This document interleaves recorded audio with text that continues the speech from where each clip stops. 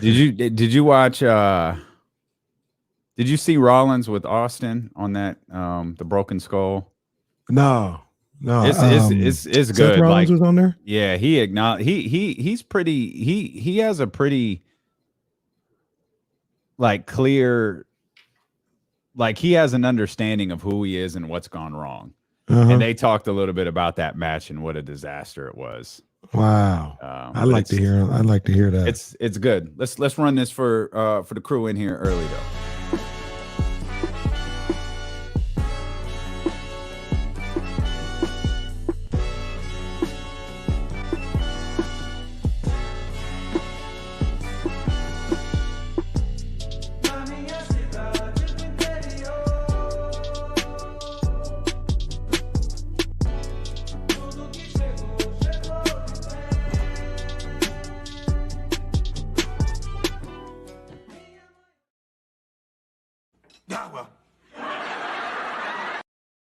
Hey, little cameo from D-Lo and KC there at the end. I'm with it. I'm with it. I like that a lot. I'm with it. What's good, everybody? Welcome in. Head over to the Joke Ones. Check out the fall collection. Head over to DLoandKC.com. Check out that Rose collection that just dropped today. Oh, yeah. Oh, yeah. Yeah, buddy. That is live over there at DLoandKC.com. So go check that out when y'all got time. We've got some exciting things coming to DLoandKC.com over the course of the next few days or so. And it started today. What's up, everybody? Hope everybody had a great time at Raw last night, by the way. I'm glad y'all got together, took some pictures.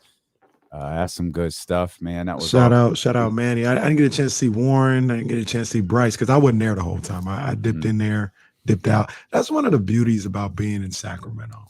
Like, if something's going on, at least where I'm at, like I can, I'm gonna just go in there and pay this little $10 parking, go up to the Golden One Center, dip out in an hour, get back to where I'm supposed to be. Where are you parked this $10?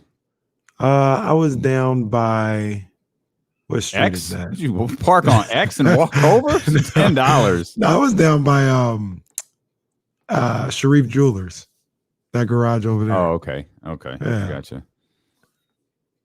You should. I hope so, because that's that. Well, once I'm a spectator, that's where I go. There you go. Yeah, there you go.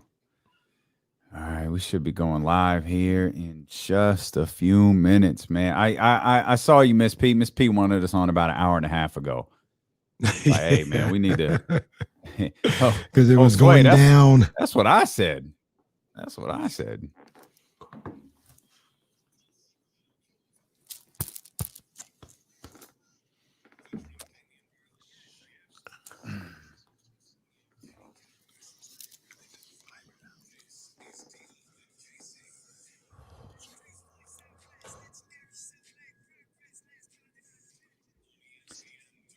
Hey, what's good, baby? We are here. The NBA season tips off tonight. Yes. And we are so happy that you have made us a part of your day here on this October 19th edition of D-Lo and KC. I'm Davion Barling. He's Kenny Caraway. Yes, sir. And as we mentioned, the NBA season is back tonight. The Nets are in Milwaukee.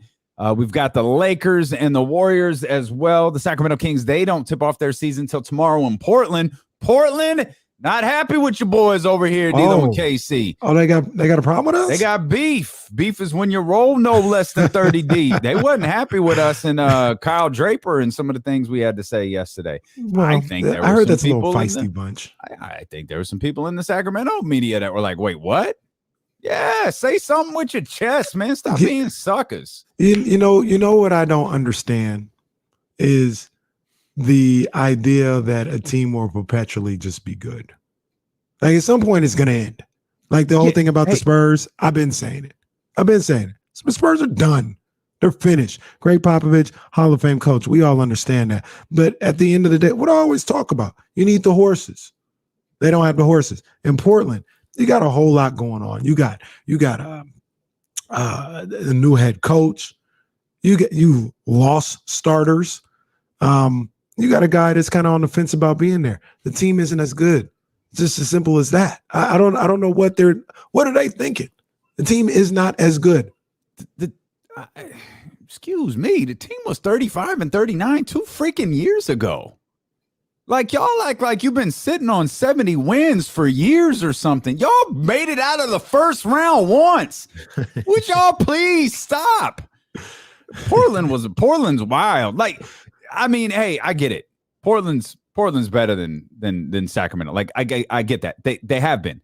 Yes. But with all of that, with the exception of one time, they've literally made it one round further than the Kings. Every freaking year they've made it one round further than the Kings. So please kill that noise. We'll dive into that. We're doing with the season here, Kenny. We're giving out postseason awards. We're giving out, fictitious proclamations. Like, we'll have the MVP and finals predictions, six mans we'll get the year, things like that. But we'll also have our breakout team of the year. Our team that's ready to fall this season. We'll have all of that stuff, man. And the fun thing about this is me and Davion haven't talked about this at all. So I'll be hearing his breakout, fall off teams, all this live. He'll be hearing the same from me. Yeah, it'll be an adventure for sure. Matt George going to be with us coming up in the 3:00 hour. Listen to Matt George's latest Locked On Kings podcast. Really good stuff from him. Excited to talk to him, which is a sentence I never thought I'd utter coming up at the end of the show. Come on, man. I love Matt. But what would a day be? What would the start of the NBA season be without some Ben Simmons drama? Ben Simmons thrown out of practice today by Doc Rivers. Come on, man. It's a perfect way to start. Hey, it's Rich Paul's man. It's a perfect way to start the season. Though I question the strategy of the group there, who you hold out, you don't go to practice, you're upset, you don't get paid. Got to get paid. Okay, I'm gonna show up to practice. I'm not gonna do anything. Therefore, I'm gonna get suspended, and I'm still not gonna get paid. It's a bold strategy, Cotton. And Philadelphia levied a bunch of fines today, which you got to know that wasn't by accident. No. Philadelphia threw out, we're fining him for missing games, missing practice. He missed a team lunch, a team dinner. We're fining him for everything. You can talk to me about this if you want to, Damien. You say you could tell me that you just can't do this, and you're trying to protect your trade value and asset and all this other stuff. Trade value, but you're adorable. Daryl Morey needs to come out of hiding. He needs to answer for all of this. I'm tired of poor Joel Embiid. Yes, I'm gonna say poor Joel Embiid. Sure. Oh yeah, having to deal with this. Even tired of Doc Rivers having to deal with this. Okay, Daryl Morey, this is all on your hands. And the fact that he sits there and he's able. Have we heard from Daryl Morey at all in the last 5 months? I don't feel like I've heard from Daryl Morey since a certain tweet. And I'm not trying to be funny. Like, I can't remember the last time I heard from Daryl Morey. It's really like he needs to come out of hiding. And, I had my ear to the street in Philadelphia today. I was seeing what was going on. And not once did I hear this. But it needs to be said. And I'm surprised it's not said in a place like Philadelphia. Daryl Morey needs to come out of hiding because this is all this circus, this clown show that's going on is all his doing. And he needs to come out and address the media, the public, Sixers fans, NBA fans, and he needs to answer to all of them. This is ridiculous, man. It's really ridiculous, as Boogie would say. I actually expected you to hit the button. I thought you had that. Well, that's okay. I know I know it takes you like 45 times to 45 minutes. To see, look it. Look it. I thought it was right there on that page. AC thought he was ready to go, man. You mentioned Joel Embiid. Here's Joel talking about Ben Simmons today. At this point, I don't care about that man, honestly. He does. Dude, let me run that part back.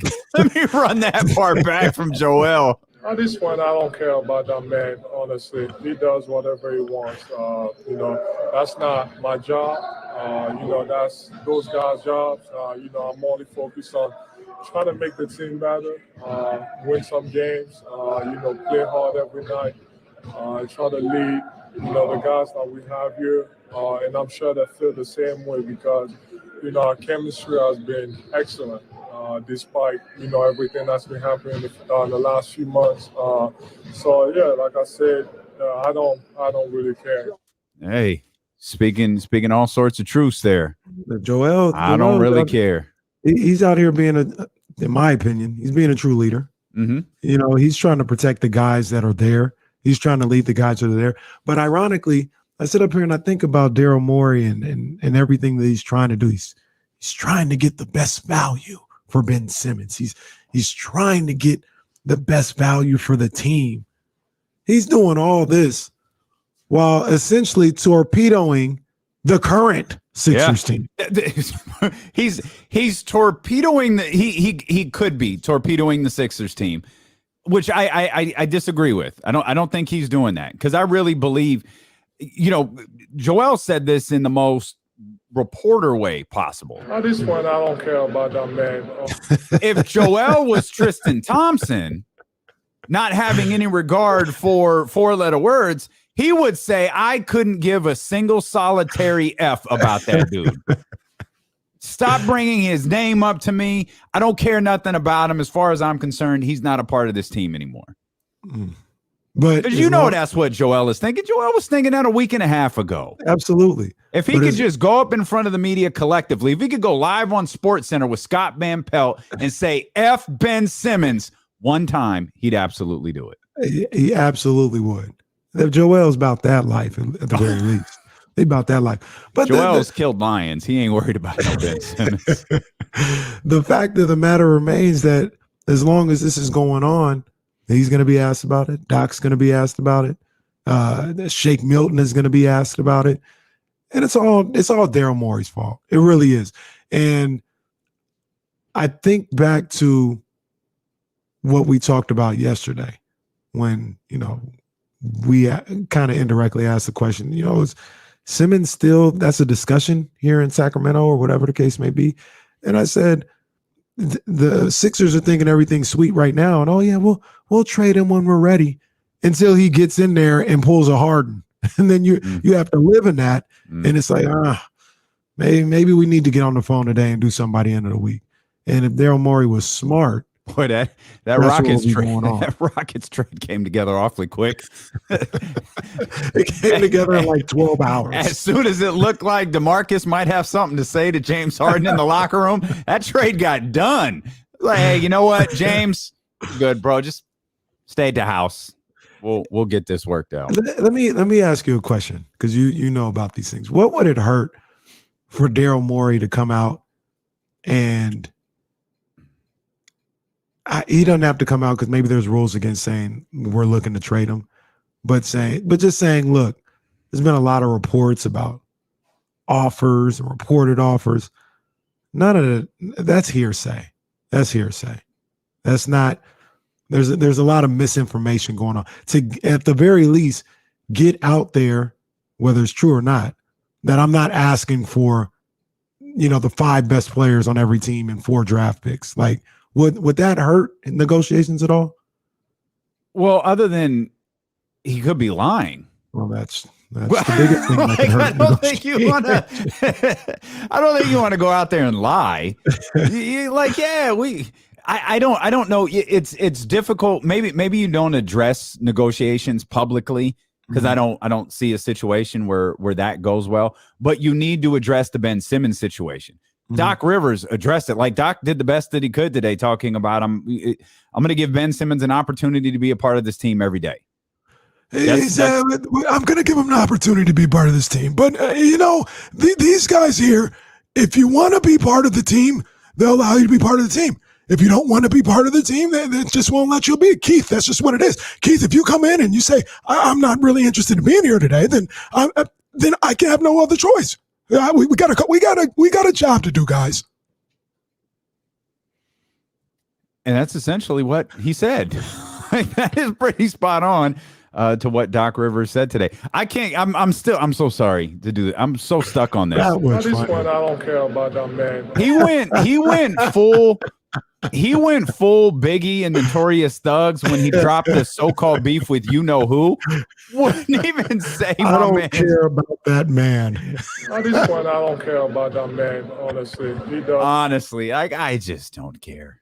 I don't care. I'm an MVP candidate. That dude is trash. What do you want me to say? Joel's trying to do all he can, man. I'm calling Daryl Morey to the fire, man. You're doing a terrible job. You're doing a horrible job right now as a GM and as a leader of an organization. Terrible job. Yep, he sure is. I completely agree. And meanwhile, Doc Rivers is out trying to keep this thing afloat. So we've got basketball games tonight.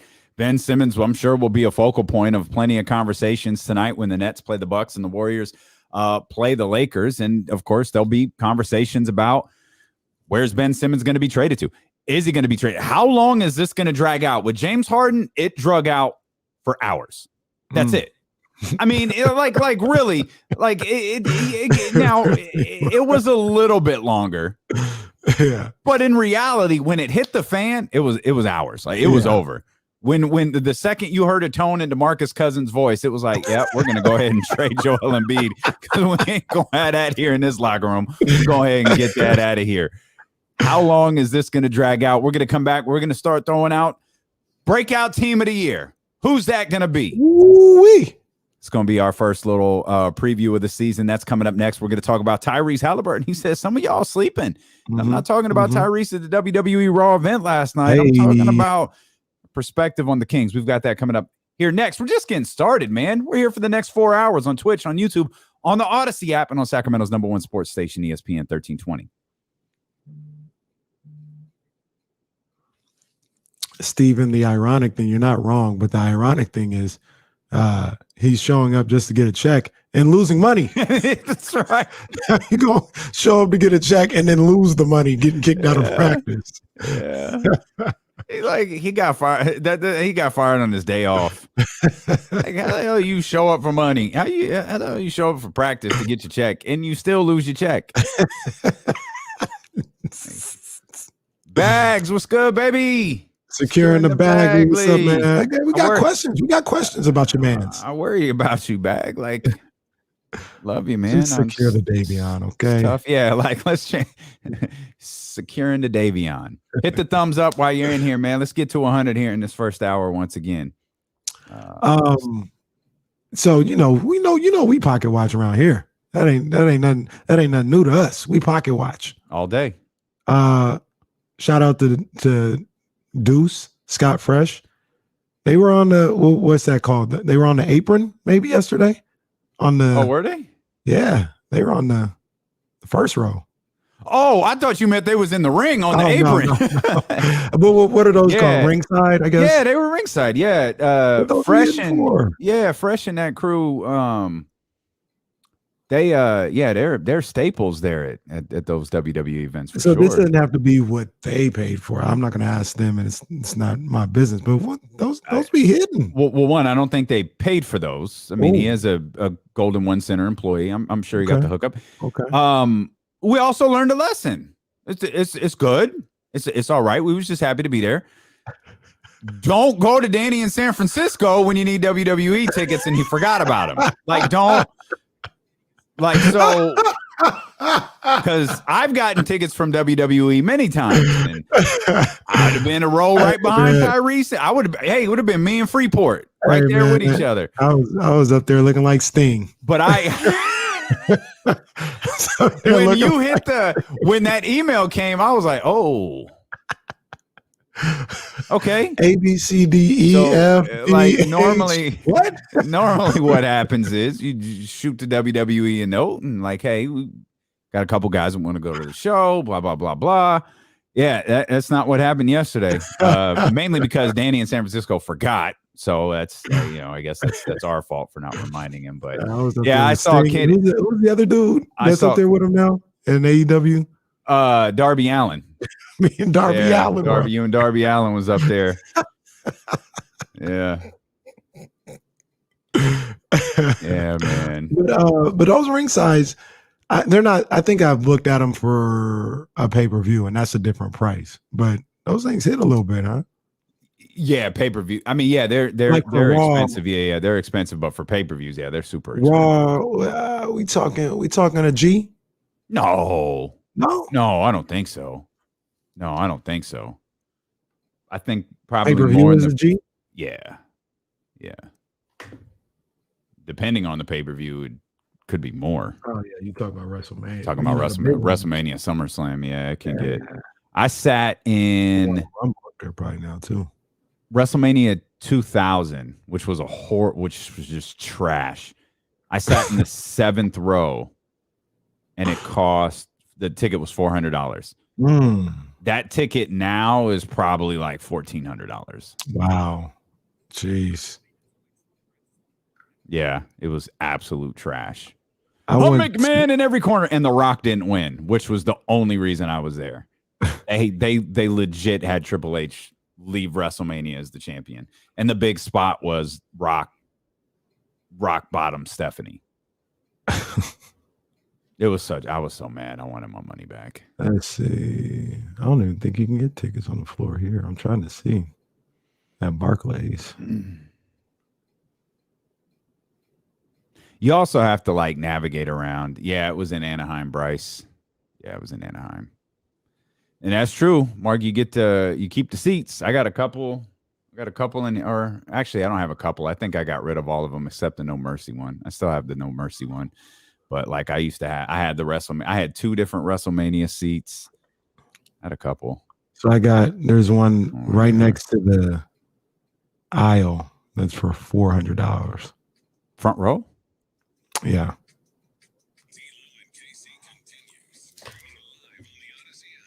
Download the Odyssey app now and discover hundreds of new exclusive music stations available now for sports and music fans by sports and music fans. The new Odyssey exclusive stations on the Odyssey app, brought to you in part by Macy's, Geico, and Coke Zero Sugar. Power and Powerless rankings coming up for Week 6 in the NFL season. Did you hear DJ Jesse T? I did. Cleaned it up. Yeah. What is that? Is that a random or is that a song?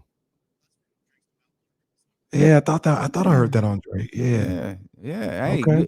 See, Jesse's that type of dude. Jesse, we need to hit him with some new rejoiner music. Don't have to ask that man twice.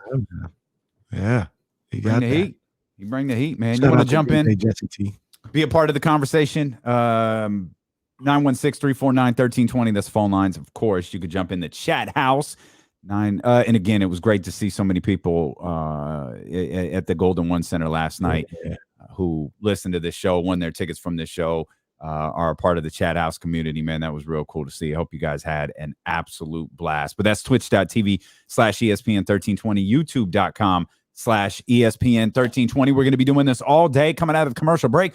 We're going to dive into some sort of, whether it's rookie of the year, sixth man of the year, we'll have MVPs, we'll have our finals predictions. But right now, our breakout team of the year.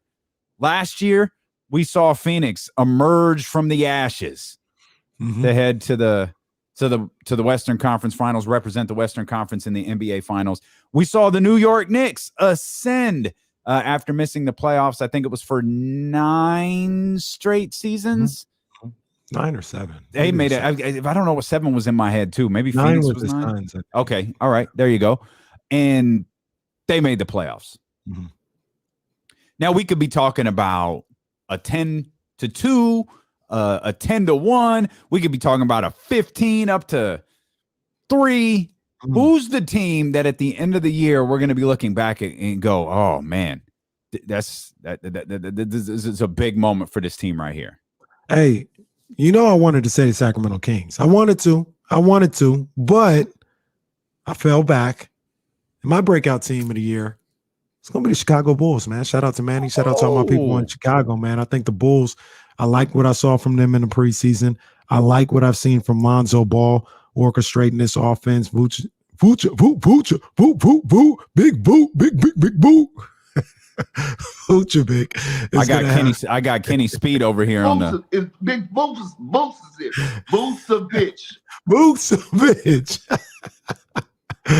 He's gonna big Vucevic.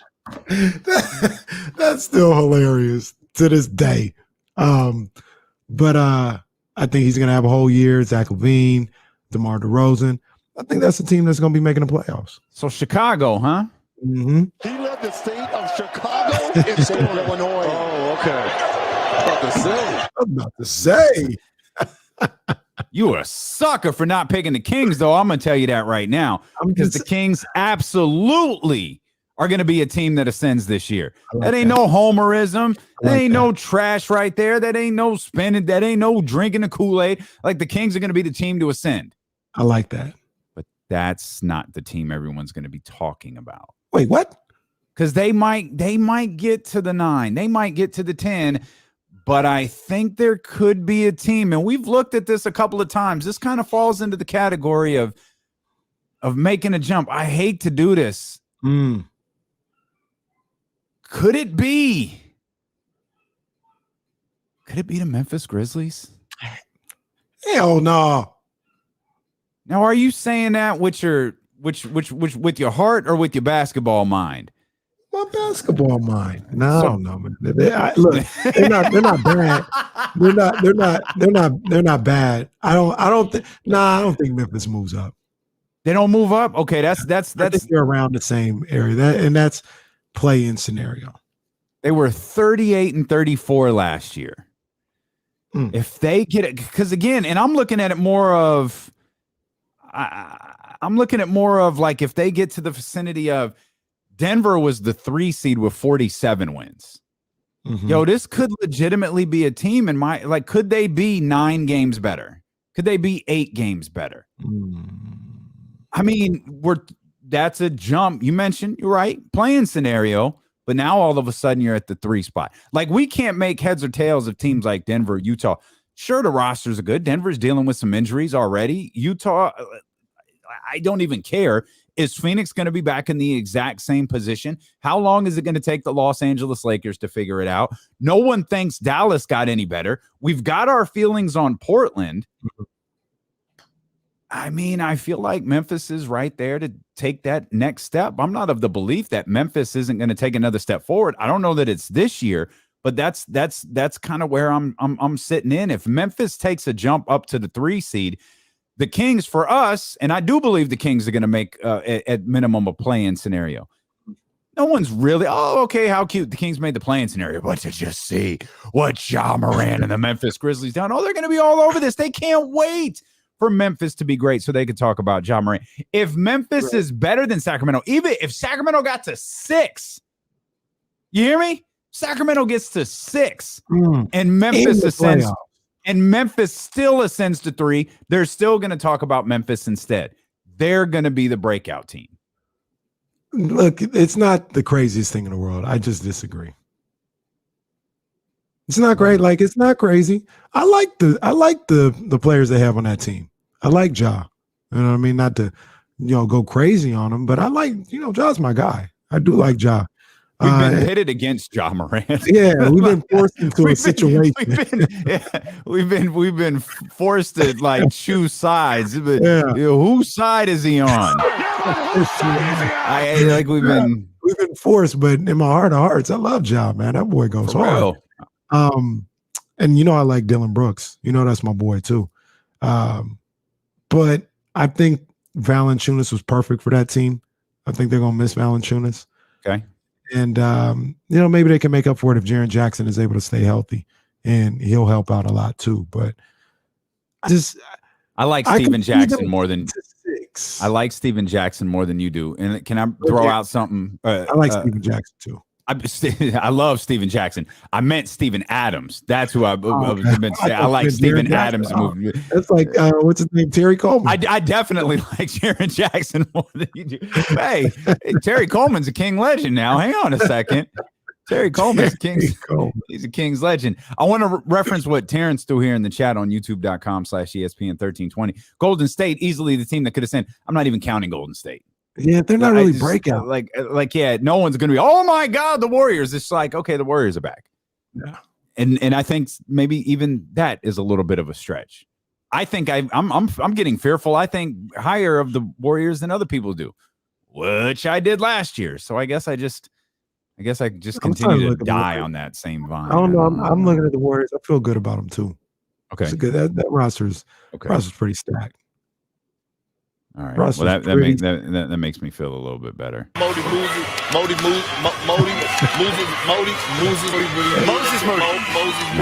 If you were the Warriors, would you make a move right now for Benjamin? Yeah, would you? That's one guy. I mean, I know they obviously want to always say Brad Bill, but I don't think that's realistic. That's not But happening. let's just say Ben Simmons, and you needed to do Draymond and two of the young boys. Would you do that? Man, you could probably get me on one, man. I feel like Golden State is set up unless I'm wrong about the picks, unless the picks are off. I feel like Golden State is in an incredibly unique position where they still have a window to be really good with the group that they have, with the group that went to the finals for 5 straight years, while simultaneously being set up for the future. Mm-hmm. Now, Ben Simmons is 25. So if that's the scenario you're talking about, or you're talking about a relatively young star, I guess like my thing with them had always been like, we had the universal deal. I had a make-believe universal deal for the Golden State Warriors, and it was Draymond and one. And you could pick the one. Just it was Draymond and one. When you start getting into two, then I start thinking you lose the fact that you have a future. So I don't know. Bradley Beal isn't realistic. Dame Lillard's not a thing. The only one that's real is Ben Simmons, and I've maintained from day one that's the one that makes the most sense to me. Ben Simmons in Golden State makes the most sense. Yeah, he can be an all-star there again. I think if Golden State really wanted to be aggressive or make a move, I think they could put together a package for Pascal Siakam that Toronto wouldn't be able to refuse. I would, and the big key for me with all this, the game changer is whatever you think about my man Jordan Poole. Because some of the things I've seen from him, whew, yeah, that boy's a bucket. Yeah. So if he is, and this is going to be a good time for them to kind of see what they got with Jordan Poole. If he is who I think he might be, yeah, you could ship 2 of them dudes out. You could ship probably Moody. You're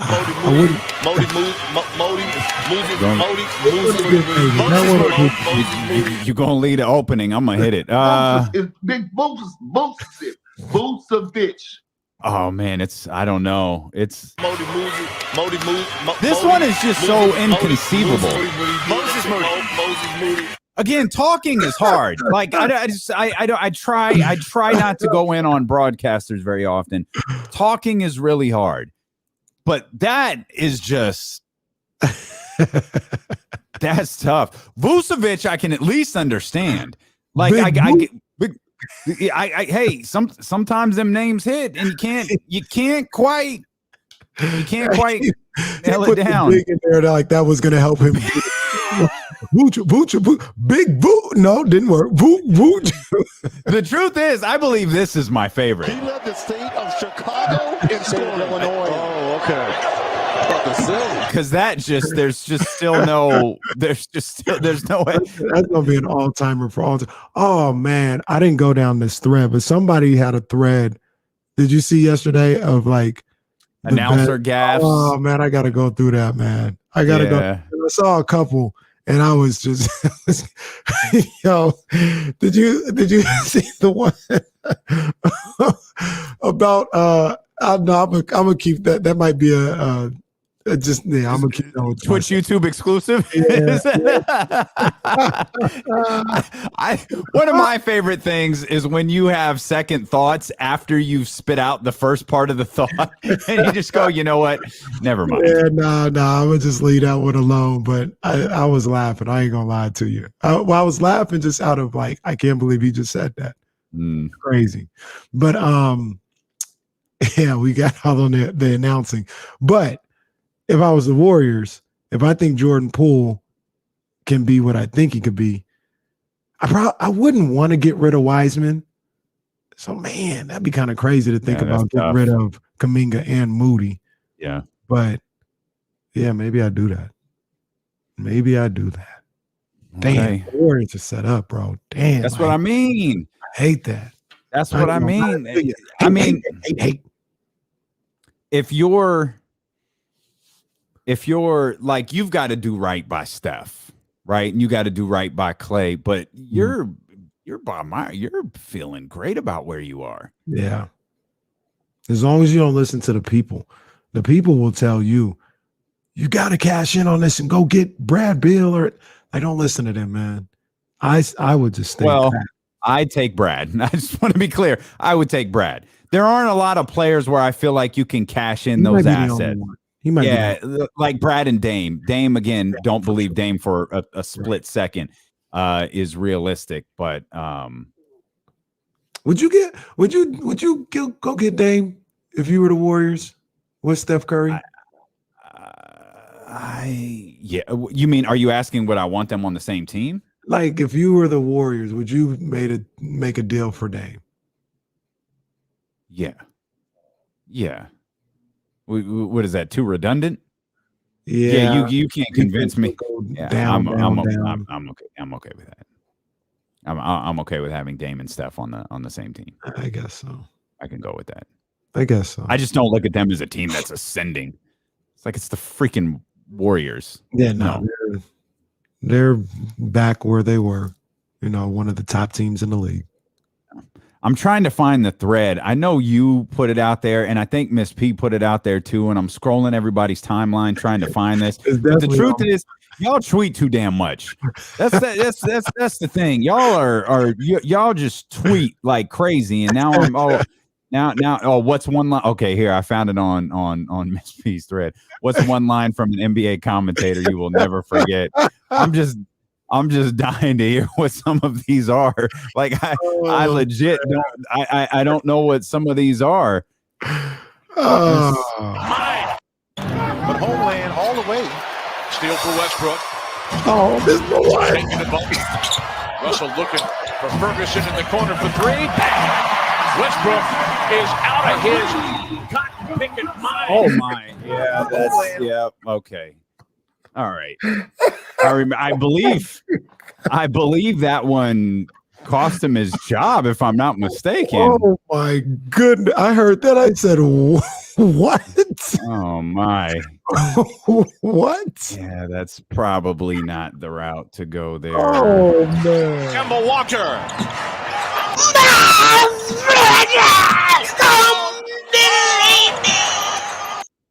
All right. There you go.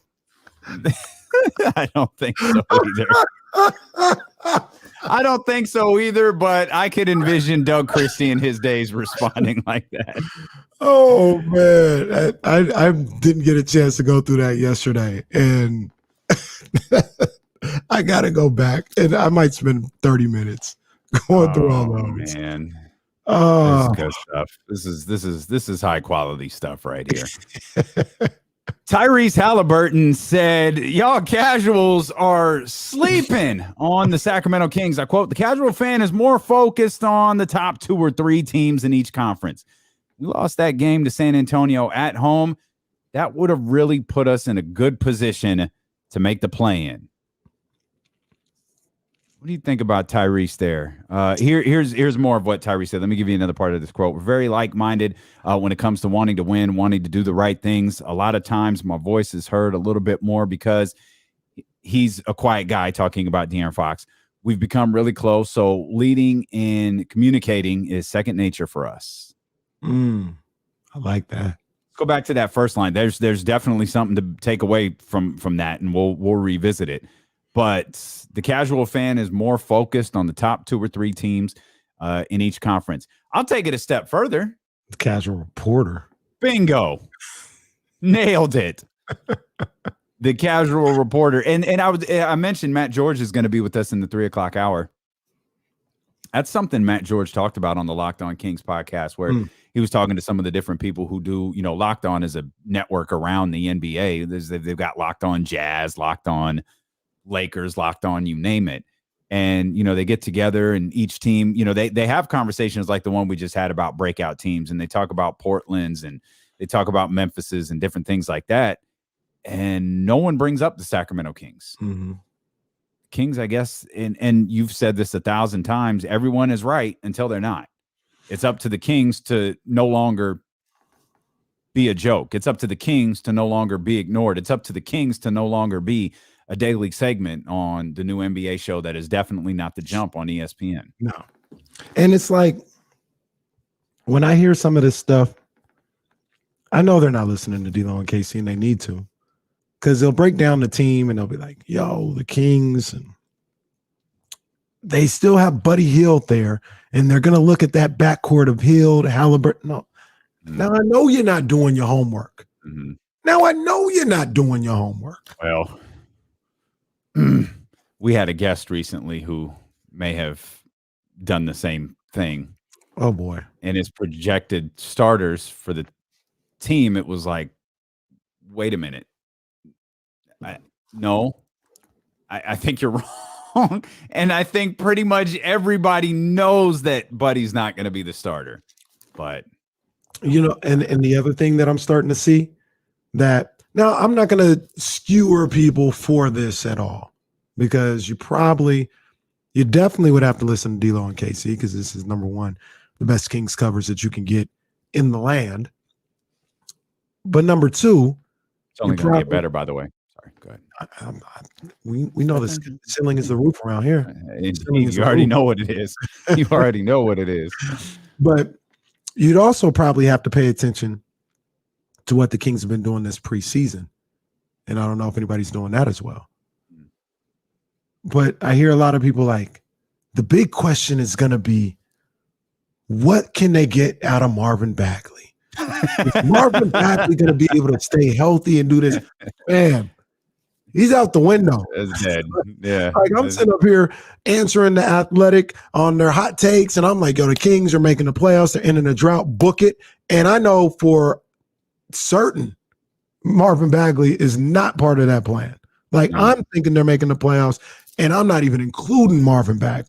No. So for somebody to come on there and be like, the big question is, what's going to happen with Marvin Bagley? No, it's not. That is not the big question. No, it's very much not. The only question is the one that you brought up yesterday. You all right over there? Like I do something here. Like if you're gonna get in trouble with the Queen Bee in the next commercial talking about dust being around the house. But like if you're watching, gets on my head for that. If you're watching on Twitch and YouTube, you see my boy's having some trouble here. Like we just go ahead and point it out. Sneezes out though. I got the 2 sneezes out. Those were big. Those are big. I needed to get them out. I got that sense of relief there. Yeah. The only question with Marvin is Marvin's like a big sneeze for the Sacramento Kings that they just need to get out. The only question left with Marvin is, I think, the one that you brought up yesterday is he on the roster as the season moves along, and you've kind of tied that in with Buddy Hield. That was the season all through the off season. It's going to remain a question headed into the trade deadline. Now, I think with Buddy, Buddy's question can be answered. If he proved, like if Buddy winds up being a really important part of what the Kings are doing, and I think he's going to be slotted to be an important part, but if he's not outplayed by your man's Terrence Davis, shout out to TD. I think he's locked in. If we have kind of a situation like we had, and I know what it was a preseason game, but if we have a situation like that preseason game against the Lakers where Terrence Davis rocks, and you can pull Buddy back a little bit, and we start seeing stretches of games where Terrence Davis is the guy who's in through the bulk of the fourth quarter. He's the guy who's rocking. He's the guy who they're running plays for us, who's getting shots. Then I think that question, pops back up about, okay, what happens with Buddy as we approach February? But that's the only question left with Marvin is he a King throughout the remainder of the season or not? So... And that's not true. I have another question. What's Luke going to do with him? I know what he's not going to do with him, but what is he going to do with him? Because I don't think Marvin Bagley's getting DMPs. I don't know. Unless there's injury attached to now. The interesting thing, in the last couple of days, and we talk to people that know things, and they're like, "Yo, yeah, like that ship didn't sail." Yeah. However, yesterday we were given new information about qualifying offers. Yeah. How much to be paid. Yeah. And I got to be honest with you. Like when you talk about Marvin Bagley, and we're talking about James Ham, he reported, because of certain stipulations in Marvin's rookie contract, that the qualifying offer that we thought was going to be $13-14 million essentially is going to be about $6.5 million. And I guess the question is, when do you say, all right, I'll still take a chance on this guy? Like, what's the price tag? And I think the answer to that isn't necessarily a price tag. It's about a conversation with Marvin, his agent, all this other stuff. I don't think that conversation is there to be had anymore. Mm. Because at this point, hey, I don't know. Mm-hmm. James Ham is the Kings insider. I'm just the dude who gets to talk on the radio and Twitch and YouTube. I don't think Marvin wants to be here. I don't even know that the Kings want Marvin here. Didn't they try to trade him for Sadiq Bey? Yeah. And they was like, nah, now, we're good. The thing about it is, you cannot want to be here all you want. Like Olivia talked about on Friday. You got to get more focused, if you're Marvin Bagley, about where you want to be and more focused on where you are. And like we've laid out a number of different times, you may not want to be here all you want. $6.5 million might be the best money you're going to get. Sure. This might be the best opportunity you get. So if you don't like it that bad, you might end up seeing yourself out the league. Mm-hmm. So it would be in your best interest to kind of get out of that mindset of, I don't want to be here, and figure out how to make it work here so you can rebuild yourself. Now, like you said, that might be even off the table at this point with the King side. But Marvin not wanting to be here, if I was advising him, he got to get off that. He has to get off that. Like, I don't want to be here. That's not an option for you no more. It's almost like either be here or you'll be out the league. Let's step out. Let's come back. James Ham is with the Sacramento Kings right now. We'll check in. He's Luke Walton. Speaking of Marvin Bagley, apparently the Kings got a full roster of healthy bodies headed into the season. We'll talk more about the Kings. Plus, we talked about the breakout team of the year. How about the breakout player of the year? That's next here on Sacramento's number one sports station, ESPN 1320. Yeah, that's fine. Yeah. That's fine. Hey, Bags. Yeah. Sometimes you just got to ride with us, bro. Yeah, sometimes you just got to trust us. That's what I'm saying, man. Like, you can't. We ain't out here saying this ain't coming out of nowhere, bro. Yeah, it's not. Yeah. It's not speculation. I'll give it to you. Publicly, he's never come out and said, I don't want to be here. Yes, correct. But this ain't out of nowhere. Yeah.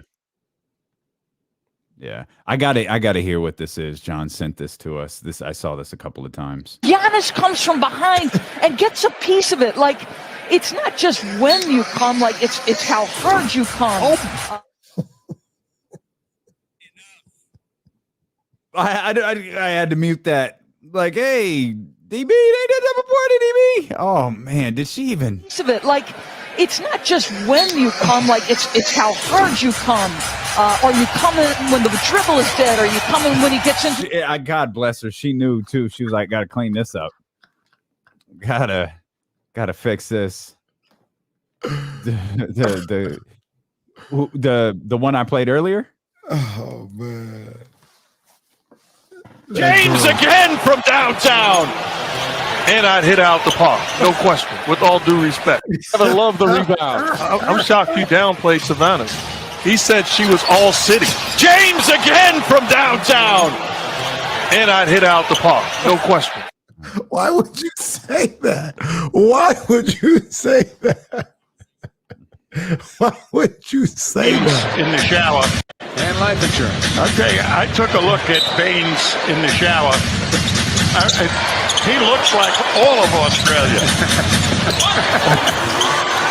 He is really put together. My goodness. Oh man. Yo, Tommy. Oh man. Wowzers. What does second cousins mean? Well, it's not. I can't go. I don't want to go into. All right, when people say it, I never know what they mean or what you're allowed to do when you're a second cousin. Whoa. What are you talking about? I'm just talking about. I don't know what a second cousin means. I am so. Goodness gracious. Whoa. This one's time. Oh man, what is it? This is going to consume every commercial break now. Pass inside. Tristan Thompson finds James. A lot of thunderous dunks here in the opening period. I don't know about this, but Rihanna just walked in front of me. Are you kidding me? That's what you're doing, man. Stay with the game. LeBron makes a spectacular play like this, and that's what you deal with. Yeah. What? Man, goodness I don't blame gracious. Jeff for that one. Yeah, real talk. George looking to draw foul, drills it. And this building has come alive. The lead is cut to 6. Kawhi Leonard going crazy. That's a funnier visual. He tried just looking deadpan. Yeah. Big city. I think they got the best organization in the NBA, but they do have some big old women down there. Oh, I mean, Lord. come on now. What did they played? They had one in there where Ernie was talking about trick cereal, but Shaq was looking like, wait, what? Oh yeah, that's the next one right there. You know what I smashed? Was that tricks. I once ate an entire box of no.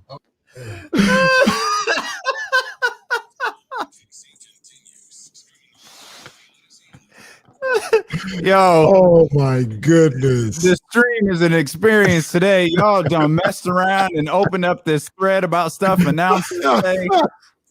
Lord have mercy, Ernie Johnson. Tricks. Oh my God, sir. It's a better visual. You see Shaq's face where he's like, "Oh, Ernie." He said, "You know what I smash? Tricks." And it's funnier because it's Ernie. That's what makes it funny.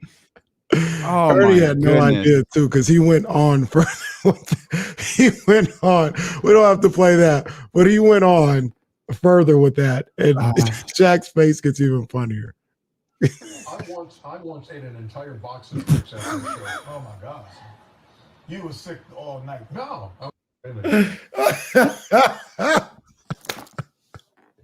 This show's over. Show's over.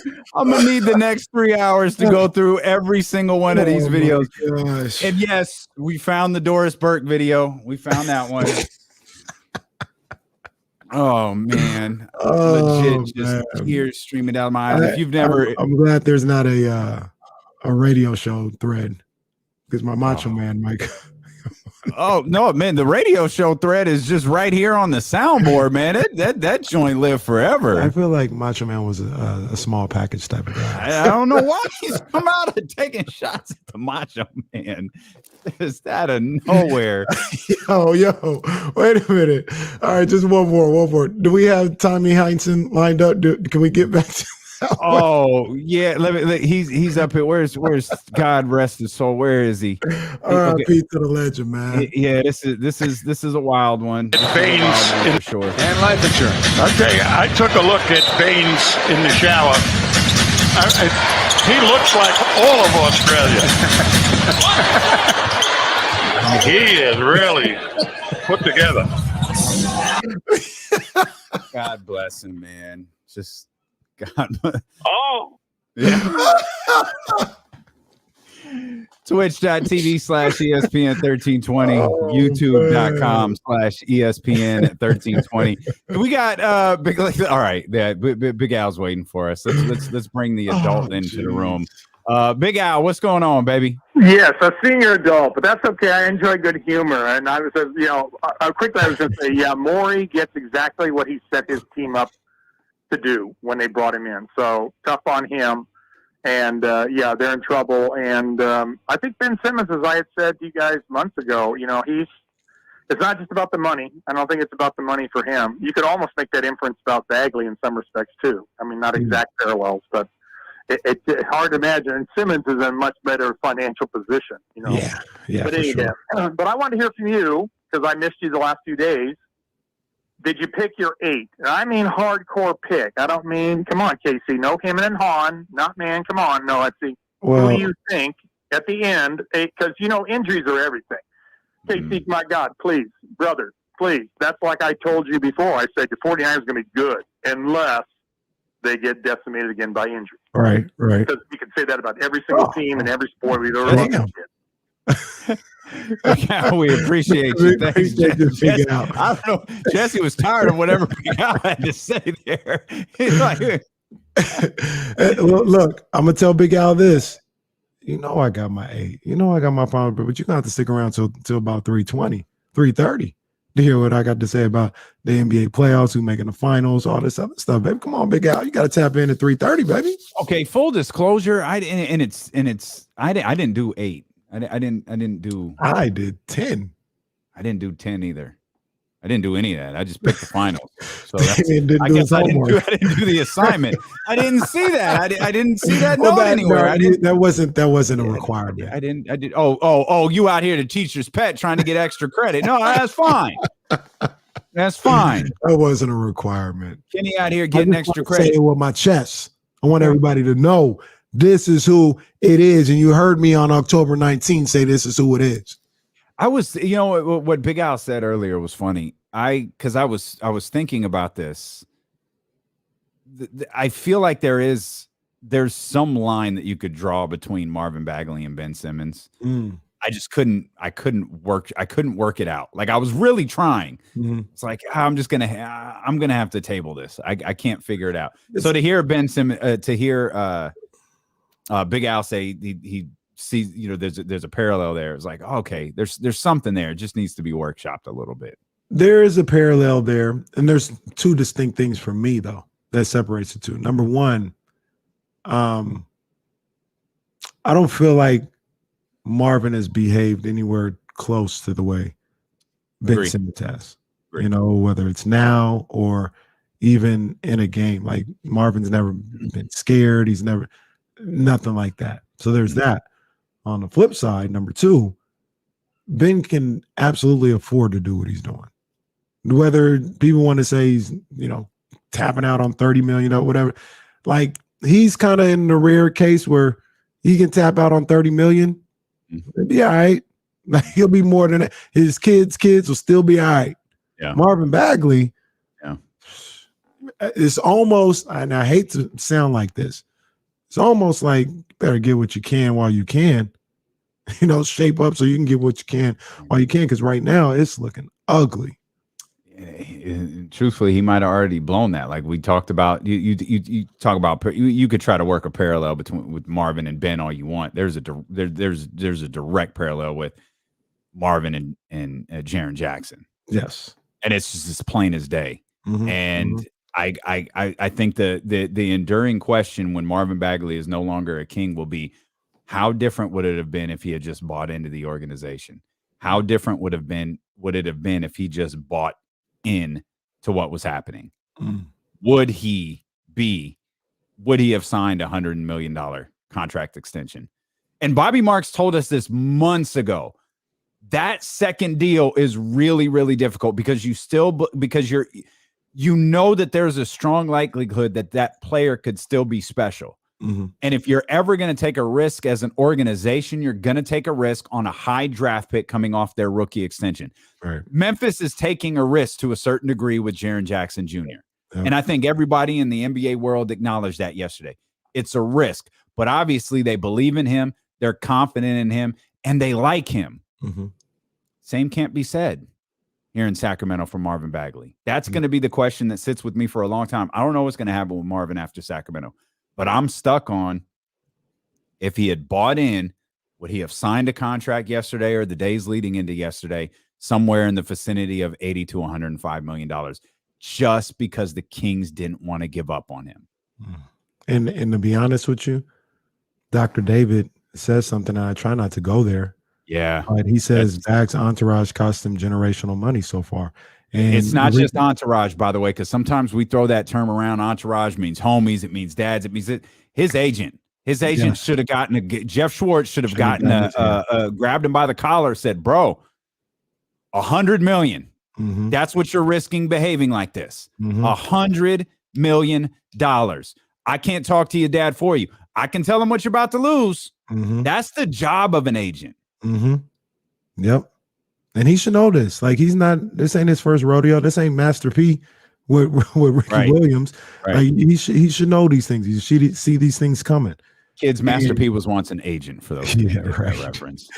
And but I kind of echo what you're talking about and what Dr. David is talking about, because once again, and they'll be quick to tell you this, Marvin Bagley himself hasn't done much.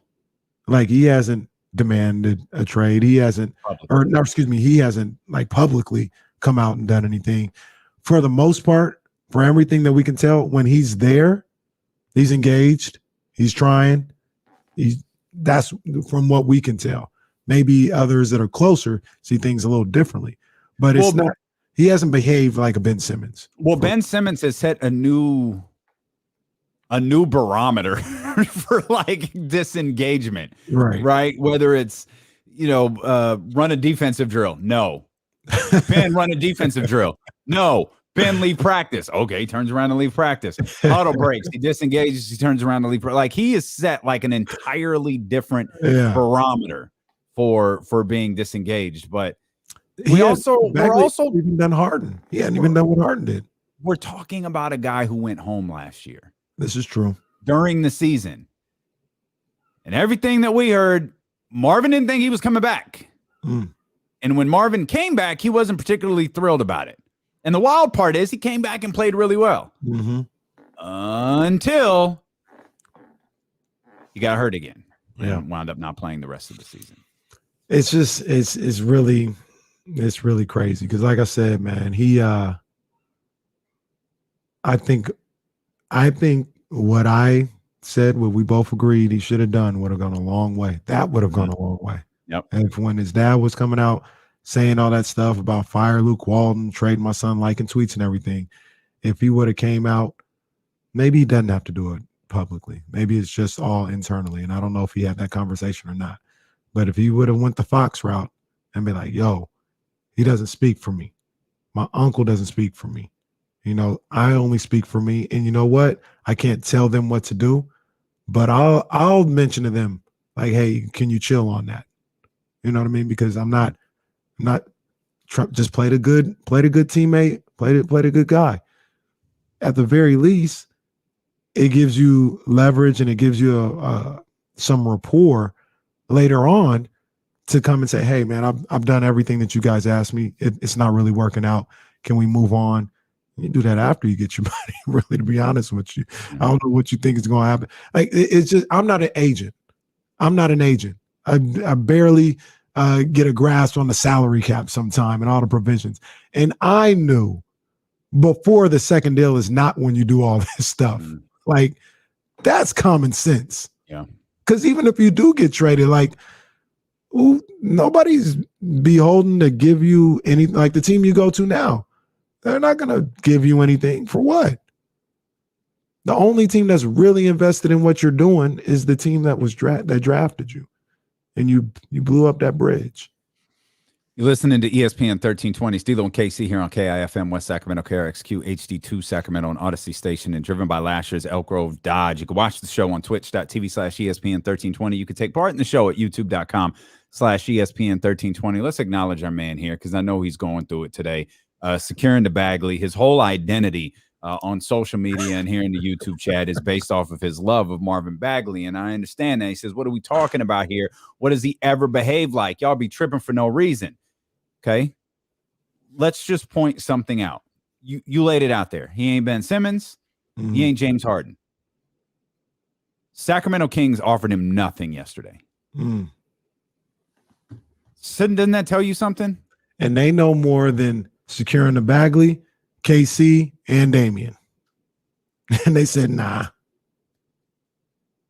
So people keep saying, well, you can't give up on talent. Like we saw that on one of the YouTube videos where we posted a Marvin Bagley clip up there. Is YouTube? Oh man, guys, we can't give up on talent. Hey, I get it. Do we know that Marvin hasn't given up on the Kings?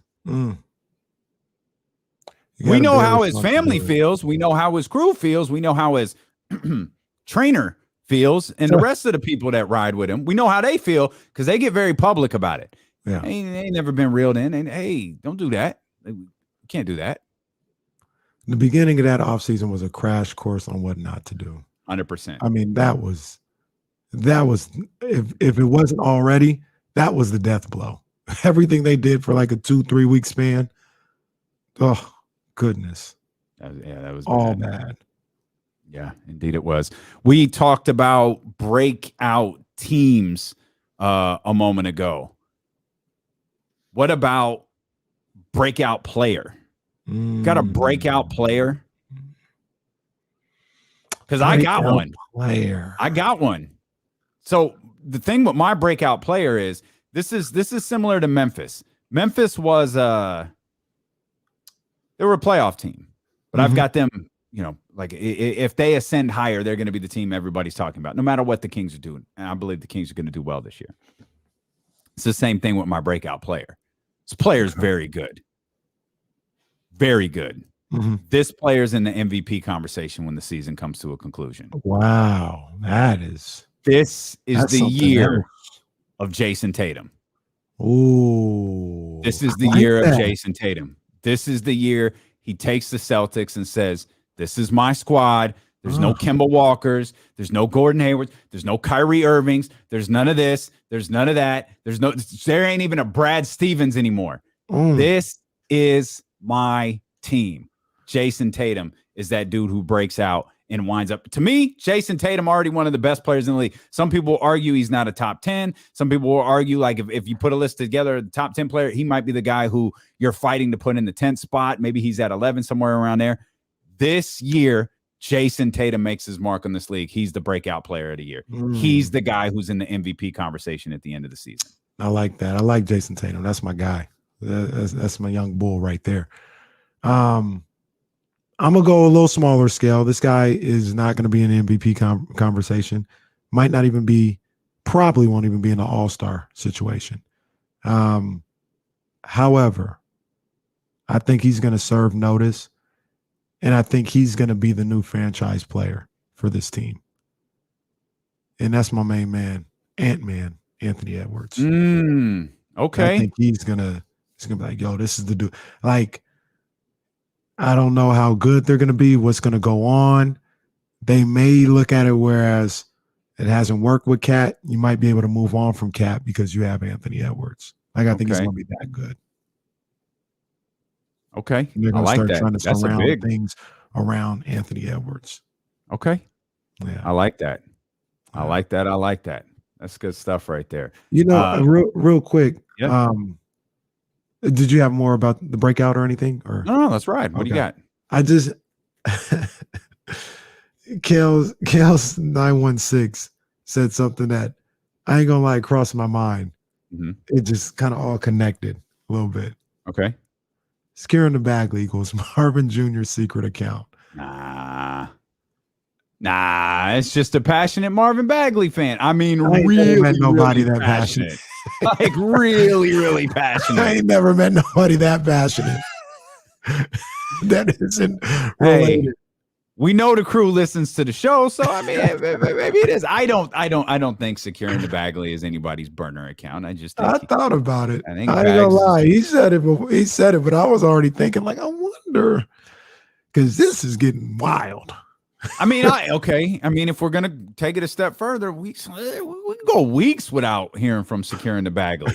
Then all of a sudden, some Marvin news pops up, and hey, securing the Bagley back in the YouTube chat and back on the timeline.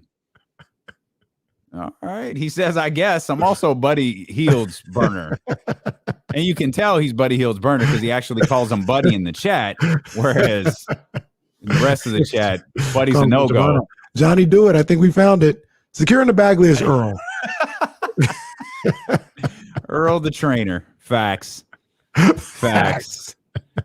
James Ham tweets this, and this just kind of goes to what you were talking about a minute ago. Marvin Bagley is going into a season. This is what James Ham tweeted. He's at practice right now. Marvin Bagley is going into a season of uncertainty in Sacramento, but he's out on the court working. He hasn't been a distraction in camp. If anything, he's bringing the same vibe the rest of the squad is bringing. Man, that's awesome. That's It great. is. James also tweeted, according to Luke Walton, the Kings are walking into the season with a full roster of healthy bodies. Awesome. That's all tremendous stuff. I still ask, this is, you talk about big questions surrounding Marvin Bagley. The biggest one, and maybe it's less around Marvin Bagley and more around Luke Walton, is what's Luke going to do with him? Yeah. Like what's Luke's plan with him? Is he going to approach this season like Marvin's a big part of what we're doing? Or is he going to kind of tiptoe around how to use Marvin and be cautious? And I don't mean cautious in terms of keeping him healthy, because I don't, man, I hope you know what I mean when I say this.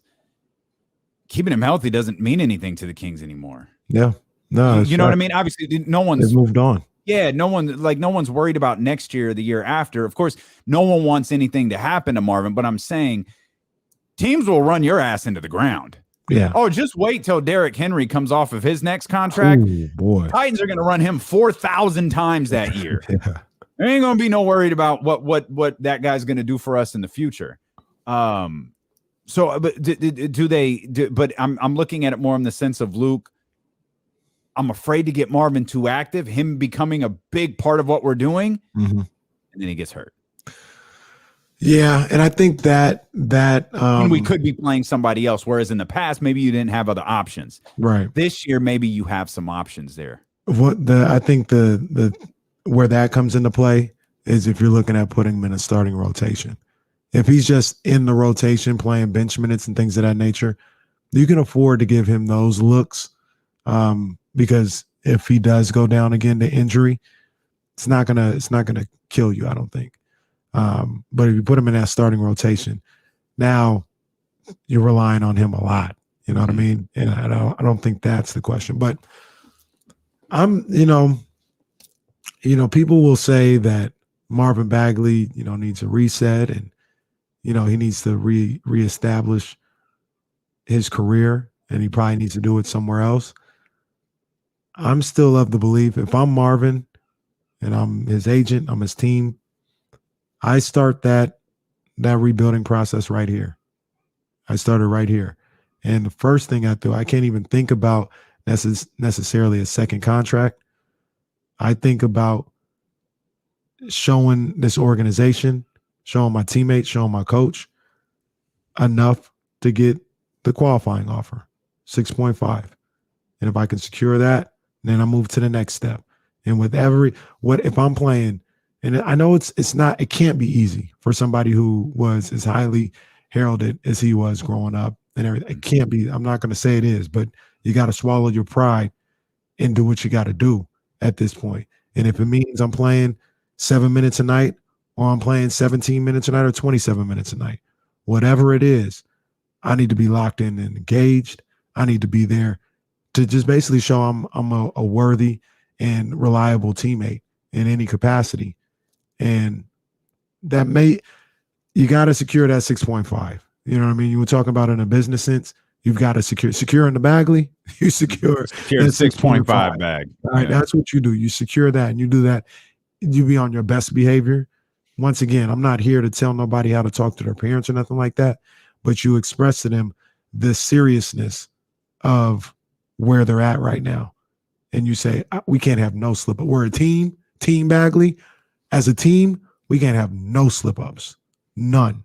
Let's be on our best behavior. Let's get this 6.5 and start the rebuilding of my reputation in my career right now here in Sacramento. And I think he can. I think he can too. But I think it all depends on what Luke does with him this year. What his intentions are in terms of how he's going to play him. And you know what? He might start. I've almost retired the idea of him starting ever since that conversation with James Ham last week. And he mentioned, we were talking about projected starting lineups. He mentioned Mo Harkless, and it was like, oh, okay. And then all of a sudden, Bagley's out that night and Mo Harkless is starting, and it's the lineup that James Ham said. And it was like, okay. Now all of a sudden I can wrap my brain around it. Like now all of a sudden I've seen it. It makes complete sense to me. And the way that James explained it with Mo stretching and all of these different things, it was like, all right, I get it. Okay. It works. all up until that conversation, though, which was just a week ago, I still thought the right answer was Marvin. I thought it was too. And then he said Mo Harkless, and it made perfect sense. It made perfect sense. And, you know, like I said, Marvin Bagley, you mentioned it. I mentioned it as well. This is a place where he can rebuild his reputation. It may not be his final landing spot, but it could be the start of the next phase of his career. Yeah. And if he looks at it that way and brings that type of attitude, he certainly can change his fortunes here in Sacramento. Absolutely. Quick note right here. Will W ask, anyone else think the 3-guard lineup is going to start tomorrow? I don't think so. Yeah, I don't think they're going to start. We're going to see it. Yeah, I think we're going to see a lot of them tomorrow against Portland. We've talked about the breakout team. We've talked about breakout player. How about the team ready to fall? Okay, we'll dive into that. The team ready to fall, plus much. We've got power rankings on the way. Hey, let's go. You know what it is. Were there any changes at the top? We've got that coming up, plus more talk on the Kings, more talk on the NBA. Plenty more ahead here with D'Lo and KC on Twitch, on YouTube, on the Odyssey app, and on Sacramento's #1 sports station, ESPN 1320. Did you see that they're coming back with the second part of Tariq's show? Yeah. I said, why? Yeah, we don't need this. We don't need this. Giving us Tommy. Why are we going this route again? We don't need this. And who told you we did? What do we got here? Let's see. So I don't necessarily know baseball etiquette.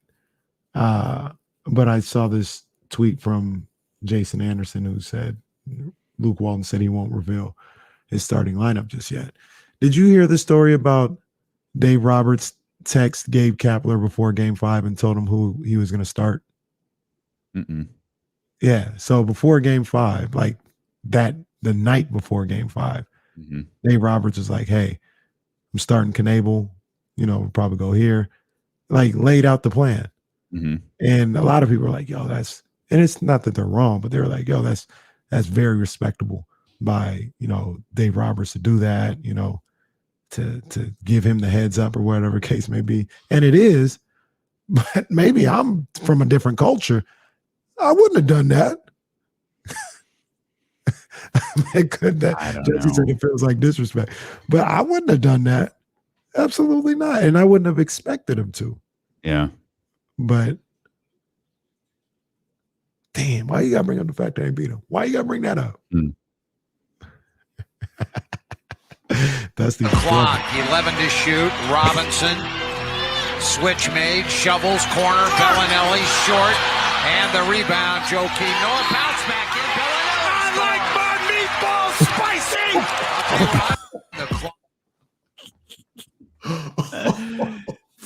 Stacey King. My. Oh, this is a Kings game.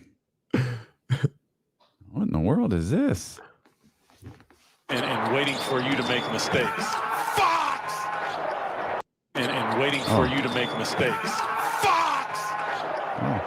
All right. What happened there? You just yelled Fox. All right. My goodness! Didn't see that coming! Hum-diddly-dee! My goodness! Didn't see that coming! Hum-diddly-dee! Okay. No, they got to do more. They got to do better. These aren't funny anymore. What happened to the funny ones? These are dumb. Oh, Terry! You're kidding me! Okay, I guess I'm too far down in the thread now. Because this is just turned into trash. These didn't get enough retweets. This is just turned into trash. Okay, what's this one got DM'd to me? I'm scared to see what this one is. What does second cousins mean? Oh, we already played that one. We already played that one. Oh, my. Oh, this should be good. This is Bill Walton. In a Kings. I think I know what this is. Just like all the Kings fans with DeMarcus Cousins, I want more. I don't want a 6-inch. I want a 12-inch from DeMarcus Cousins. DeMarcus is not.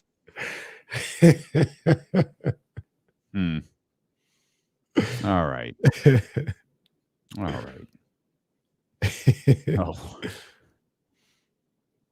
I think I told you this before, but one of my favorite Bill Waltons is he was doing the Pac-12 games, and it's like the last weekend of the season. And he goes, Bill, we're getting down here to the end of the Pac-12 season. Who is your Pac-12 player of the year? Bill goes, it's too early to tell.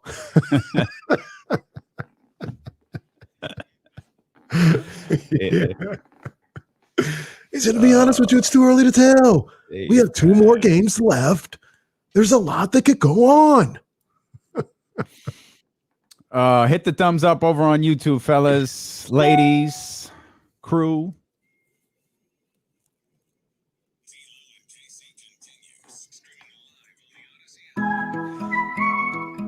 Let's get to triple digits over on youtube.com/ESPN1320, man. Hit that thumbs up button if you're watching right now. And if open up another browser, head over to DeloandKC.com.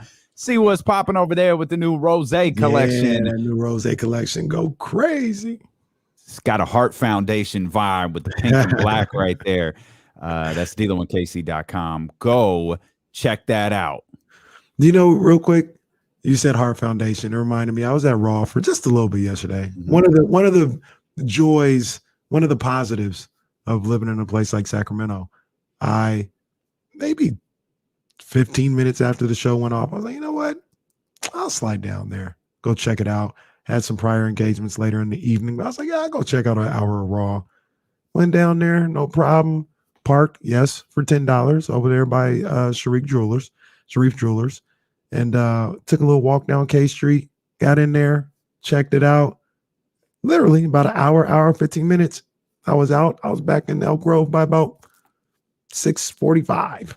Like that. That's one of the joys in Sac. I think maybe as you get older, you appreciate that a little bit more. You can get in and out of somewhere like downtown, somewhere like Golden One Center relatively easily compared to you lived in different places. I'm down in LA Live. Like I'm not getting to South Bay in 15 minutes. That's just not happening. So, but I say all that to say, was that Raw? And Jinder Mahal was wrestling. And I just thought about it. And you mentioned the Heart Foundation and it reminded me of Natalia. Sometimes we get so fixated on being the superstar and being the best. Jinder Mahal has been in wrestling for a decade. He's never going to do anything. Like, he's not no championship material, but he's holding a steady job. That's a role. It's a valuable role. You can have that's like the NBA. You can have a 12-year career by just being a good role player. Shout out to the role players, man. In the NBA, in WWE, in the NFL, all these guys, man. Shout out to the role players. I think Jinder's been around longer than 10 years. He's gone through quite a dynamic transformation as well, as has Drew McIntyre. So I don't know. You can put that together yourself. I guess those guys just work out really hard. I was about to say, because Jinder, he got muscles on muscles. Jinder, he didn't look like He's not that. Bobby Lashley, but he got muscles. Pull up the old what was that crew called? The 3MB, the 3-man band with Jinder and Drew McIntyre and I think it was Heath Slater. Pull that. Look at that version of Drew McIntyre and that version of Jinder Mahal. They ain't carrying no WWE championship, fam. By the way, quick note. We've got other business to take care of, but this was in Sacramento last night. Can someone pass a note to old Vinnie Mac and the WWE writing staff? No one likes the handshake spot. Literally no one. People go to wrestling events to watch people fight, conflict. They want conflict. And conflict, we love sports. Ben Simmons and the 76ers. We love conflict. But WWE insists on, let's base this whole story off mutual respect. They do this big handshake spot with Big E and Drew McIntyre, and the whole crowd groans. Nobody wants that. Somebody punch somebody. Do something. Yeah. This isn't the Mega Powers here where we're going to build out. These guys are wrestling on Thursday. Hit him with a chair. Thank Do you. something Give me that something. that establishes conflict. No, we've got this mutual respect. And dude, they did it. They did it with The Rock and Cena. 2 years based off hatred of each other. The match ends. Cena gets the win. They shake hands, and the crowd goes, "Oh, Jesus Christ." You hear the crowd audibly boo. WrestleMania is over. You've already dropped $2,000-$4,000 on the event. And they do the big handshake spot at the end, and it's like, nope, that don't work. Did you feel that way when Hogan showed respect to the Warrior? No, because I was like 8. Like, no. Like, oh, it's so good. They're still friends. No, I was pissed that Warrior won. Oh, I would definitely was too. But remember, Hogan was like, "Oh, you're a deserving champ. Everybody give it up for Warrior." That I was agree trash. with you. That might have been the time when I was like, "It's time to leave." Yeah, I was not pleased with that whatsoever. That might have been the time. I said, "Get this out of here. Get that match out of there." I can't wait for Crown Jewel to be over. Yeah, I've never watched one of those and never will. We've talked about teams as we got Matt George, by the way, host of the Locked On Kings podcast, coming up in the 3:00 hour.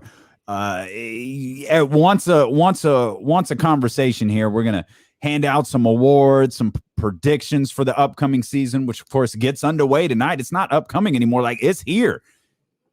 NBA is back tonight, and we've talked about teams that we think could have sinned. We talk about breakout players. What about a team that's ready to fall off? Got a team that's just ready to like, oh, maybe they've been at this level. They're going to fall back a little bit. Maybe they were here. Is Phoenix going to fall off? Is it going to be one of those big boys? Is it going to be the Clippers falling off without Kawhi Leonard? Is it someone in the middle? Is that 500 team who Boston is? Like, is Boston going to fall back? Of course, I'm not saying that because I got Jason Tatum as a potential MVP this year. Who you got? Like, who's taking a step back this year? Well, and be careful because we're going to post this on Twitter and their whole fan base is going to come after us. Look, I made my notes earlier this morning. Mm-hmm. I had no idea all that happened with what you talked about with the city of Portland. Portland was but not I ain't gonna pleased like with this things Kyle Draper said. because they're definitely falling off. Yeah. All right. They're definitely the team that is falling off. I like Dame. I like CJ. I like a lot of those guys on that team. That team, the magic is over. It's going to be time to rebuild. And, hey, they might end up being in a situation like Sacramento's been in for the last decade plus at this point. Because not with Dame Lillard on the roster. Oh, I don't think they're going to be. You're not going to be there for long. Okay. You're not going to be there for long. He may be there through this year. Maybe. But he won't be there for long. And then it's going to be time to try and find another Dame Lillard. And to their credit, they've been successful in the past, finding the next guy to take over. Well, they're going to have to do it again because this team is falling down, down, down. This definitely has the makings of something that's going to bite us later, but we're in agreement. Portland's the team. And it's not because I think Portland's terrible. I don't know what Portland is. Right. I don't think Portland they didn't really do anything this year. I don't think their roster's bad, but this is the team that Yusuf Nurkic finishes up and says, this isn't good enough. Mm-hmm. This isn't going to get the job done. Something has to change.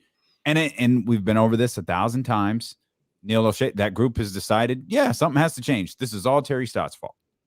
So you hire a first-time head coach in Chauncey Billups. Cool. I'm all for that. Didn't go smoothly, though. The whole hiring process got a little rocky. And then they had this Dame Lillard thing sitting over you seemingly for no reason. Just sitting out there. And all of these Dame Lillard's going to request a trade today before he leaves for Tokyo. Like he's going to be he's going to be on he's going to be leaving Las Vegas telling them, "Hey, by the time I get back with my gold medal, get me the hell out of here."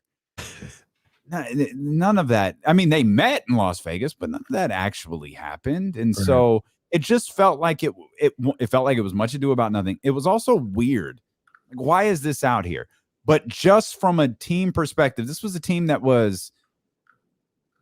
should have written this down. 35-39 2 years ago. Mm-hmm. All credit to Dame Lillard and that crew. Dame Lillard said, if you give us a chance to legitimately if you give us a chance to show up in this bubble and make the playoffs, like, we'll be there. That's exactly what we're going to do. They created the scenario. They showed up at the bubble. They had an opportunity to make the playoffs, and that's exactly what they did. They made the playoffs. So, hey, I give them credit for that. Prior to the season suspension, on March 11th, that team was done. Mm-hmm. They were dead. They were absolutely dead. Everybody except for Dame was hurt. Like, they were jacked up and they were just going to be limping to the finish line. I don't see them being here's the, and they were good last year. I don't see them being better.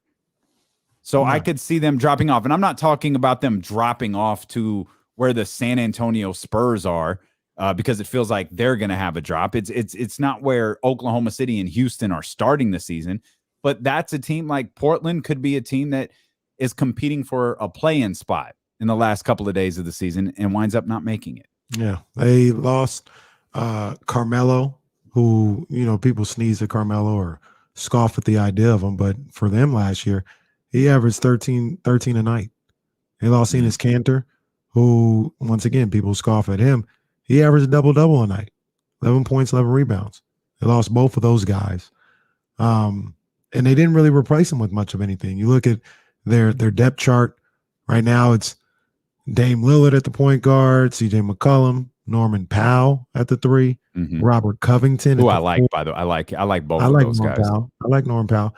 Robert Covington at the 4 and Nurkic at the 5. But then you go to that second unit, you're talking about Anthony Simons, who I like. But then you got Ben McLemore, Nasir Little, Tony Snell, Larry Nance Jr., Cody Zeller. It's not good enough, man. That's not getting it done. It's not getting it done. So once again, I agree with you, Davion, in the fact that we're not going to see them down there with Houston where they were last year. Not saying that. But this isn't a team that is top 6 like they were last year. They could be back to 30. I mean, they won't be 35 and 39, but they could be back in that vicinity where they were the year the season stopped. Mm-hmm. They could be back there. Mm-hmm. And that's if everybody stays healthy, and they've got a bunch of guys who haven't, well, not a bunch of guys, but you talk about Nurkic and CJ, we kind of dispelled that myth. But Nurkic is a guy that hasn't been able to stay healthy for an entire year this whole season. Yeah. Or his whole I don't career, know. excuse me. I don't know why it feels like CJ's injured. Maybe it's because he said he had a broken back. But we went through his season logs. It's like, nah, this dude don't really miss games. Yeah, he plays. He durable, man. He plays. He plays. So I see, once again, I see them falling back, not falling off the face of the earth, but just falling back. They'll probably be in a play-in scenario. And yeah, that's where they'll be. Week 6, by the way, I'm looking at a video of James Ham and Buddy Hield. We're going to run that for you here in just a minute. But week 6 of the NFL season came to a conclusion last night. Hell of a game last night. What a call by Kenny and I were talking about this before the show. It's a results-based business. Had Sean McDermott gone for the tie and Tennessee winds up winning that game, how could you not trust your MVP candidate, Josh Allen, in that situation? Yeah. Sean McDermott trusts Josh Allen in that situation. He can't get moving. They can't pick up the first down. Titans wind up winning. They don't try to extend the game, go to overtime. How do you not extend the game and go to overtime right there? It's like you're damned if you do and you're damned if you don't. I loved the call from Sean McDermott last night to go for it in the position that they were, to try to pick up the first down or get in the end zone, trying to win the game rather than extend it. Loved that call. I feel the same way. I like the call a lot. You can say I loved it. That's okay. But even more so, I look at it like this. You're on the road going into overtime against a Titans team that has Derrick Henry, who's run all over you all night long. So you got to kind of hope they don't get the ball to start overtime, because they may just wear you down with Derrick Henry and get in a position there. Once again, I mentioned you're on the road. I don't want to be like this, but you kind of got a little house money to play with. You're 4-1 coming into the game. It's October. It's not like this is a playoff game or this gets you in or out of the playoffs. Your division doesn't exactly look like a juggernaut either. Right. Exactly. Go for the win. Yeah. Go for the win. So I didn't have any problem with the call. I'm actually surprised that there's people who are like passionately outraged that they didn't just kick for the tie. It was a great call. Came up, in my opinion, it was a great call. Came up short. I don't know if I like the play call. Maybe that's a little hindsight being 2020, but I would have liked, maybe a rollout, maybe a run pass option type deal for Josh Allen. I love the fact that it was 4th and inches and he wasn't in the shotgun. Like he took the ball under center. Like I appreciate that. And it remained 4th and inches. He just couldn't get it, as opposed to turning 4th and inches into like 4th and 4, which seems like what they do on most play calls in that situation. I hear you. I like the fact that they went for it. They showed the replay, and it's just he had the slippery feet. Like he had no traction. He couldn't create any sort of momentum moving forward. He basically stepped over to where he called his center to block and fell. Like he essentially just like it was like a cartoon. His feet just went out from underneath him, and that was it.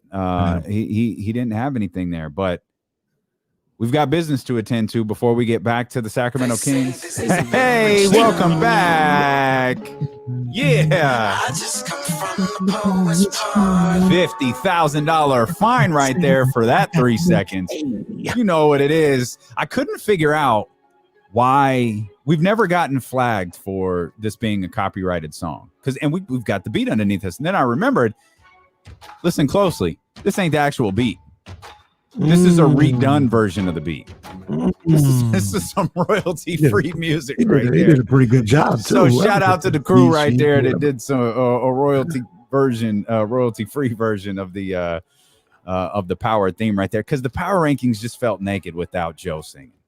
It did. You can't lie. It really Any did. changes in yours? Because mine were minimal, but there was a change. I got changes. Absolutely, I got changes. Oh, of course you do. You had the Chargers at the top of your rankings. I did have the Chargers at number 1. Chargers are number 1 no longer. They're number 5 in my power rankings. We're going 5-1 here. I got the Chargers still at number 5. Hey, you lose a game against a team like the Ravens. You were number 1 before. I can't just say, oh, you're no longer top 5. I can't say that. You're still in the top 5, but you're number 5. And you're number 5 behind the team that beat you, the Baltimore Ravens, who were unranked in my power rankings. I don't know if Cheryl in Baltimore is listening to this, but get your mans. They're number 4. They're number 4 right now, and I love Lamar Jackson. You know, that's my guy. That's the only NFL player outside of a 49er that I would consider getting a jersey of. Love Lamar Jackson. Love that 8. That purple would look good. Yeah, I love that 8. So shout out to Lamar. They're number 4 right now. Number 3. Team that was number 5 last week, Los Angeles Rams. They didn't do much of anything this past week, but do what they were supposed to do against the Giants. No shade to them. It was just that win alone isn't going to move him up. It's the fact that there was some teams underneath you that took some L's. So I got the Rams now at 3. They were at 5 last week. Number 2. This team was number 4 last week. It's the Arizona Cardinals.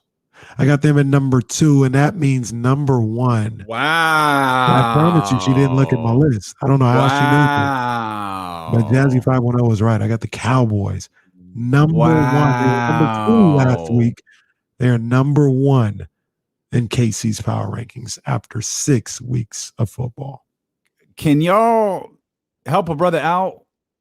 Is Mike McCarthy still the coach of that team? He is. And Mike McCarthy coach team cannot be number 1 in any sort of respectable power rankings.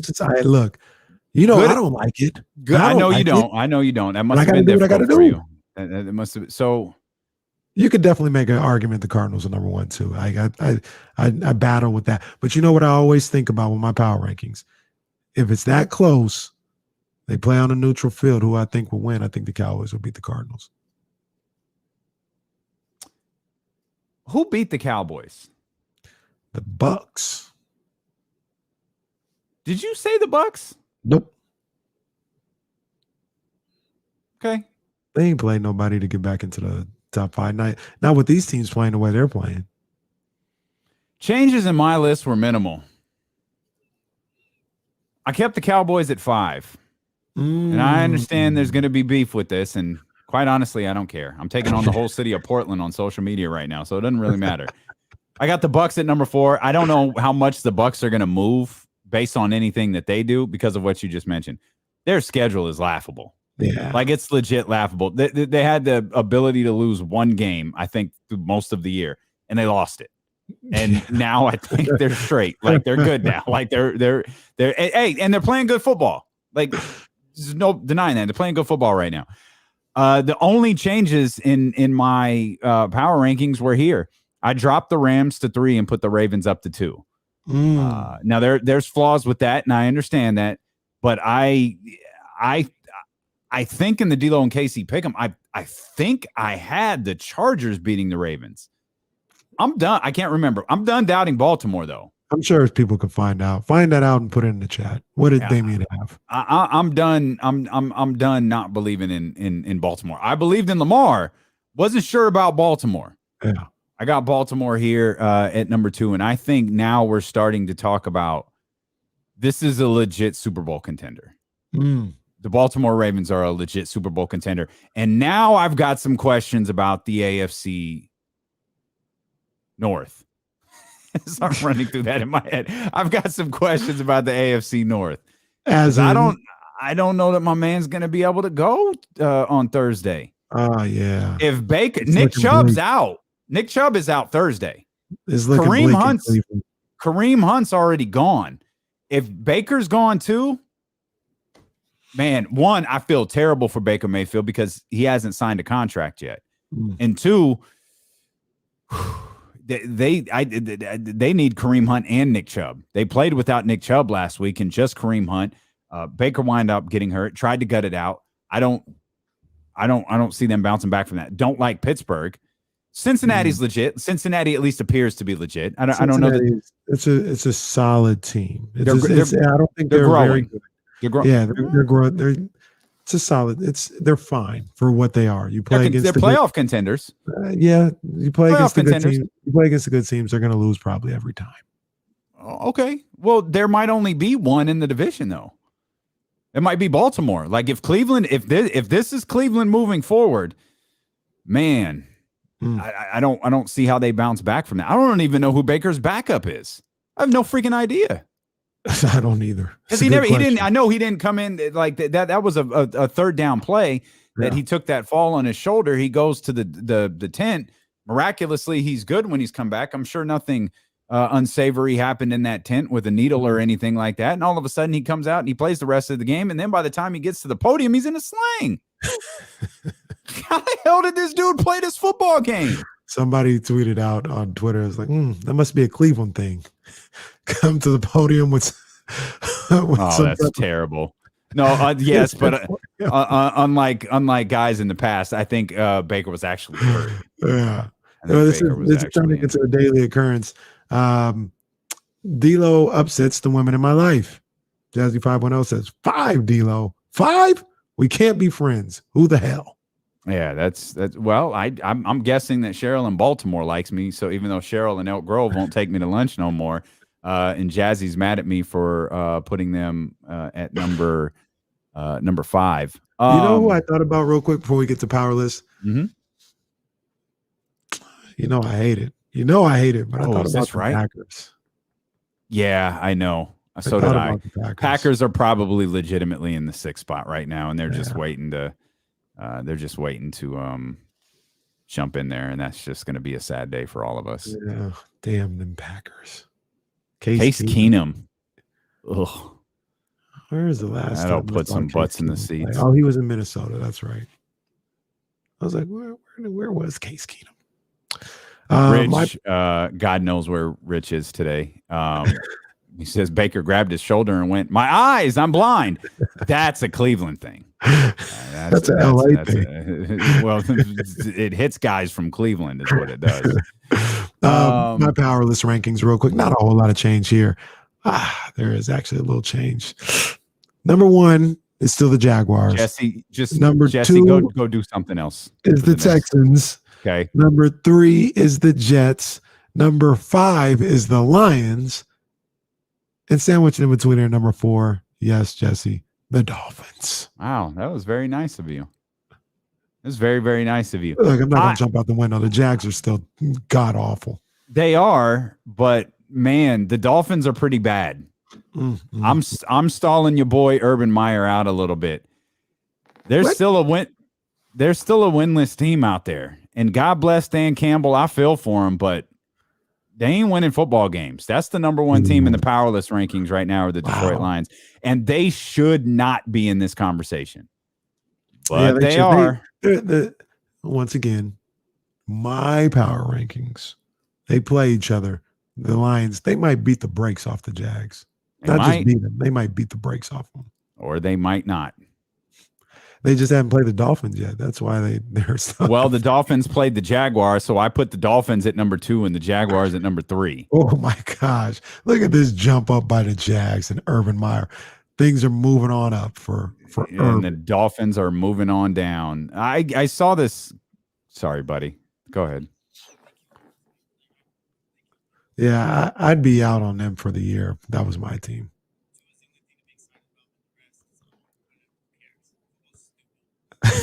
That's let it out.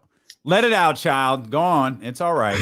We here for you. Texans and the Giants round out my powerless rankings. We'll come back. More 6th man of the year. Ooh. We've got that coming up. And Luke Walton says he's aiming to finish in a certain spot when it comes to defense. We'll talk about that. You'll hear what Buddy Hield had to say following practice as well. That's all coming up here on Sacramento's number 1 sports station. Is D'Lo and KC here on Twitch, on YouTube, on the Odyssey app, and on ESPN 1320. They say this is a we had to make a I don't know why that happened, but we had to make a switch to something we do on the stream, and now you can't hear Jesse. Yeah. Jesse said he's radio only. He's become high maintenance with the success of D'Lo and KC. For the Mitches.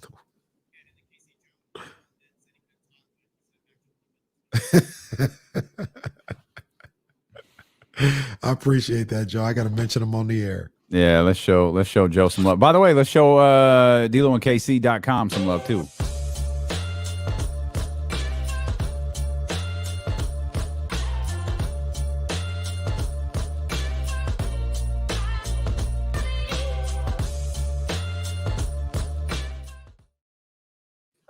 Yeah, buddy. Oh, man, you yawning like crazy today. I don't know what the deal is. Let's look at man, I gotta be quicker with this. Let's take a quick peek at DeloandKC.com. Y'all peep that. Ooh, there's that rose. Ooh. Told you it has some Heart Foundation vibes. Hey, that goes hard. Go check that out. DeloandKC.com. Got a little midnight. We kept the colors dark because of the pink on there. Yeah, some good stuff over here. Some good stuff. Shout out to Erica. She ordered something this morning. I think we mentioned Bonte Hill ordered something. Big ups. DeloandKC.com. Might have it. We might. I'm feeling good. I haven't checked in with the dope ones today, but we could have an addition to the D'Lo and KC collection that I think Kings fans will. Ooh. Yeah, buddy. Yeah, he sent me a little sneak peek. Yesterday. So, can that be put in the group chat real quick? I had a great name for it too, till I thought about it. Put the name in the chat. The name? No, I'll tell you what the name was going to be. I was thinking, what would be dope? Because we gotta incorporate dope in this. Oh, Dope Kings. And then I thought, wait a minute, that's not gonna work. People are not gonna be able to do it. People are gonna go to D'Lo and KC looking for Frank Lucas shirts. Frank Lucas and Freeway Rick Ross. Yeah. But you'll get the gist of it. Don thinks it'll be ready tomorrow morning, but it can get tough. My man's busy. But there's a little sneak peek at the first design right there. Mm-hmm. I think the idea was I think the idea was 6 of them. And I got one of his I got one of his original. Crazy. Yeah. Ooh, this is going on D-Lo with KC. Yep. Yeah. That's gonna go crazy. I feel like we're being mean leaving people out of this. I can't show it on the, or can I? No, I can't show it on the screen. So I'll show it to the. That's gonna go crazy. I just take a little peek at that. Imagine something like this, but with what you guys just saw. Yeah, that's exactly what it is. Yep. Come on now. Yep. And the one you saw, that ain't the only one. That's gonna go nuts. I believe there's a total of 6. Oh, what? What? Hey, I don't know. Listen,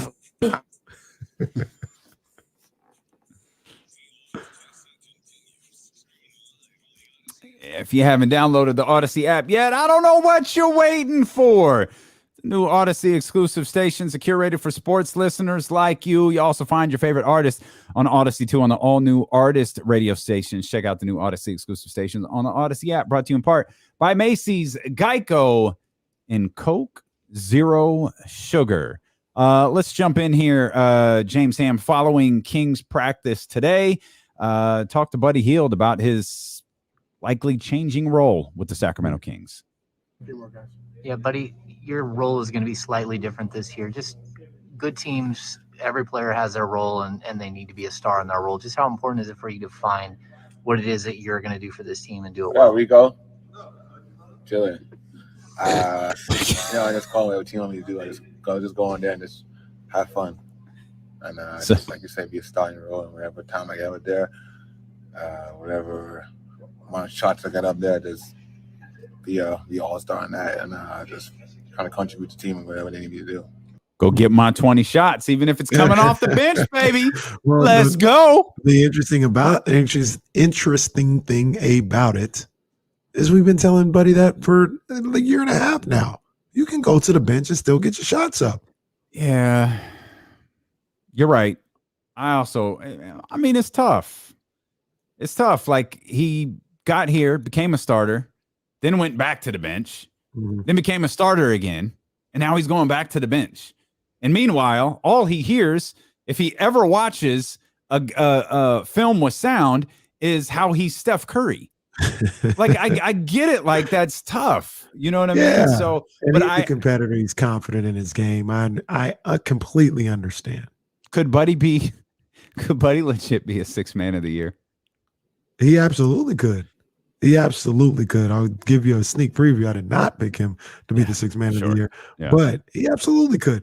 I get it. I understand everything that you just said. But if I'm Buddy and this is presented to me, and it's almost presented to me as if like this is the way it's going to be, like take it or leave it, like pout about it and don't play at all, or embrace it and see what you can do with this opportunity. I would look at it like there's no. Lou Will is one of the more respected and admired for his role and what he's able to do out there, feared players in the league.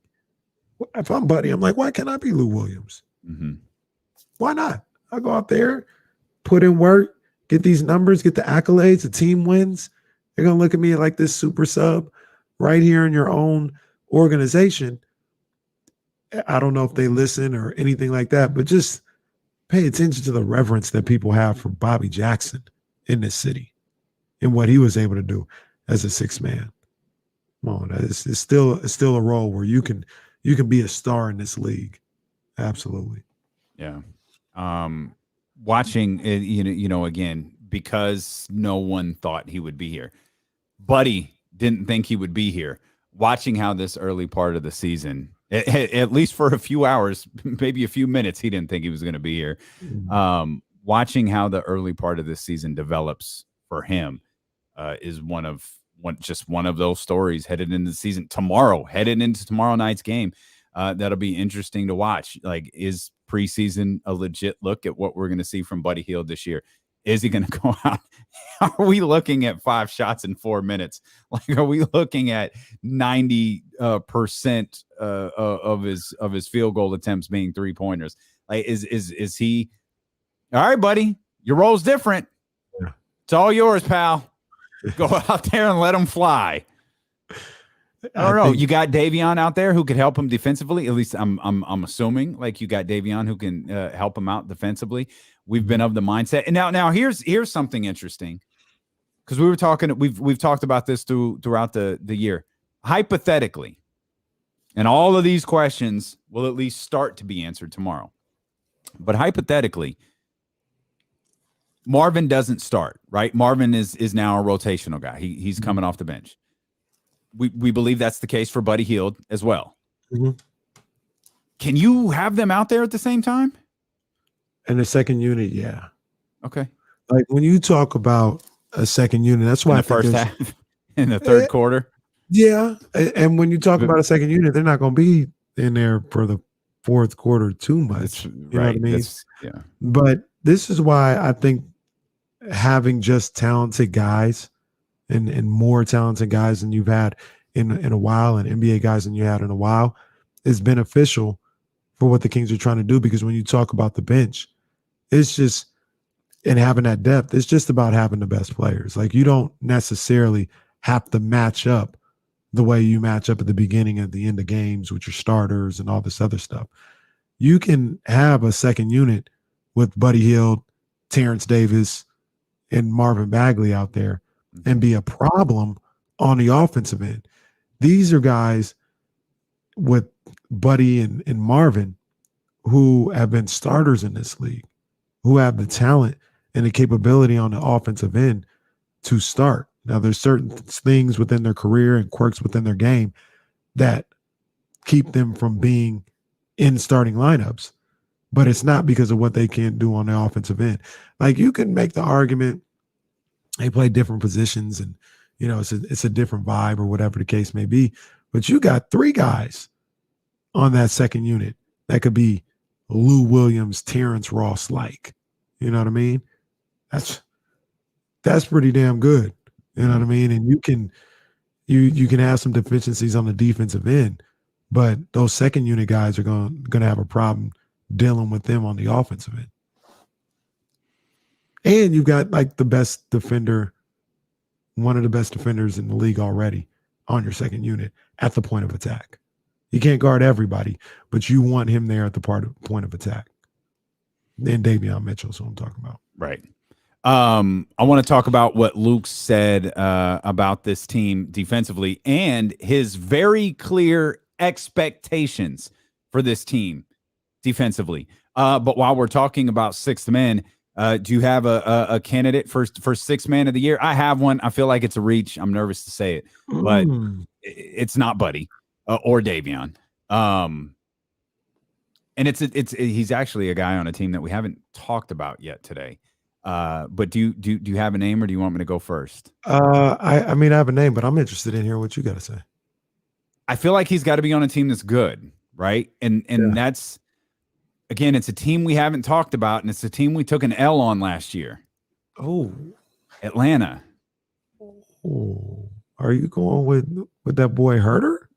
That's where I was going. Ooh, like if Atlanta's on point, of course they're not sneaking up on anybody this year. If they improve a little bit, take a little step forward there up to the upper echelon of the Eastern Conference, and I mean he's a good ball player. He's a big part of what they do.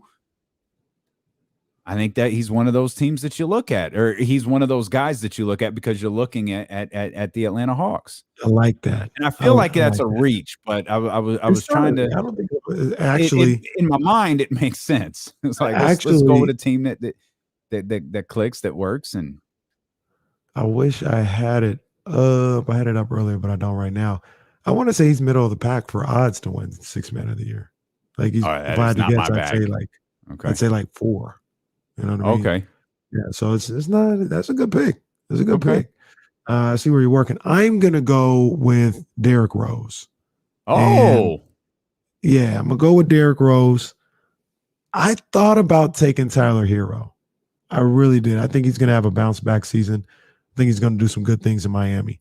And I thought about Tyler Hero, but I went with essentially the safe pick and said Derrick Rose. When I was looking at the odds for that, they had Herder in there. They had Tyler Hero. They had I see Patty Mills here. Yeah, I see Joe Ingles here. Okay. Patty Mills that's a good. He's going to do real well in Brooklyn. He's going to do real well, I think, in Brooklyn. So that's a good look. I think Jordan Clarkson is the favorite. He's the favorite, yeah, or at least whatever I'm looking at right now, he's the favorite. Yeah. So, but I'm gonna go with Derrick Rose. Okay, I got D Rose going there. And look, Derrick Rose. Can't wait till his name is called in the NBA top 75 this week. So, do you think they're gonna go like randoms, or I mean, they should go with the clear 25 first? Like it should be Jordan, Wilt, Kareem, Magic, not anybody that we're like, oh wait, did they get in? It should be like the clearest 25 ever.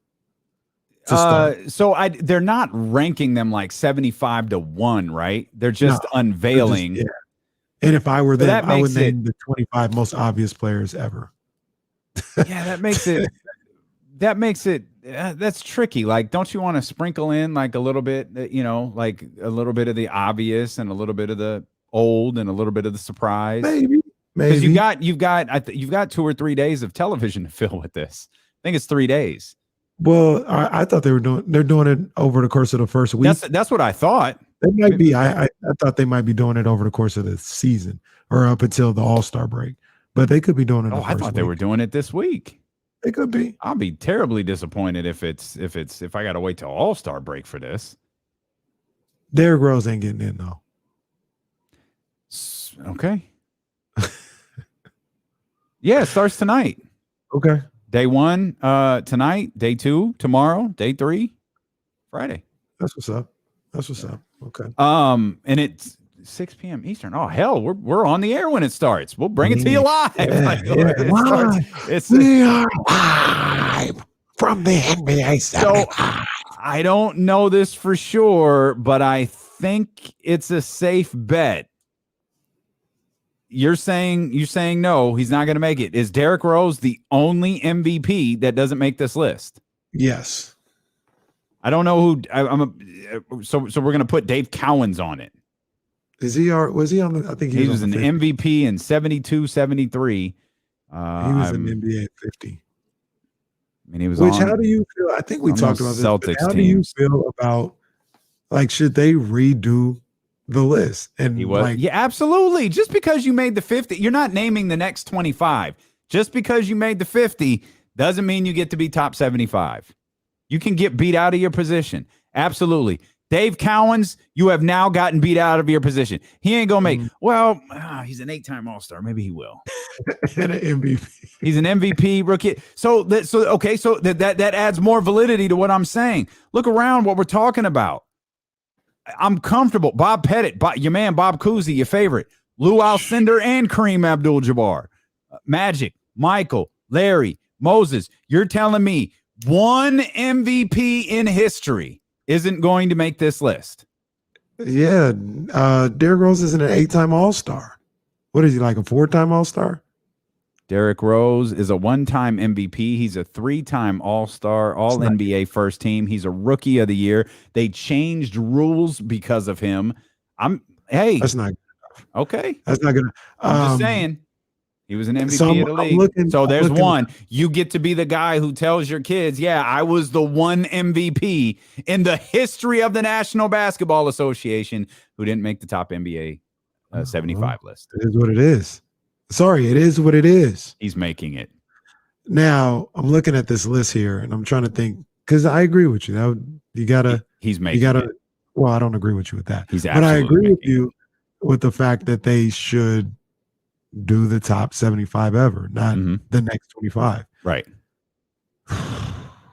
Some names on here that I don't think they're gonna make it. I'm looking at Dave DeBusschere. I don't think Dave DeBusschere should be on this list. All due respect. All due respect. Looking at Paul Arzin. If you can't say his name, he doesn't belong on the list. Paul Arzin. Simple as that. Dave Bing.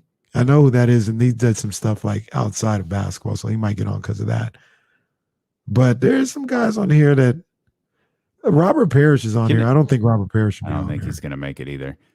Hey, we told our jokes about Bob Cousy. Dude was a 13-time All-Star. They had 15 players in the league. Bob Cousy was a 10-time All-NBA first team. My goodness, man. Nah, Bob Cousy. Oh, dear. He got the Presidential Medal of Freedom in 2019. That might disqualify him. I'll let you think about that for a minute. 2000. Yeah. Do the math. Do the math. Fits the criteria, though. Fits the criteria. Might disqualify you. Brother's 93 years old. My goodness, man. So there should be, we talked about this and we tried to find room for Chris Webber, basically, is what we did. And I had him just getting in at like 75 or 74.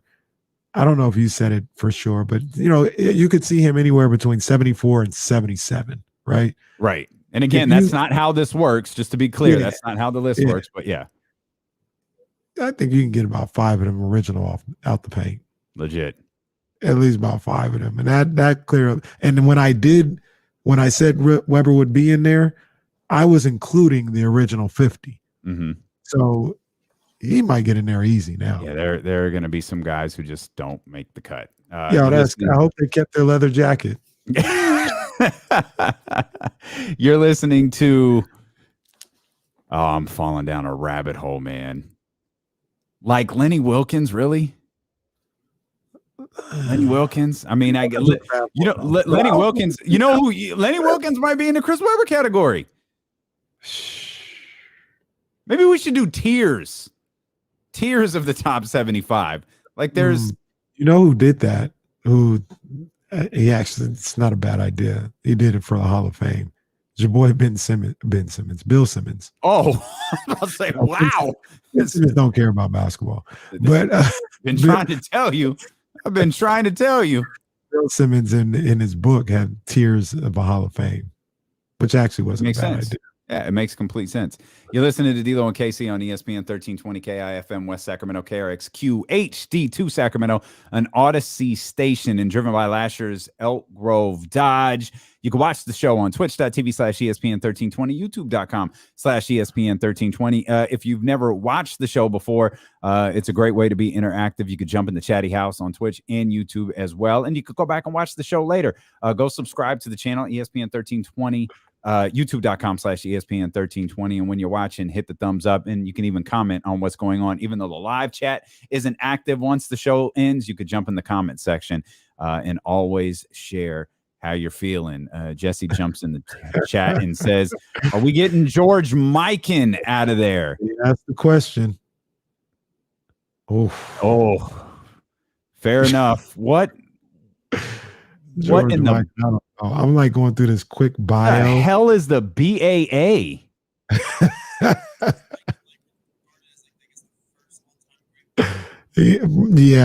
Yeah. First all-time great big man and player. Yes, of the Basketball Association of America. So I'm looking at, I'm on NBA.com. He did his Presidential Medal of Freedom. Let's just put it on him to get him out the paint. I'm surprised none of those people have started the Basketball Association. You know what we're going to bring back? The Basketball Association of America. Oh, man. There's some names on here where, it's just not adding up. Throw another one in there. Dolph Shays. That absolutely sounds like the next WWE superstar. Dolph Shays. Dolph Shays. And, jeez. I know it was a different time, but the NBA's first season was Shay's second, and he began his string of 12 consecutive years as the Nats, not the Washington Nationals, the Nationals, team leader in scoring. In 1949-50, he knocked in 16.8 points per game. Oh my goodness, the juggernaut.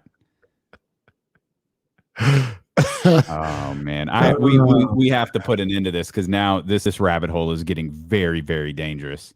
Jeez. I'm just looking at. Whew. League has changed. I'll just say that the league sure has changed. Oh man, there's a lot of them. There's a lot of them. I wouldn't know Hall of Famer, but some of these guys wouldn't stand in front of me. I know that much. We've got we mentioned 6th man of the year. I see Bobby Marks just post some of his season predictions for fun. He has Patty Mills as 6th man of the year. We'll have rookie of the year coming up. That was an interesting one. That was tough. I can't wait to hear who you select. We'll have our MVP prediction as well. And we'll give our NBA Finals predictions in the 3 o'clock hour. Matt George is going to join us from the Locked On Kings podcast. He'll give us his NBA Finals predictions. I mean, really, it's just a matter of who are the Sacramento Kings going to play when they ascend to their first ever NBA Finals. That's all we're really talking about. That's really what it comes down to. I want to know what you guys got to say, man. You could call in. You can get in the chatty house, do all that. You know what I'm saying? It's opening day, opening night. Man. That makes me nervous because someone is listening to this show for the first time going, oh my God. Did you hear what he just said? The Kings going to the final. Somebody in Portland is listening. Somebody in Portland is deaf. We are on port. We just made the list. In Portland. Here we go. There it is. Casey went to Best Buy and said, "Give me the loudest mouse you have." You're so obnoxious, dude. You're so obnoxious. Yeah, man. I want to know what the people think. It's opening night. What you got? Put it on wax. Say it with your chest. That's what we like to say out here. I would like to see that. What are your NBA Finals predictions? You can send those to us at 916, or you can call those in at 916-349-1320. That's definitely not a text line. Only text line we got is twitch.tv/ESPN1320 and youtube.com/ESPN1320. So go on, jump in the chat house there. Luke Walton spoke yesterday following practice, and this is going to be a discussion. Luke has some very clear expectations for the Sacramento Kings this year when it comes to defense and where he wants them finishing as it pertains to the league. 15 is our goal. Where we want, we'd love to be higher than that. We're just, we know we're coming from 30, so 15 is anywhere above 15 is us reaching our goal, but we want to be higher than that. Too lofty? Is that attainable? Yes. It is attainable. That's a big jump. Like we would say, man, just be 20th. just be 20. Just don't be 30th. Luke's like, no, that ain't good enough. We're trying to be in the. At least we are the average point of defense in the league. Look, it's realistic that they can do that, and I like Luke and this group having that expectations of themselves. They could be, realistic like we were or whatever the case may be and be like, hey, just be 20th. But look to be one of the best defensive teams in the league. You've got everything in front of you right now. You've got a lot in front of you right now to have those type of expectations. Look to be in the better half of the league on the defensive end. I think it's something they can do. I really do believe that because they have guys here now that understand the value of defense, that seem to be willing to play defense on that level. And in the regular season, you can get away with that. You know what I mean? Like as long as you're committed to playing defense night in and night out, you could be one of the top teams in the league defensively. I think it's attainable for sure. Can they maintain the level of offense that they had if they're better defensively? That remains to be seen. I'm not sure. That might slide a little bit. They were a top 10 basically offense in the league last year. Maybe that slides to top 12 or 15. And when you say top whatever offense in the league, some of that was like it was points per game, right? So it wasn't necessarily like efficiency or anything like that. Like they could be just as efficient and just because of the way the game is going, score less points a game.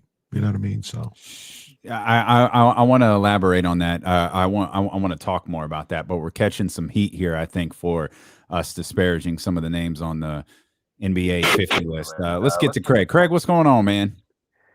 Well, I got to be honest with you. I mean, I'm not that much older than you guys. And I realize, you read these lists and you read the names and look at the statistics and kind of wink at each other and say, come on, are you serious? You guys are doing such a disservice to, in this case, it's just basketball, but you could extend this kind of denigration that you guys are on to football. You could extend it to every single sport. I mean, these are the guys that established the league. These are the guys that are enabling this thing, but you guys are not giving enough credit to that. But what we're talking about here, Craig, though, is now we're naming the top 75 players. It's like one thing when the league is fit. Yeah, it's like one thing when the league's 50 years old. Now we're talking about the top 75 players in the league history. At some point, some of those names are going to get drowned out of the conversation. Don't disagree with that at all. At all. Just leave them alone. Just say Lenny Wilkins, no. Dolph Shays, no. And it will be Lenny Wilkins might make it. But Lenny Craig, Wilkins might make it. this is what you should say then. It's not the best 75 players ever to play. It's maybe the most important or whatever the case may be, but it's not the best 75 ever. If you want to do that, that's fine. Like, I'm a history buff. I have no problem, celebrating your history and doing it that way. But just tell me what it is. I don't know what that has to do with football, but they'll always have a place in the league. They'll always have a place in the league's history. They're just not the top 75 players that have ever played. We're going to step out. Paul Hornung is a better player than Tom Brady? No. And that you ain't see Paul Hornung and that 7-yard slant route that he threw. Paul Hornung would get blown up.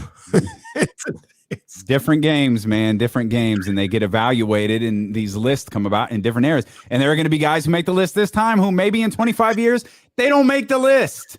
That's how lists work. We'll step out. We'll come back. What do we have next? We did 6. We've got Rookie of the Year. Oh, that's right. That's right. Yeah. We've got Rookie of the Year. And I want to talk more about this defense thing and what Luke Walton said as well. And we'll do that when Dylan and Casey return here on Twitch, on YouTube, on the Odyssey app, and on Sacramento's #1 sports station, ESPN 1320.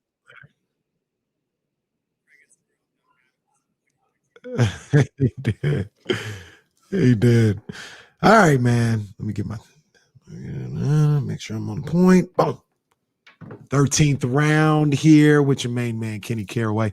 And yesterday, we talked about Mikey Garcia's disappointing performance in Fresno.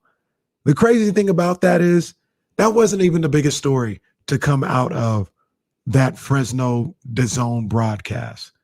It was Devin Haney and Teofimo Lopez squaring off somewhere in the crowd and arguing with each other for about 5 or 6 minutes.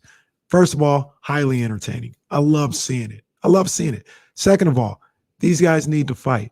All right, they've been circling each other for far too long. They need to fight. Now, the third thing about this is it's not going to happen anytime soon. Teofimo Lopez and his father, I'm just going to say what it is. They are the biggest, can I say the biggest liars in boxing? Because Bob Arum is still around. Eddie Hearn is still around. They're not the biggest liars in boxing, but they're one of the top 5. That's for sure. And the guy's lying when they're going back and forth and he's like, yo, you want to fight me? Da-da-da-da. A guy is just lying and selling wolf tickets and full of cap when he says, sign the contract then. Sign the contract. Fam, there's no contract to be signed. What are you talking about? Just be talking. Just be running his mouth, man. So I would love to see this fight happen. But I said a long time ago, and I don't think anything's going to change. Teofimo, he's not fighting Devin Haney. He does not want to fight Devin Haney. He's not interested in fighting Devin Haney. I don't think he can beat Devin Haney. And because of that, he won't fight him anytime soon. I said this 2 years ago. And this makes he got to fight, first of all, against Kambosos. And then he talking about he want to go to 140 and fight Josh Taylor. So he's not staying around at 135 to fight Devin Haney like he keeps saying he wants to do.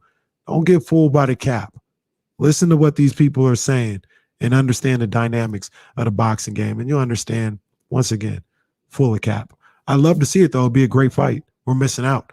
I think Devin Haney will go to work on him, too, by the way. But I guess we'll never know. That's the 13th round.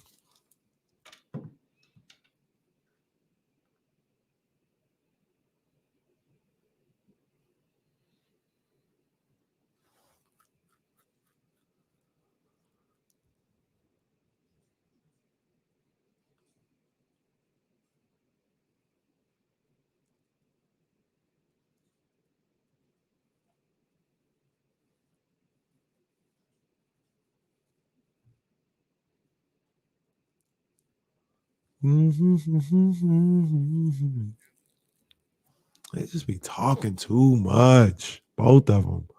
Yeah, just do your own thing. And T.O. could be, T.O.'s a good fighter, and he'd be so much better if he just didn't. He just be talking too much, like talking crazy. The one thing, no, it doesn't. The one thing I'll say, and I'm not saying this to say he's the best, but you don't ever hear from Tank. He don't really talk about nobody. He don't really say too much of nothing. It's somebody ask him about a fighter. He don't really say, he don't be like, oh, he's terrible. He sucks. Look at his resume. He don't say all that. He just be like, hey, whatever happens, happens. Tank is from the real mud. He ain't really about all that talking. If T.O. would just kind of change his approach and just, hey, these are all good fighters. Hopefully we fight soon. I think I'm the best, but we'll see what happens. If he do something like that, I'll be cool with T.O. But he always talking crazy and never delivers. Facts.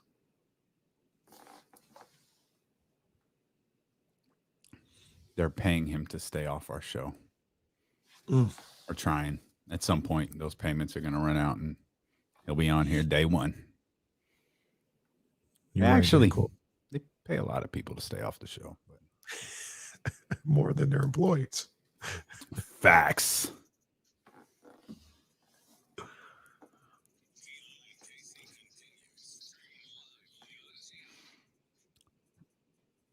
Jesse, what's this real quick? What's this? I thought that. See, I keep on hearing these beats. I'm like, I know I heard them, but yeah.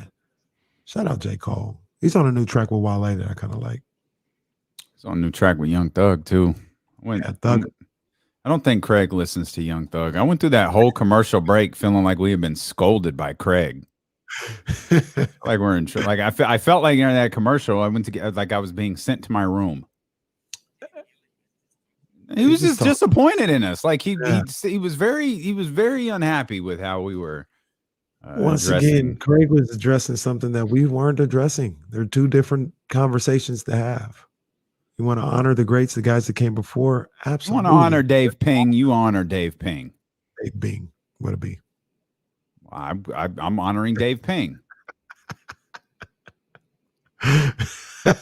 He was a G League star before there was a G League. That's what he was. That's like was that Chappelle when it was like moments in Black history, but it was like the person who refused. This wasn't an exact skit, but it was something like this. The person who got off the bus right before Rosa Parks decided to not give up her seat. Yeah. That's who Dave Ping is. The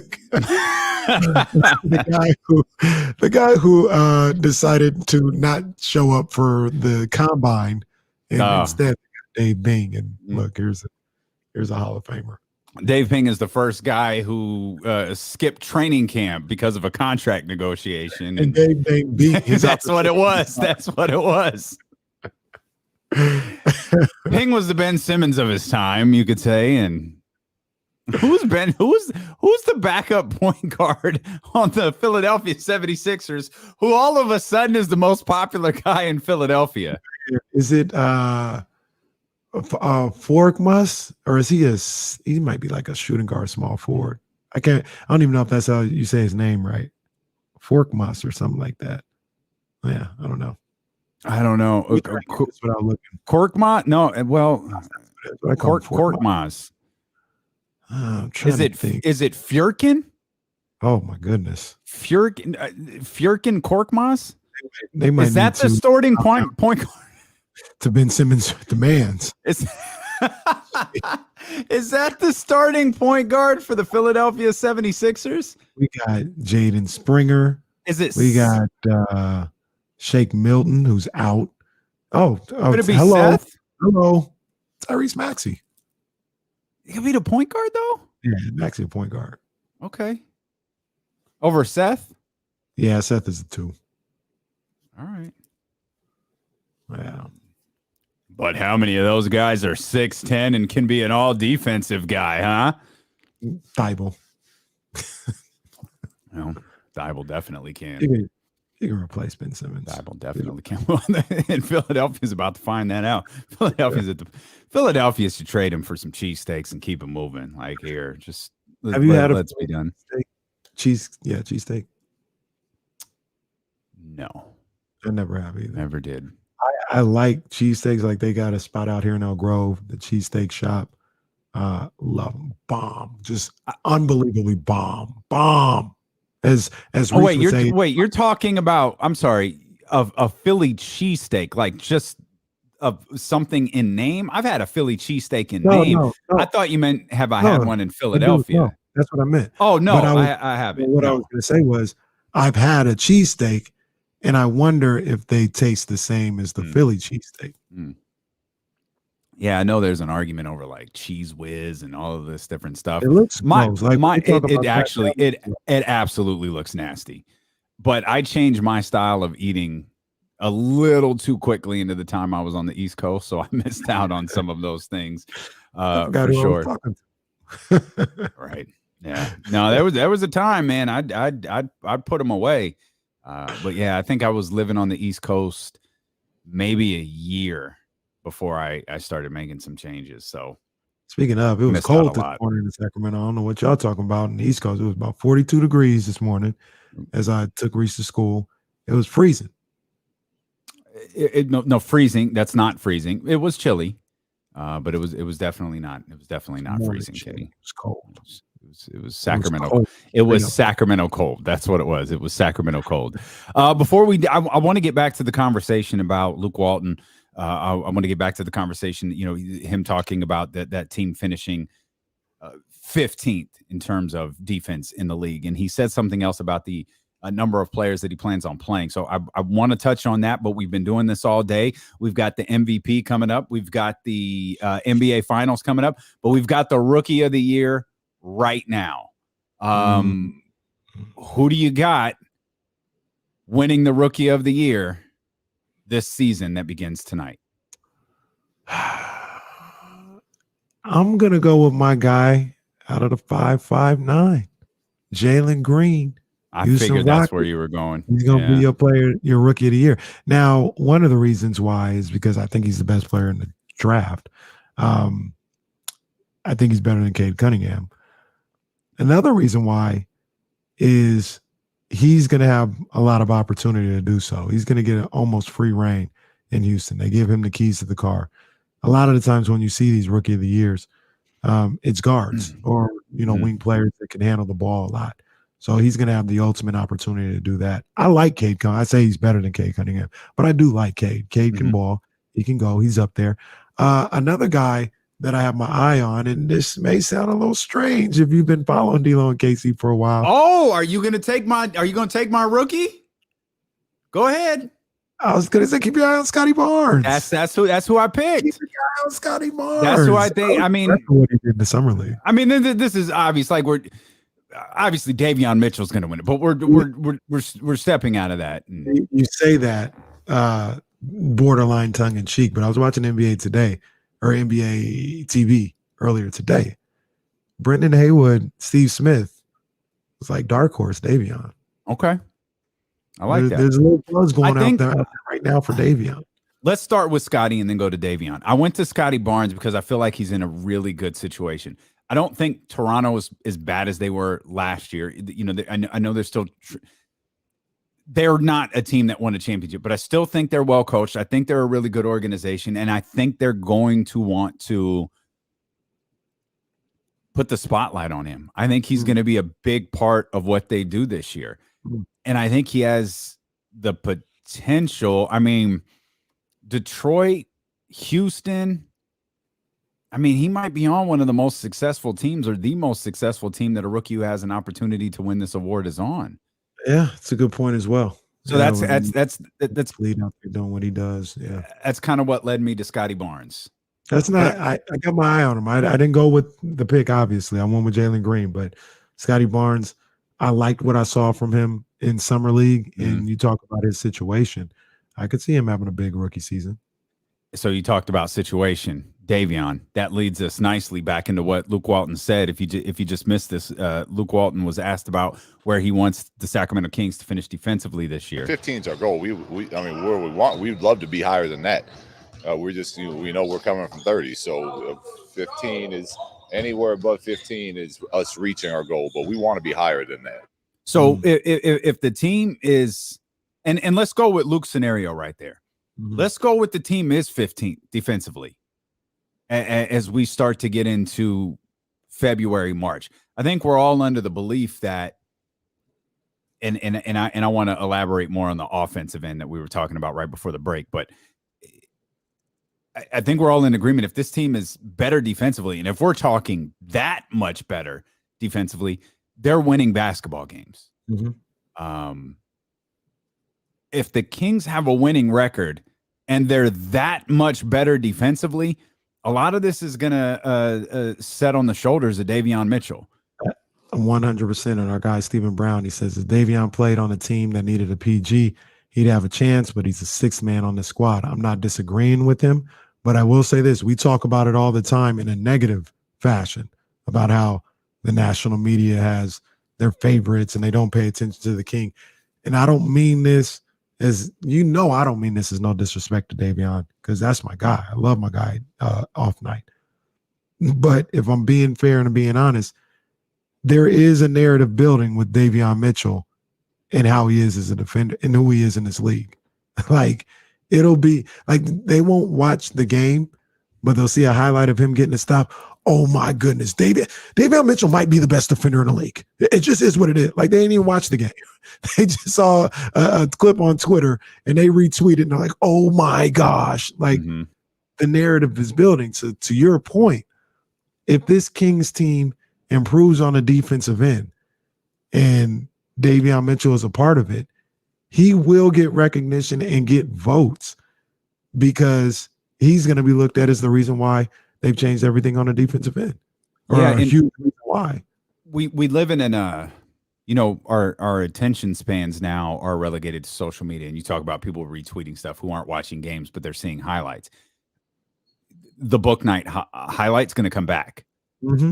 If he has a good first week against Dame and Donovan and Steph, the Paul George highlight is going to come back. If something emerges in Portland tomorrow night where Davion picks up Dame Lillard, at 75 feet and forces, it'll be the first highlight in history because a player forced an 8-second violation. Like, and then you talk about narratives. The narrative of Davion and defense, that's already there. And certainly here in Sacramento, it's here. It started to bubble a little bit during Summer League. He got recognition. Summer League is a big deal in the league. Like, it's not an NBA championship, but league execs are watching it. Everybody's watching, especially the first, couple of days, which I think is all this Summer League was a couple of days. But it started to bubble a little bit nationally there. Now you can't read anything about the Sacramento Kings without reading about Davion Mitchell. I was the Kings. I was reading ESPN's rankings, and most impactful offseason move, drafting Davion Mitchell, and they go on to lay out Mitchell's defensive mindset should earn him playing time from the start. They lay out all of the flaws with the Kings defense. The narrative for the Kings being better defensively has already been shaped around Davion Mitchell. So if this team does and I love that Luke I love when you put a number on it. I love the fact that Luke didn't say, and man, I'm really heaping a lot of praise on Luke Walton. I really hope my girl in Elk Grove isn't listening. But I love the fact that he set, like, you put a number out there. He didn't say, no, we want to be better defensively. Like, we can't be 30th. No, here's our goal. This is our goal. This is something we could look at. It's like that scene in Major League where they rip the pieces off of the owner in the bikini, and every win. You know where you're trying to go, right? Like, you have you have a goal, and that goal is in front of you. Yep. I love that Luke said, yo, 15th. That's what we're striving for. We want to be better, but our goal is no worse than 15th. Now you have something that you can visually see and work towards. And I think that's smart goal setting on Luke's part. And I know, I get it. I'm gonna own it. Hey, I'll own it. I mean, don't get it twisted. I'll turn heel on him in a quickness, but right now, I think setting that goal out there is good. And it's, if they're 16th, 17th, it's gonna be talk about Davion Mitchell. So I think he's, and that would also require, like, I don't want to say last year because LaMelo kind of ran away. Was it the year before where there was no clear-cut rookie of the year? I don't know. It would have to be somebody. It would have to be like a year, like the year Michael Carter Williams or Malcolm Brogdon won it. And Malcolm Brogdon one was tough. In hindsight, it doesn't look bad because how good Malcolm Brogdon is. Malcolm Brogdon was like 8 points per game or something crazy like that. So that's what would have to happen with this draft class, I think, for Davion to get it. But who knows? He might get in that all rookie team list though, for sure. Mm-hmm. For sure. So. Yeah, my official pick is Jalen Green, though. Okay. I'm going Scotty Barnes. Okay. I'm going Scotty Barnes for Rookie of the Year. Those will be fun stories to follow as well. So in addition to Luke talking about finishing 15th at worst for defense, and I had mentioned this to you real quick, and before I play the next clip from Luke Walton, I want to point this out. The one thing that concerns me is we've always said if they're a little bit better, they've got the offense down. If they're a little bit better defensively, that's going to translate to wins. My concern here is it's going to take a lot of effort for them to play the style of defense that's going to get them to average, which is essentially what Luke Walton just said in an entirely different way. We want to be no worse than average in our defense. And so he just said it in a much kinder way. Words. That's it. That's it. Average is a 15 slot improvement from where they were last year. But it's going to take energy to get there. It's going to take work to get there. And so my concern is, and while I love it, I'm excited. Like I hope that that's a goal they attain. I'm not as quick to think, well, just because they're better defensively, they're going to be exactly the same as they were offensively, or maybe even better, because instead of taking the ball out of the net, taking the ball after the rim, and they're pushing much more. But they're going to be exuding a lot more energy on the defensive end than I think they ever have before. I think they're going to be exuding more effort on the defensive end than some of them have in their professional careers. Ultimately, I think that's going to have, I don't want to say it's going to take a toll. It's going to have an impact on the offensive end. I don't think it's as easy to say, okay, they're an 11th ranked offense if we could just get to a 15th ranked defense. Well, if that's the case, you're not talking about a playing team. Like, you're talking about a 6th seed, a 5th seed, a 4th seed. It's just, it's not that simple.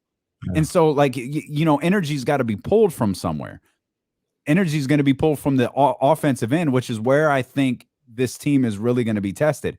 How committed are you to the defensive end? How committed are you when you just get to the Warriors game on was that Sunday, and you're in the third quarter and you're trying to shut down Steph and you're trying to shut down these young dudes that they got out there, and you realize all of your shots on the other end are coming up short.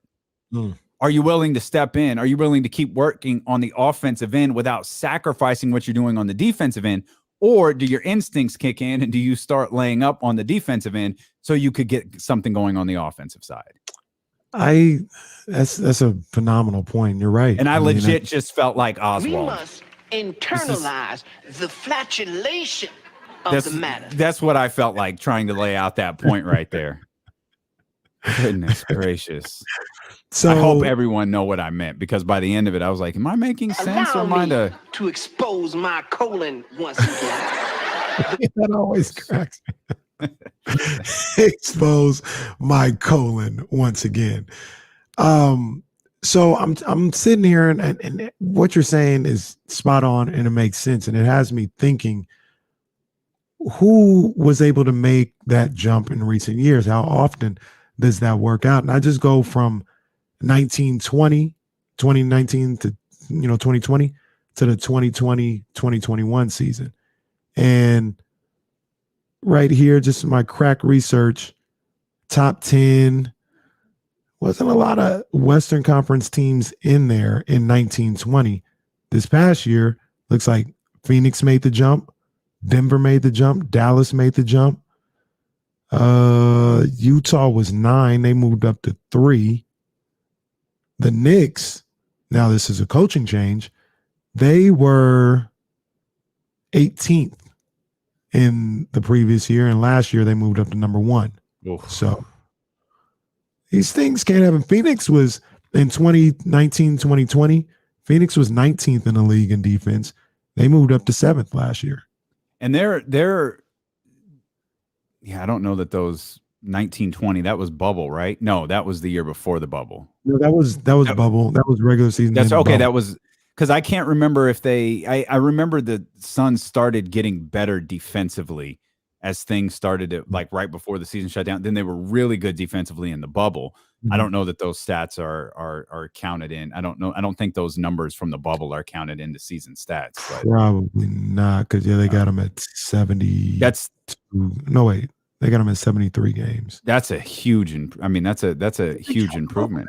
Maybe they did. I thought they didn't, but yeah, they got them at 73 games. Maybe it was just. Maybe it was just wasn't. Yeah, postseason awards. Postseason awards were done. Like you couldn't. They counted them because they got these other teams at 65 games, 65, 67 games. So yeah, they factored that in. Okay. But I mean, those all aren't 30 to 10. You know what I'm saying?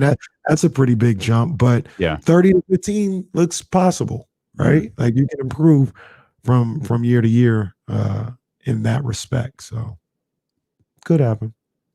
More from Luke Walton talking about the number of guys he wants in his rotation to start the season. Ideally, you're at 8, maybe 8.5, 9, and at least in my opinion. And we got about 12 or 13 guys that I feel confident could go out there and play and help us win. So again, it'll come down to understanding that the only thing that matters, the most important thing, is our team, and that we're going to need everyone at some point. That's something we'll be preaching to everyone all season, because naturally people will want to play more. So that's something we talked about. The 8.5 is fascinating because I assume Marvin Bagley is the half. Mm-hmm. But that's interesting. That's a tight rotation. Yeah. I mean, for a season, that's a tight rotation. You see those rotations sometimes in like March, April, like crunch time when you're trying to get I don't think you often see it on October 20th. I don't think you're starting off with that. I could be wrong, and he would know better than I would, but I don't know if you're starting off with an 8.5 man rotation. And maybe he's trying to wind up at 8 to 8. I don't know why I want to say 8.5. Yeah. Maybe his goal is to get to an 8 to 9 man rotation. Because right now you got your starters, and then you're going Davion, Buddy. I think he'd get a chance before Terrence Davis. Tristan, that's 8. And I guess that is a half, because you Terrence Davis, Lynn, the mixture of those two. Maybe that is a half, right? Did you mention Harkless, or Harkless is in your starting 5? It was a starter. He could have just said 9. This wouldn't even have been a topic. Just say 9. 8.5.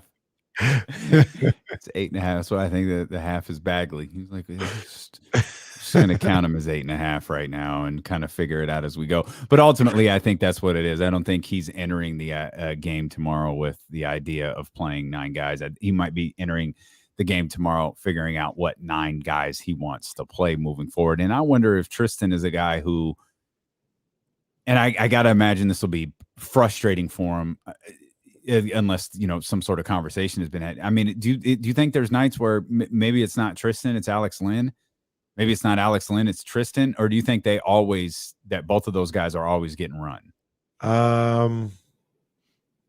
Because those guys were probably talking 10 to 12 minutes. I don't know how much more we're talking with those guys, and situations may allow them to play more, or require them to play more. Yeah, I think there's going to be enough times when they both get in there. Okay, but that also is me believing that it's not going to be an 8.5 man rotation. Well, that's 9. Yeah, there's no. That's 9. Like I said, the rotation I have is 9 minimum, and that's not Bagley. There's no Bagley in there. Right. Mine is 9 minimum when you talk about Davion, Terrence, Buddy, and Tristan. That's 9 right there. And you haven't even factored in Alex Lynn. Right.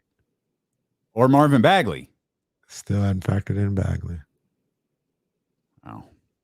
Okay. We'll step out. We'll come back.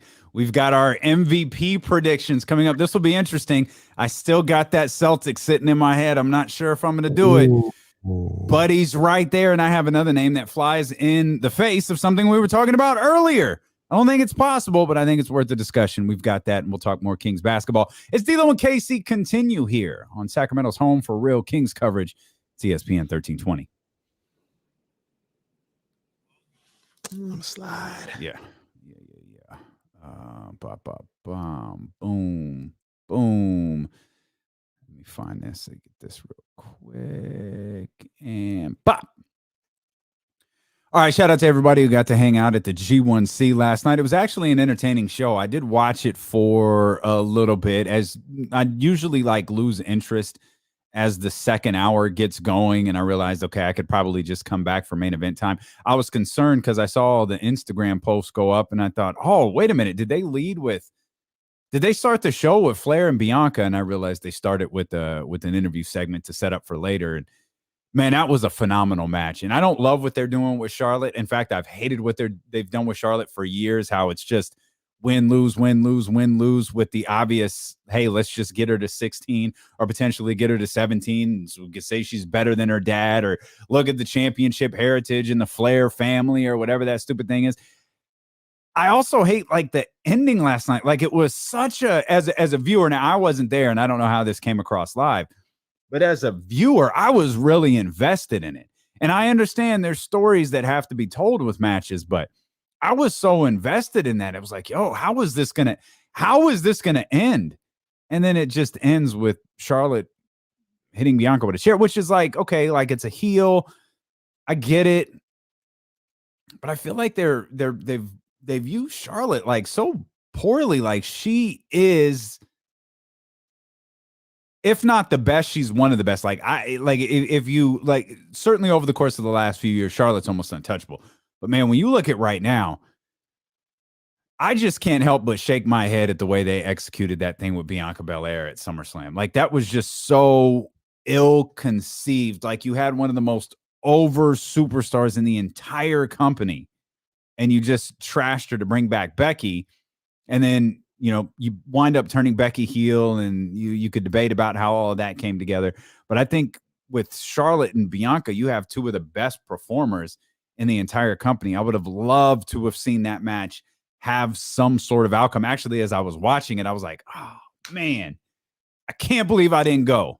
Could have seen that live, but it didn't get the ending we wanted to. But I thought that was overall, and I did tune out for a little bit, but overall what I saw, other than the handshake spot in the finish, thought that was a pretty good show at the G1C last night. I feel like too. Also, I always kind of peep in on the Observer. Shortly before the show starts, just to make sure I haven't missed like any major news or anything like that. And I feel like, and it's not just Dave. Like AEW is doing this a lot. And I understand this is part of what Dave does. This is part of his business. Like the first post on the Wrestling Observer site is how low the Raw ratings were last night. And man, there is so much talk about wrestling ratings right now. It's crazy to me.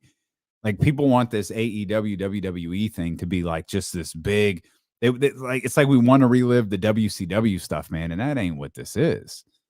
It's not even close. It's not the same thing. And I feel like and Tony Khan does it. AEW stars do it, and I get it. They're building their brand, and you could show everybody like, yo, we've attacked these big dogs. I don't even think stuff shouldn't even be measured on ratings. Like ratings are so archaic. I'm sure WWE is looking at the amount of money they make. They're looking at the amount of social media engagement they get. They're looking at the amount of YouTube views they get. And they feel like, oh, we're golden. People just are consuming our product in a different way than they did back in 2000, 2001, 2002. That's what television ratings are. Okay. I know where he's going.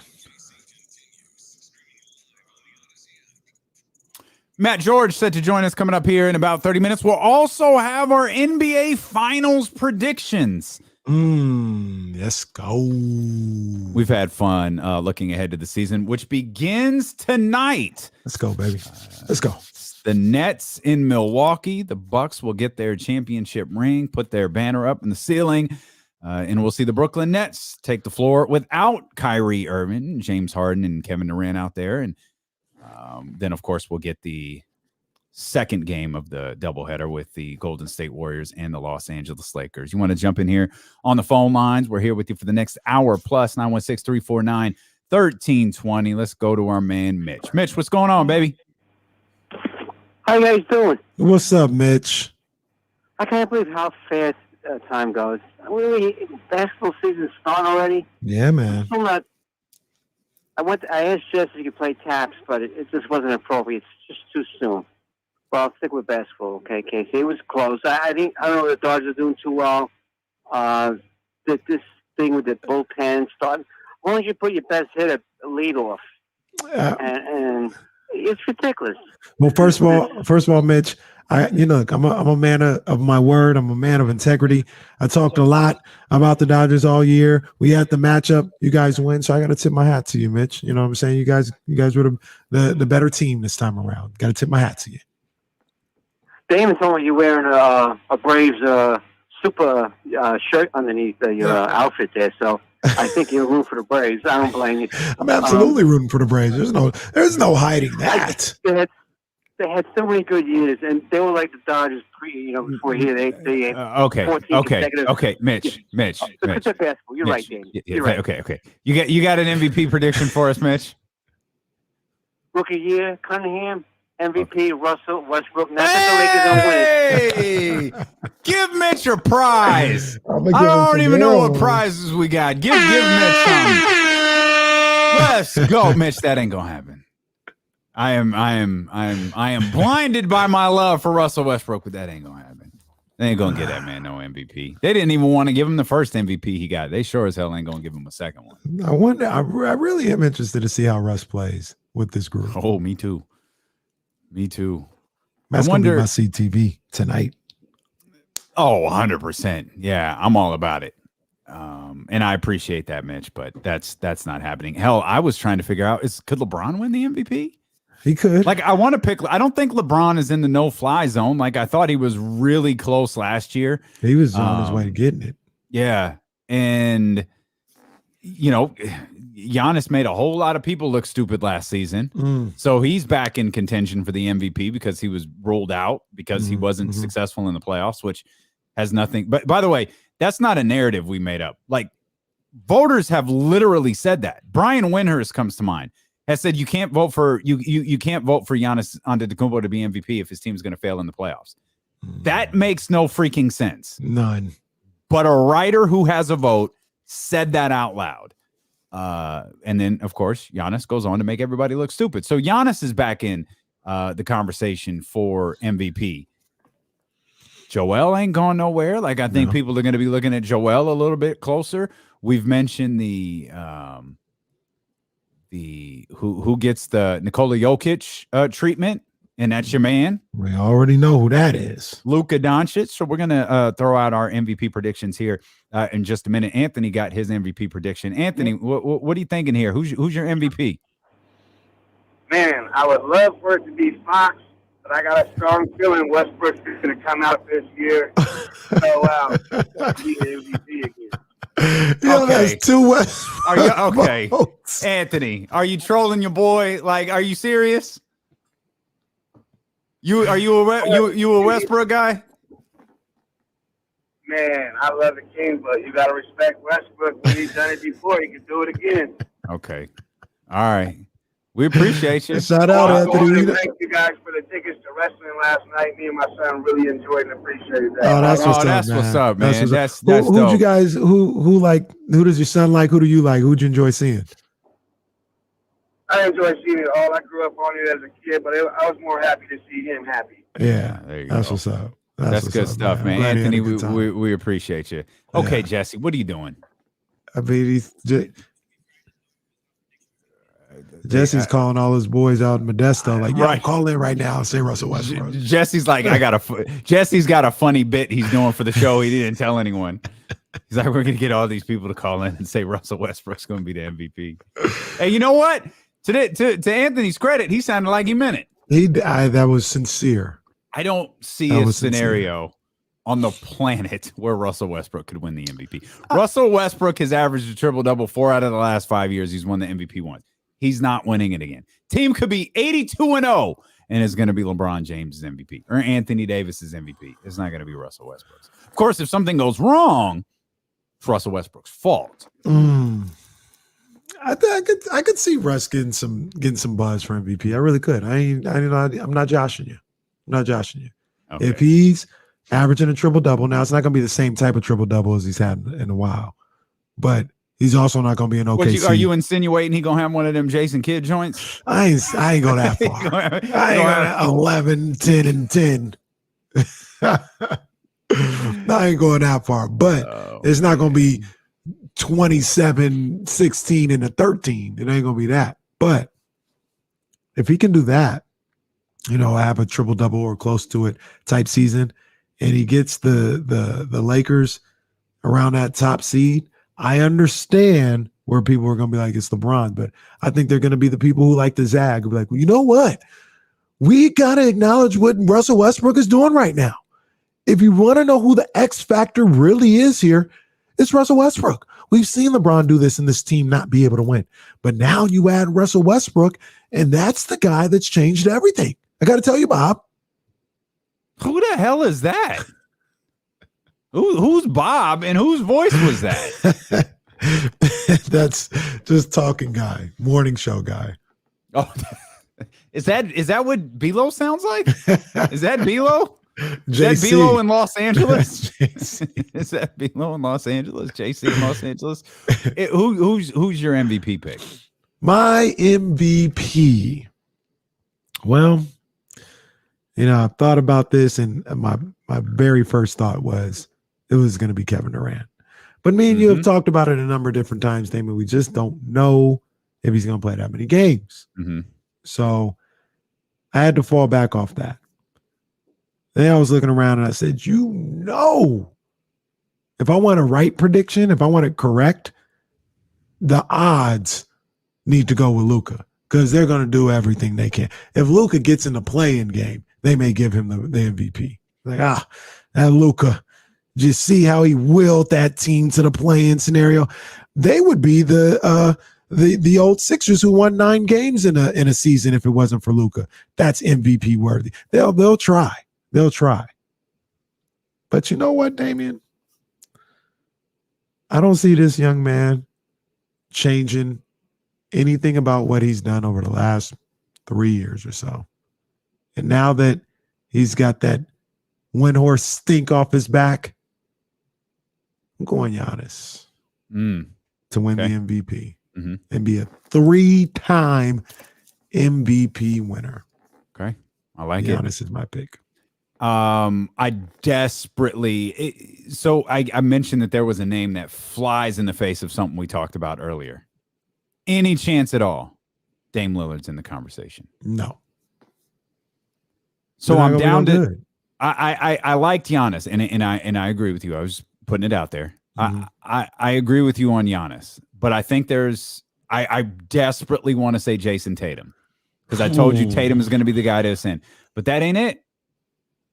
This guy's got all the eyes in the world on him right now for all of the wrong reasons, but he's the ultimate baby face in this scenario.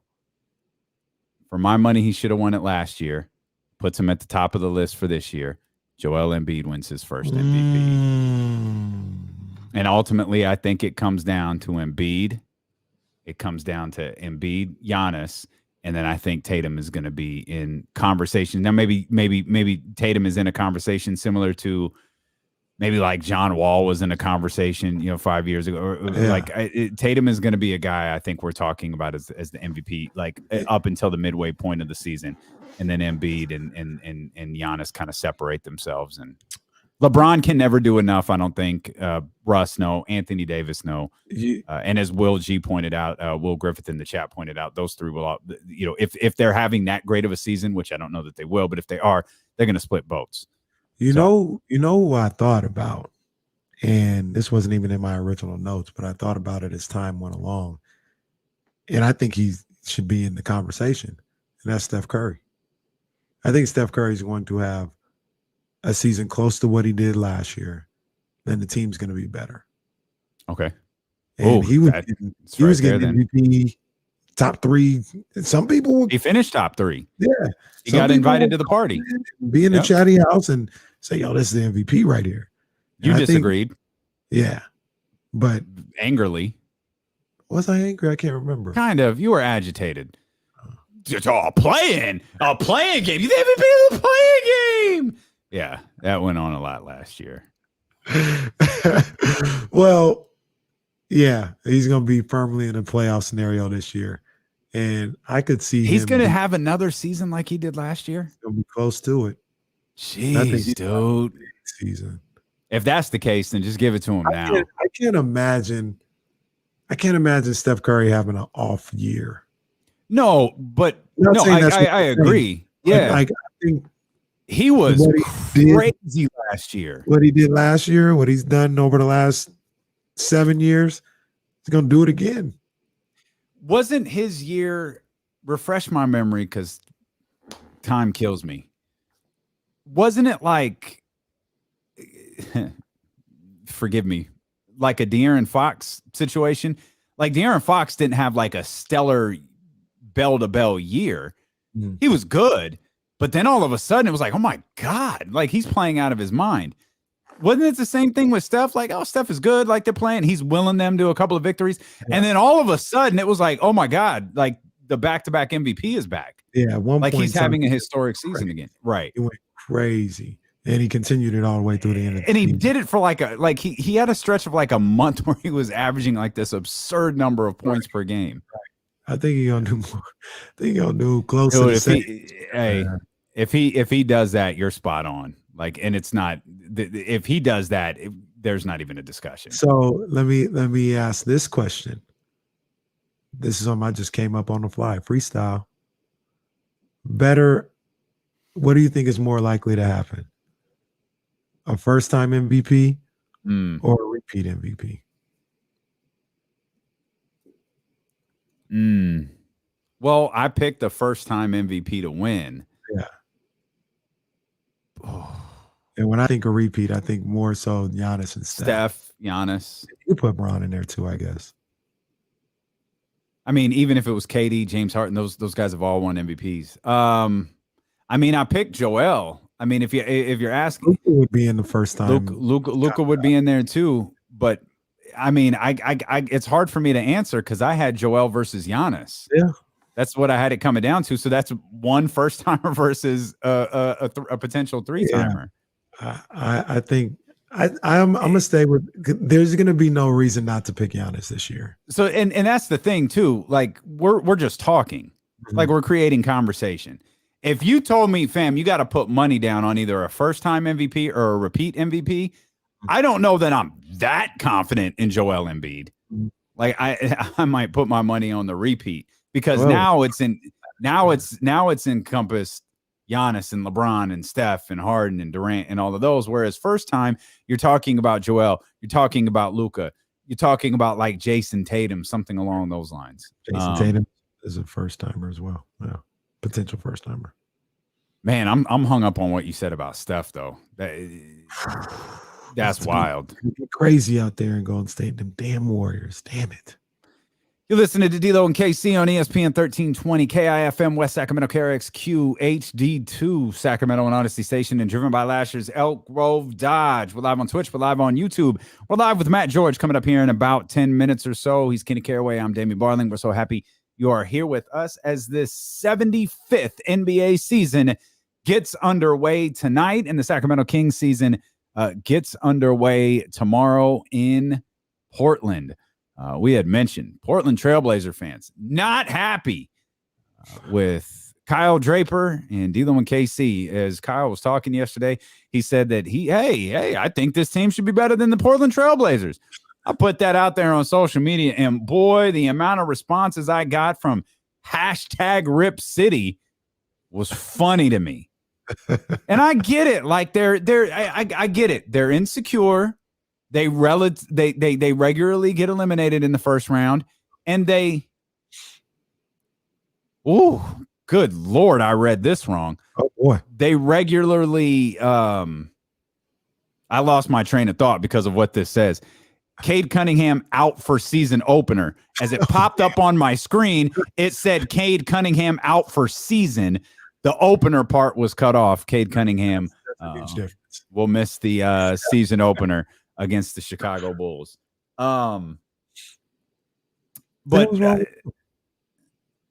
ankle. He has an ankle injury. So he's going to miss the game against your Chicago Bulls. But Rip City also knows like this is coming to an end. So they're lashing out, and it's okay. It's all right. You could lash out at D-Lo and KC. You could lash out at Kyle Draper. Like, it's fine. Sometimes when you're closest to it, you're the last to see it. It's okay. We'll be here for them. We'll help them pick up the pieces when it's all over. That's all. But it's an NBA community. There's a D-Lo and JC in Portland. They need some love. You think I'd be here if Dallas fell apart? No, not Dallas. No, not Dallas. Not Dallas. Not Dallas. We don't have. Even though you had the Cowboys ranked as your number one. You had. What did Portland do to you? They always talking crazy. It's facts. We've got them lined up here at 916-349-1320. Let's start with our man Bryce. Bryce, what's happening, baby? Hey guys, thank you Bryce. for yesterday. That was awesome. Man, I enjoyed it, man. Matt, I didn't get I got out of there early. I know, it's all good. All right. I have a thought on the MVP race. I was thinking there's another guy you talked about, D-Lo, about a guy who's got a lot of eyes on him, right? And I thought it brought up this thought. What about Paul George? He's going to have to carry that team by himself in the West. Good one. He's in L.A. And, I mean, it's right. If he can, Paul George, look what he did. Kawhi's gone. He's this and that. And, all this. And he got him to this. If he's even in the top 6 or 7, I mean, look what he did and this and that. So maybe they can figure a way to work him into this whole thing because, I mean, he's probably going to have to have monster numbers for them to be any good. That's a good call right there. Yeah, I like that, Bryce. That's a good pick. And I think he'll be one of those guys who are in the early conversations, MVP, like leading into the All-Star break, and then what the Clippers are able to do after that could tell a story there. 916-349-1320. Ramsey, what's happening, baby? Not too much. I got 2 names. One is the obvious because it's who the league wants. The other is a dark horse, depending on what his team does. And the fact that we're both of them, it's the year after they both played in the Olympics. The obvious choice for the league, who they want, is Luka. The dark horse to me, especially with the improvements that their team made, And especially if they get in the top 3, Zach LaVine. Wow, that is it. Okay. Yeah. If the Bulls get Okay. you got to consider something. Kenny loves that. Of course, Zach LaVine from the great state of Chicago. The state of Chicago and state of Illinois. Oh, okay. I was about to say, we got Cole on the line. Cole, what you thinking? What up, fellas? Cole. All right. Y'all gonna hear me call in a lot. I got a list for you. So, MVP, I agree. Luka indeed. With you, Davion. I think so. Rookie of the year, don't sleep on. I know the teams may not win a lot. Josh Giddey, OKC, and Mobley in Cleveland, because he gonna get the ball out. Breakout team, look out for the Hornets. If LaMelo Ball don't get hurt, I think they can finish in the top 6. That's a good pick. Yeah, that's a good pick. Okay. Sixth man of the year. I like Kelly Oubre also, because he's out there with the Hornets. And the Anthony Melton, Memphis. Dude can ball. He can go. Fallout team. Are you? I'm sorry, Cole. Are you calling us from like the original cell phone? I don't know. Is your cell phone in a bag right now? Yeah, he's in the car. No, I'm not in the car. I'm at home. Are you? Is this better? Is this better? Go ahead. What's your name? Okay, just let me do the last one. Fallout team. Although they want Luka to get it, Jason Kidd, I don't think is a solid coach. So I think Dallas is on Fallout. I would love that. Yeah, I would love that. You know that. We appreciate you, Cole. You got Cole calling us from 1988. Joe from Mill Grove had one of those little fanny pack phone, and you put it in.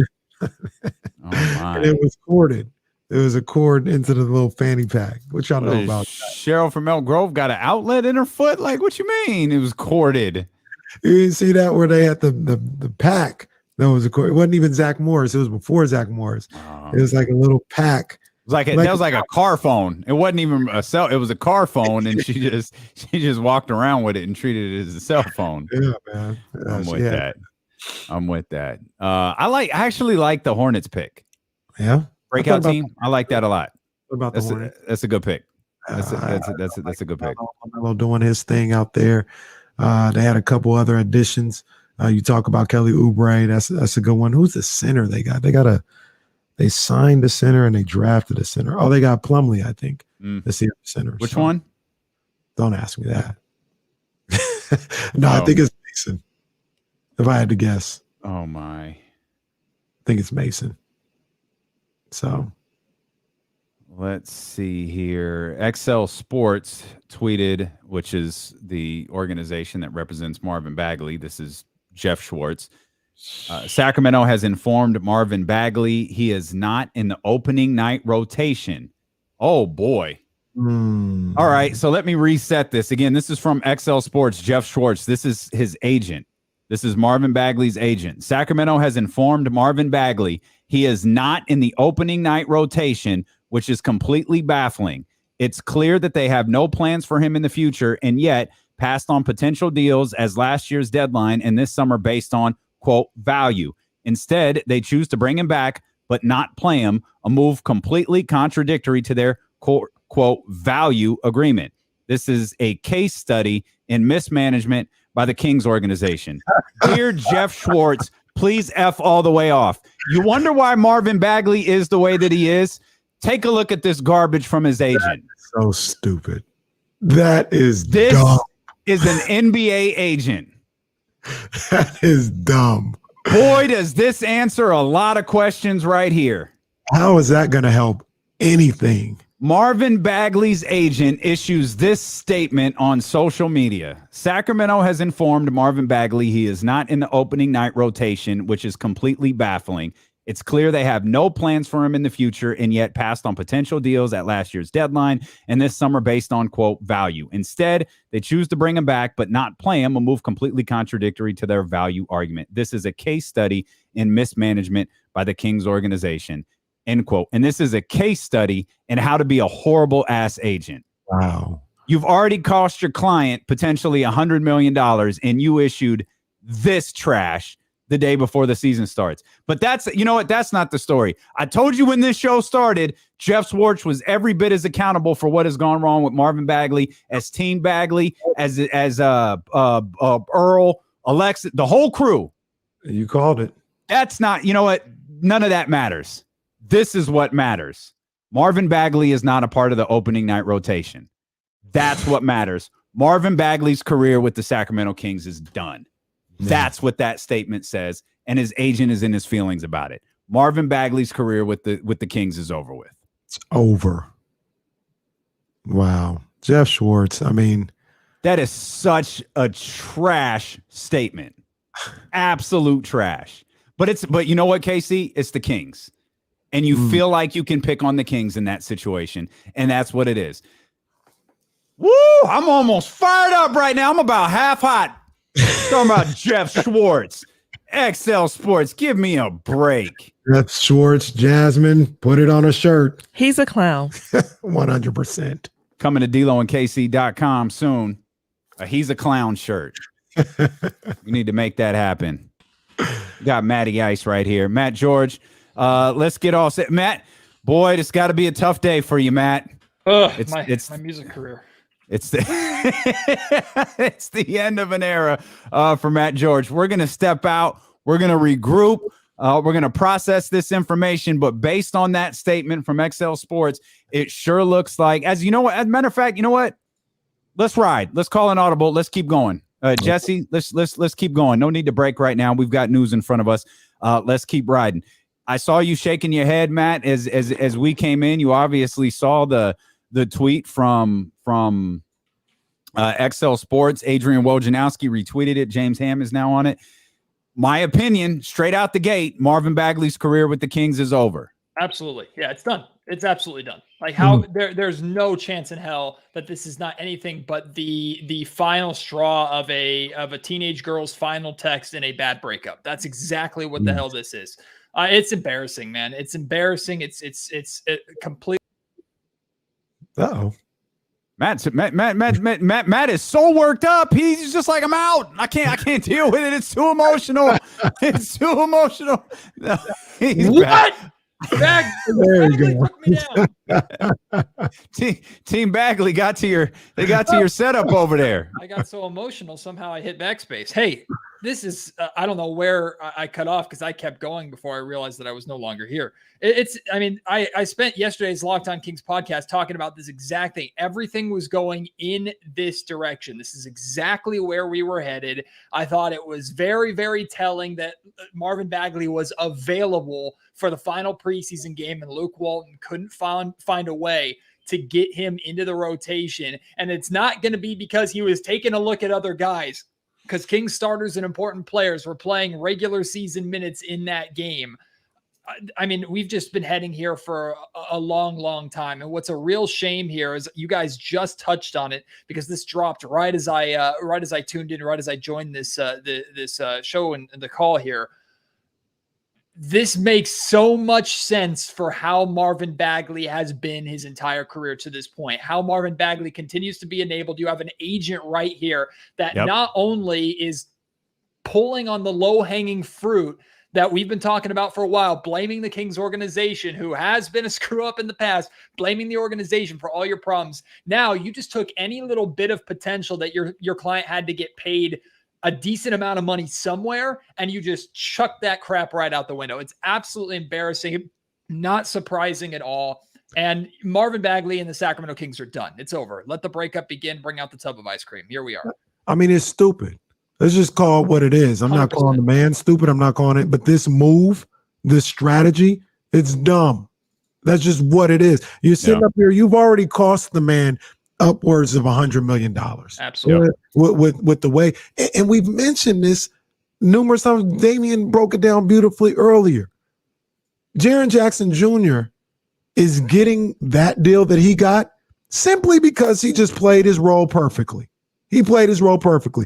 On the court, potential-wise, what we've seen on the court, he hasn't done much of anything better or more than what Marvin Bagley has shown us. He just knew and had the smart people around him to shut his mouth, be a team player, and he was rewarded for it with the belief moving forward. Jeff Schwartz, Big Marv, Marvin III, they played it all poorly the entire time. And now they've cost themselves $100 million. And they're up here grasping for straws for 6.5. You're not getting that. You're not getting 6.5. Yeah, I don't know. I can't decide if I'm surprised or not. Like I can't surprise. It's you know what it is. I can't. Some and Jeff Schwartz has been around for a long time. You can't be this inept. This explains everything. It does. Think about this. We spent so much time yesterday. We spent so much time since the Jaren Jackson contract talking about this, and we put it on Marv. And I told you his agent shouldn't be absolved of this. This explains everything. The reason his agent didn't step in is because his agent is perpetuating this. Mm-hmm. You talk about a case study of mismanaged by the Sacramento Kings. What do you think Jeff Schwartz has been feeding Marvin Bagley all these years? Mm-hmm. What do you think he's been saying about this organization all of these years? Come on, man. It's clown behavior and it's ineptitude. It really, I'm not a math major or an agent. And this is, to be honest with you, I don't know anything about Jeff Schwartz other than the clients that he represents. And then this situation with Marvin Bagley.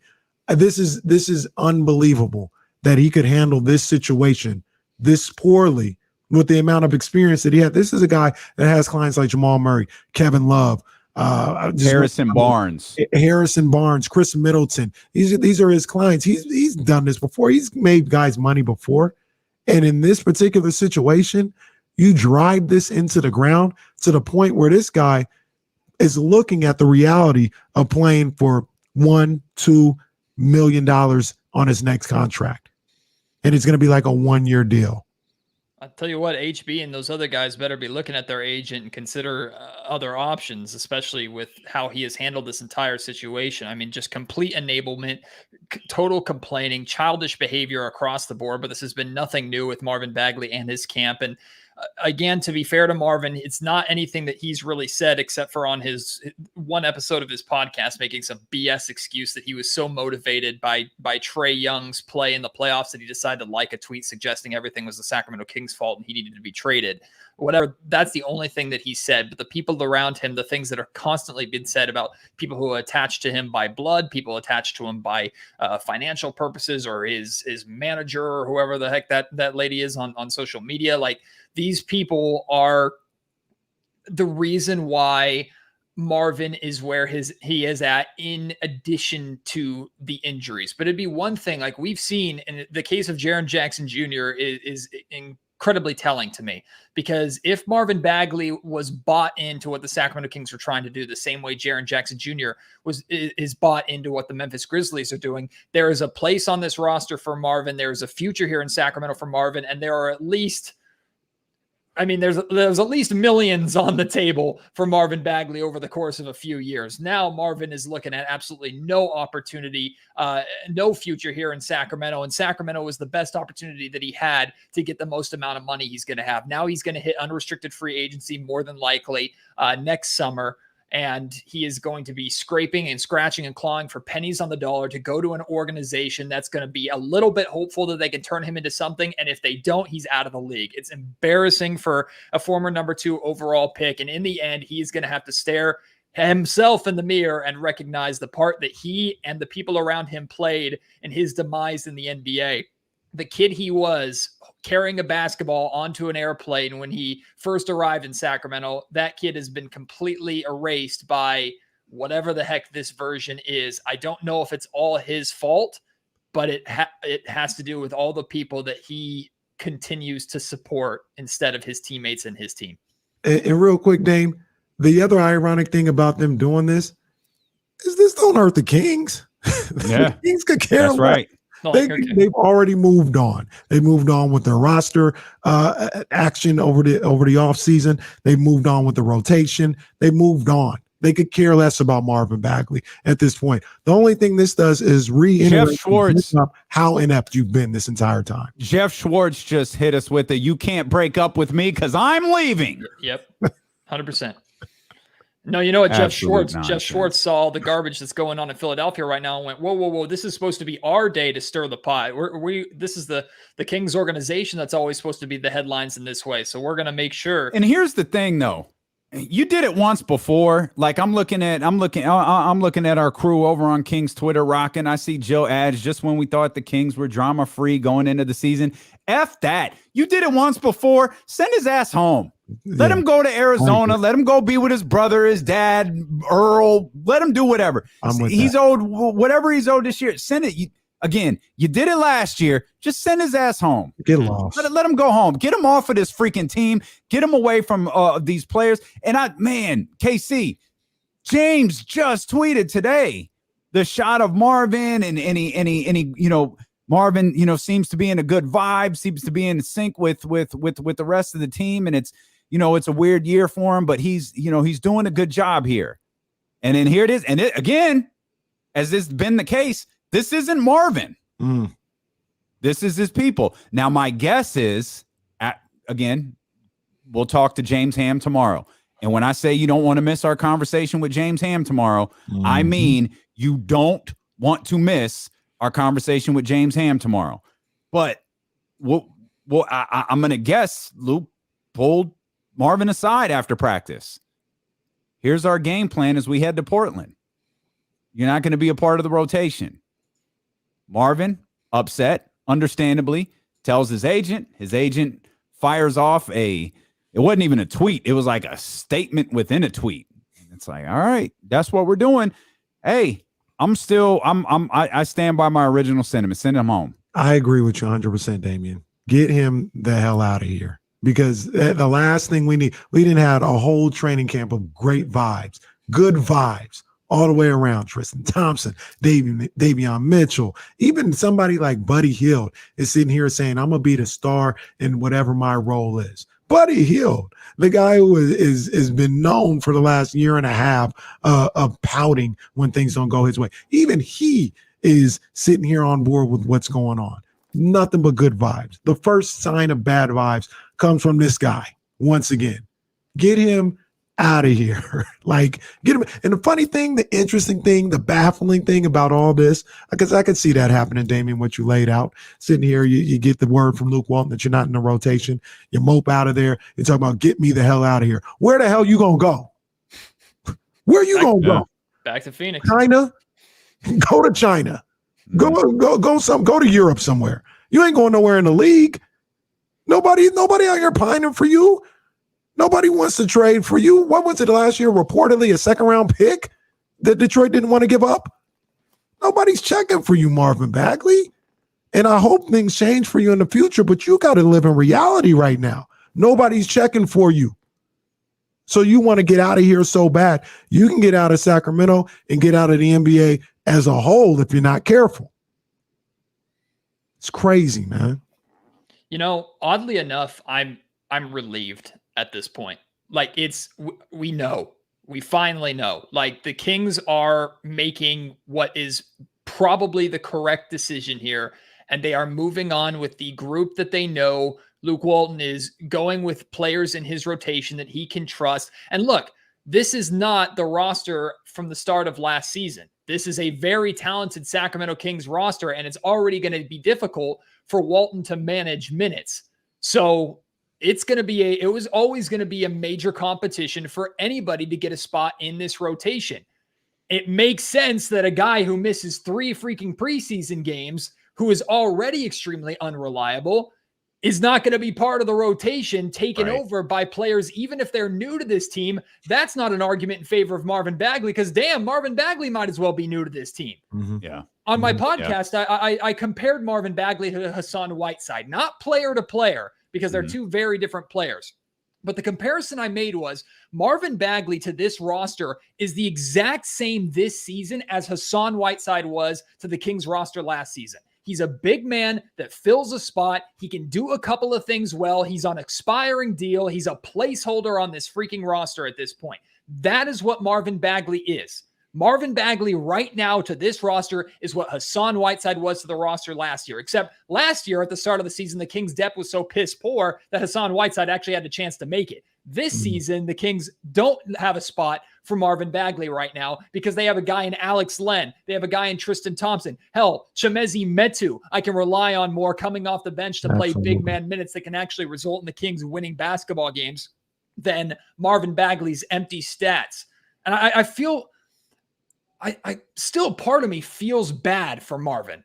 Like, part of me feels bad for how his career has gone and the expectations that he's had and how everything played out and the injuries that truly, truly aren't his fault. But everything that he could control and that his camp could control throughout this entire situation, they have absolutely run into the ground. Marvin had so many opportunities. Sorry, Casey. Marvin had so many opportunities in front of the media, in a Sacramento media that is a lot lighter and a lot softer than where he may end up next. So many opportunities to take the stand and say, these people care about me. They want me to succeed. They want me to be financially secure. They want me to be the best that I can. They are speaking for themselves. I am speaking for me. I want to be here. And to Marvin's credit, he said the right thing during media day. Said, I'm going to do whatever the team needs me to do. But actions speak louder than words. Where are those actions? And you know what, Matt and Davion, I can only feel so bad for Marvin Bagley. I like the young man. You guys know I've always supported his talent and everything else like that. Though we talk about is the team Bagley, we talk about Jeff Shorts. This is a grown-ass man. It's a grown-ass man. They're not doing anything that you're not co-signing and you're allowing to happen. And you have microphones in front of your face every day. You got an IG live. You got so many ways to get your opinions out there. Hell, when the heat was on, you had no problem putting a podcast out there. When the heat was really on, you got in the production studio and put a podcast because you wanted your voice to be out there. There are so many ways that you can handle this as a grown-ass man, and you've dropped the ball a number of different times. So when you talk about feeling bad for Marvin Bagley, I feel bad that he hasn't been able to stay healthy. But the way everything is gone, as far as losing the bag and being in this situation and having this perception as an NBA player, that's 100% on him. If you're on the Odyssey app or 1320 AM, hang tight. We're going to be back. Matt George is going to stay with us. If you're on Twitch and YouTube, you know the show don't stop. We're back with more D'Lo and KC on Sacramento's #1 sports station, ESPN 1320. I think the thing that pisses me off so much is it's an agent's job to look out for their client. And I feel like from the jump, it has been fed to Marvin Bagley that, yo, this is an inept organization. Yo, this is an incompetent group here running this organization. Yo, you're in basketball hell. Don't worry. We'll be able to manipulate this however we want to. You had him bought out before he even had an opportunity to buy in. And this stuff comes from your agent. It is your agent's job to look out for your best interest. And it very much feels like to me, they haven't looked out for Marvin Bagley's best interest. I don't know who Jaren Jackson's agent is. I'm sure as hell going to guess it's not Jeff Schwartz, but it felt like from the moment Jaren Jackson got injured, they were looking out for his best interest. Mm-hmm. Absolutely. Agent stuff really pisses me off. This is your job to look out for your client, and you drop the ball on it. Now you're out here making yourself look like an ass. Austin Brown is Jaren Jackson's agent. Austin Brown, congratulations to you, my brother. You've done a good job. Also the agent of one, Terrence Davis. And Davion Jones. They handled their business the right way. And Dwayne Wade. Well. Leave that one alone. Leave that old Dwayne Wade one alone. Jaren Jackson's got about 10 years before he turns into a sneaky, slithery SOB. Oh, man. I'm with you, though, Matt. I'm glad it's over. It's done. It's done. Like, it's done. Be done. Move on. We don't have to pretend like it's anything different. We don't have to pretend like Marvin and the Kings are going to try and work things out. And, there is probably going to be a point where Luke Walton is asked about this, and he's going to do what he does to dance around the question and basically say, like, we still, everybody has to be ready. As of now, Marvin's still on this team, and he could work his way back into the rotation. We only care about the voices inside the locker room. I know we're going to get stuff like that, and that's fine. We can get stuff like that, but what we know is Marvin Bagley's future with the Sacramento Kings is done. Like, it's done. He might be here right now, but like I said, he's an absolute placeholder. It does not matter. It's only a matter of time. Real quick, Matt, for those who just jumped in onto the YouTube stream, if you're not a subscriber yet, please become one. We welcome all the new visitors who just jumped in over the last, 30, 45 minutes or so. Please hit the thumbs up while you're here. That's a big deal for us, especially after the show ends. Helps us get noticed by a whole new audience of Kings fans, even well outside of Sacramento. So if you could do those two things, hit the thumbs up, hit the subscribe button if you're digging what you're hearing. Casey, go ahead. Did you see PPE's tweet? Oh, Lord have mercy. Tweet or message? Tweet. Oh, no, he's tweeting. No, what Poker Pro Eric say? Oh, dear. Did he? Am I tagged in it? Yeah. I see Dave Garcia. Why don't I see? Oh, there's Poker Pro. Fool for that, man.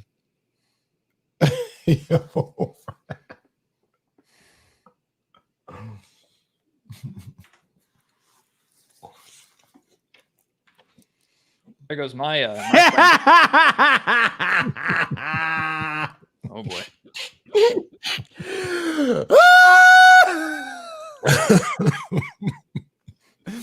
I'll put it up on the screen and show you guys. Poker Pro, man. Hey, Poker Pro is a legend. MVP votes right now for PPE. Poker Pro is a legend. Hang tight. Where are we? Let me get the Matt George banner off, and bam. Check out Poker Pro over at Golf and Guitars. Yeah. Oh, jeez.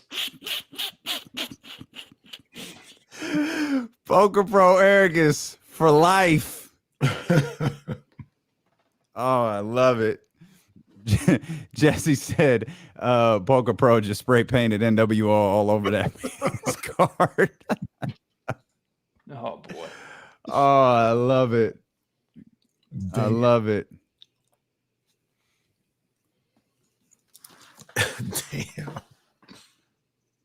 Man, I had a good Kings Hang on. Blazers. Oh.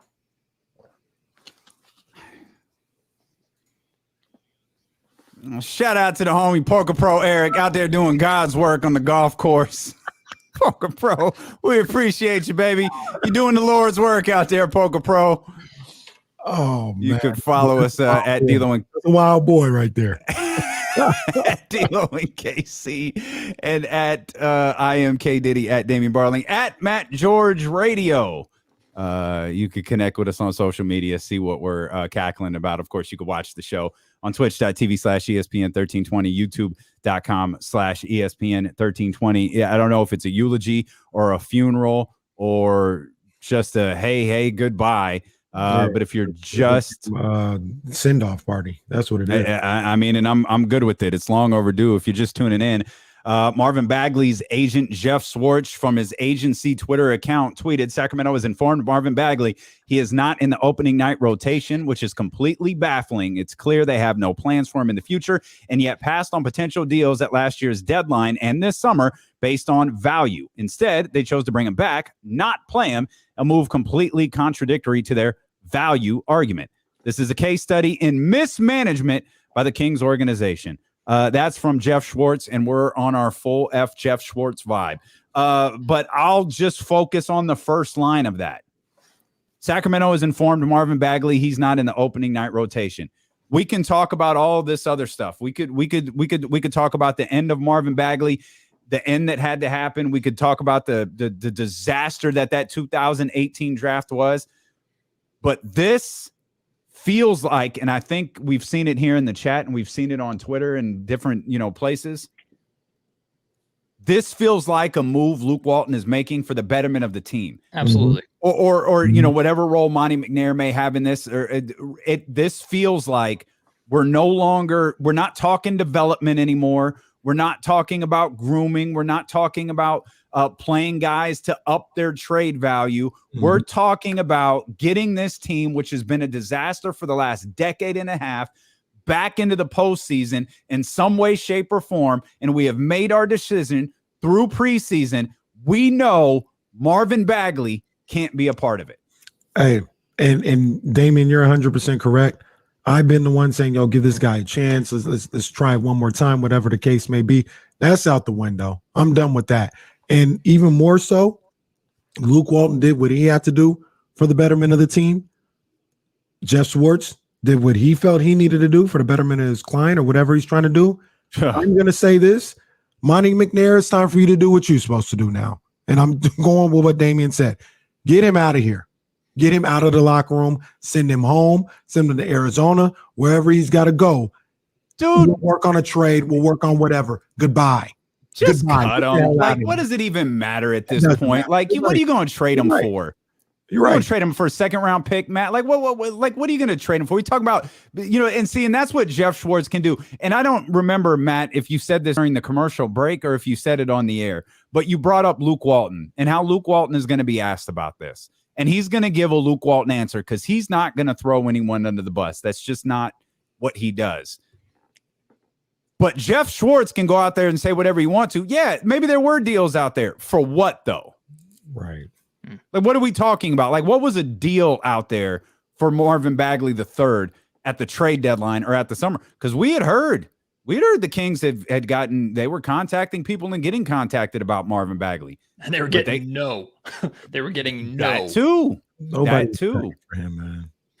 Like, so this entire situation is essentially like what Bagley's agent has said. He's trying to paint this picture of further mismanagement by the Sacramento Kings organization. He's trying to paint a picture. And then the sad part is people who don't know what the hell they're talking about or haven't paid any attention to Kings preseason basketball are going to think that Marvin Bagley has played all preseason, had a good preseason, had a chance or earned a rotational spot. And the Kings said no out of a vendetta or just because they're stupid. No. Like I said earlier, the Kings made a smart basketball decision, not awarding a roster spot to a player. Take away all of the off-court nonsense from the last year. Take all that crap away. Let's just look at it completely black and white here. Let's just look at it from a basketball standpoint. Once again, your player was hurt, did not play during the preseason when it mattered. This team was trying to use these minutes based off of, De'Aaron Fox played every preseason game, played 20 to 30 minutes every preseason game.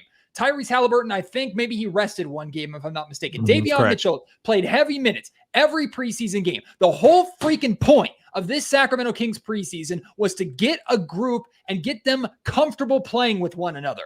Get them so that they could do what Tristan Thompson says this team needs to do, which is hit the ground running starting tomorrow night in Portland. This team wants to get off to a good start and catch teams napping before they get going in December. That is the best chance for this Kings team to ultimately accomplish what they want, which is make the playoffs. That was the goal of preseason, and your player missed 3 out of 4 games. Well, 2 out of 4 for injury purposes. The third, he was not selected. Why? Because that was basically a tune-up for the regular season, and as we can see, Luke Walton and the Kings don't believe Marvin Bagley should be part of this rotation because he should not. There are players that are already more reliable, even if they're new, even if they haven't played a minute for Luke Walton yet in Sacramento. They're already more reliable. They're on this roster right now, and you know what they do? They don't put up empty bullcrap numbers and then complain when they're not on the floor in the fourth quarter. They do their job. They help a basketball team win. Marvin Bagley has not helped a basketball team win at any point other than a game or two in his entire career. Let's just look at it from a basketball standpoint and take all the crap off the table. The reason why Marvin Bagley didn't make the rotation is because once again, he got hurt and he's not good enough.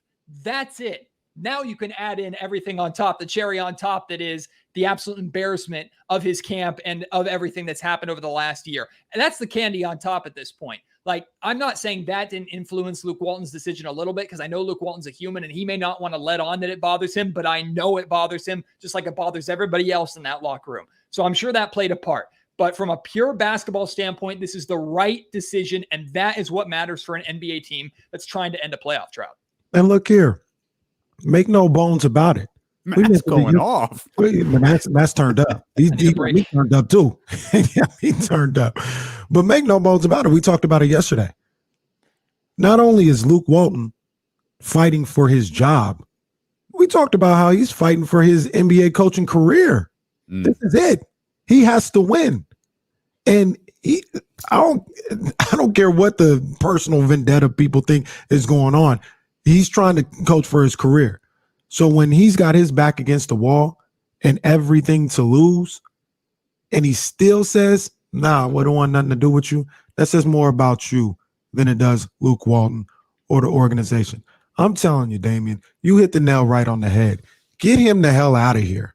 Like, do whatever if he wants to go home peacefully, fine. If you got to release him, like you said, do what you got to do. Who cares? Get him out. Because I'll tell you this, not only do the Sacramento front office, they could care less about what Jeff Schwartz said. They don't care. They've already moved on. Right. More importantly, and I don't want to put nothing in nobody's mouth, you know what I mean, or any words in their mouths or anything like that. But I can say this, and yeah, this is you gotta know.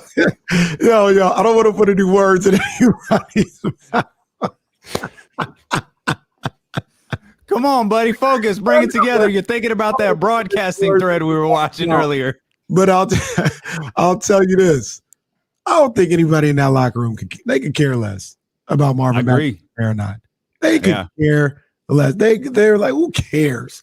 Who cares? If they send him home 5 minutes from now, like, so what? If the odds are, if I had to choose whether they be distraught or happy, they probably be happy. One less thing they got to worry about. Bad vibes, bad energy that they don't have to worry about no more.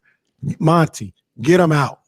And D'Lo, you know what else they're costing, or Marvin Bagley's agent and his camp are costing Marvin here, if indeed the Kings do either waive Marvin or send him home, which I think is a very likely possibility based off of what happened last season and what's happened in the past. Yeah. They're costing Marvin Bagley not just millions upon millions of dollars with his next contract, if he gets one, which more than likely he will by some team. It's damn well not going to be in Sacramento. I'll be shocked if it's ever in Sacramento. They're costing Marvin Bagley an opportunity, even if he isn't part of the rotation, even if he doesn't play until 2 months into the season because the Kings have an injury and have a spot open up for him. They're costing their client an opportunity to continue to work in a practice facility that features a guy like Rico Hines, and more importantly, the guy that Marvin is now working with on a daily basis, Doug Christie, who understands what it's like to go up and down in the league, what it's like to scratch and claw and tear your way to carving out a role somewhere when things don't go well in your first spot. Like Marvin's going to lose a lot more than money with how this entire situation is playing out. He was set up, even if the playing time wasn't there, and he can be pissed off about the playing time all he wants. In fact, I want him to be pissed off. If he's not pissed off, that tells me everything I need to know about a player. If Marvin was pulled into the office by Luke Walton and Walton said, "Hey, Marvin, you're not a part of the rotation," and Marvin just turned and walked out or didn't say anything, then that tells me everything I need to know. I want Marvin Bagley screaming at that point. I want him pissed off. He should be pissed off, but he also needs to look at the mirror and recognize who's to blame there. But ultimately, Marvin is potentially losing out on an opportunity to work with two guys that can genuinely help him turn things around so that he can go home, work with his dad, his brother, and the other people that are constantly telling him, "No, it's not your fault, buddy. It's the Kings' fault. It's the Kings training staff. It's Luke Walton. It was Dave Yeager." Like, it's a shame. It's just everybody else's fault. Everybody else's fault except taking accountability and responsibility for the way your career is played out. And that's why I'm not even going to talk about Team Bagley or Jeff Schwartz. Marvin Bagley, that you hired him. This is all on you. You know, nobody else. You got veto power over everything that happens in your life in that respect. It's all on you. Take accountability for it. You fumbled the bag. You've ruined your career so far, not anybody else. And there can be Matt George, host of the Locked On Kings podcast, with us here. Of course, you can catch Locked On Kings here on the Odyssey app or wherever you get podcasts from. It goes back to 2018, where it felt like the conversations about the draft centered on DeAndre Ayton and Luka Doncic, and who would be taken number one. And it felt like a two-person draft, and the Kings were going to wind up with somebody, and then they wind up with Marvin Bagley. And then you had the frustrating situation where it wasn't just Luka Doncic. Everybody centers in on Luka Doncic because I think a lot of Kings fans had wrapped their figurative hearts around him. But then it was Trey. And then you start looking through this draft, and it's like, oh my gosh, this draft is phenomenal. And we got the one that didn't work out. And Marvin was never. It's very Kings, though. But Marvin wasn't trash, though. Like, that's the thing. It's like, I said this to Kenny yesterday. You're entering Anthony Bennett territory. He was never as bad as Anthony Bennett was. Like, not even close. You could at worst case scenario with Bagley, you're arguing that pick at number 2 was a stretch. Oh, that's a stretch. He's good. He might not be as good as Luka. He might not be as good as Trey. Hell, I really like Jaren Jackson coming into that draft. I didn't like him at number 2. I liked him when I thought the Kings were kind of settled in somewhere else before they moved up in the draft. I like Jaren Jackson a lot in that draft. But it's not something that should have been this. You know what I mean? Like, I still can't. The only thing that'll stick with me with Marvin Bagley moving forward, because I'm done with him. The only thing I'll think about is Jaren Jackson Jr. and the contract that he got yesterday. If Marvin and his agent and his dad and his crew and his business associates had bought into the Sacramento Kings, would Marvin Bagley have gotten a contract extension yesterday? And would we have been in the situation that we are in right now? That's the only question I'll have. I won't wonder if he was, if this, if that. No, just if he bought in, would he be with the Sacramento Kings for the next 4 years? I think you would. I think it's yes. It might not be for the dollar amount that he wants compared to Jaren Jackson Jr. It's probably upwards of $80, $90 million just because of the injuries alone. But like we've talked about, 80 to 90 million versus nothing. Yeah, I'll take 80 to 90 million, and I do nothing. But like, we're talking about a player who we said time and time again on our own shows, on this show, the best case scenario for the Kings, the chance for the Kings to be the best. And I know, Casey, you hit on this point a ton. You're absolutely right. This Kings team, and it still is the case. Well, maybe it was the case until about 30 minutes ago. The best chance for this team to make the playoffs and this team to be the best version of themselves right now is for Marvin Bagley to be an impactful player off the bench. And I still think Marvin Bagley could right now be an impactful player off the bench. The problem is he's not reliable, like we've all talked about. Like that's the reality of the situation. So to answer D'Lo's question, yes, I do believe Marvin Bagley would be under a second contract, or maybe they can't come to terms of an agreement because Bagley wants a little bit more money and he's willing to risk going the route of restricted free agency. And at that point, it's an absolute guarantee that the Kings are going to offer that $14 million qualifying offer. Like, that's just, at that point, that's just standard procedure for a rookie who wasn't happy with his second contract offer. Like, that's where everything was headed. That's exactly where we should be at this point in time. The reason we're not there all falls on the shoulders of Bagley and his camp. Like, that's just the reality of the situation, because the injuries alone aren't enough for the Kings to completely cut ties with a number 2 overall pick. It wouldn't have been enough. No. The other thing about it is, you look at Marvin Bagley and everything that encompass having him on your roster and in your locker room. It's not worth it. It's not worth the headache. Like, you're nice, like, you're cool, you got game, but you're not that nice right now. I've said it a number of different times. While I like his game, he still plays soft. He plays real soft around the rim. He can't make his free throws. He doesn't defend. He's not a shot blocker. Like, there's things that I like about his game, but make no mistakes about it, there are plenty of holes. Now, once again, if we're in a situation where the Memphis was in with Jaren Jackson, I would bet on him improving that. But I'm not gonna lie, it was a wish upon a star a little bit. And now you're coming with this, with all this continuously, all this nonsense surrounding you. Not worth it, man. Not worth it. Casey, to that point, let's do a little exercise here. Everybody who's not driving, close your eyes and take a mental snapshot of what Marvin Bagley has been as a player for the Sacramento Kings when he's healthy, the type of player that he is, that softness, but also that maybe that athleticism, that second jump. Take that all into one snapshot. Maybe it's a play that you remember, and compare that to the video that we saw out of Kings practice a couple days ago of De'Aaron Fox and Davion Mitchell absolutely going to war in a one-on-one game, with Tristan Thompson ending up with a block shot, marching up the court, chewing out everybody that he could possibly chewing out Marvin Bagley. Marvin tried to say something. Tristan said, "What the hell you say?" You kept it moving. You see the difference? Like, do you see the difference between what the Kings team is becoming, what they're trying to be right now, what the players who have bought in are trying to be, and who Marvin Bagley is a basketball player? The Kings team already had moved on from Marvin. That was my whole point of my podcast yesterday. The Kings were already moving on, and it's clear by his rotational spot. And now, like D'Lo has said, this is now Bagley and his camp wanting to have the last word, and they look even worse for it. They can have the last word. Just go away. I don't care who has the last word. We're getting episode 2 of that podcast, though. Episode 2 is going to drop soon of whatever the hell that podcast is called. I can't wait. Halfway decent.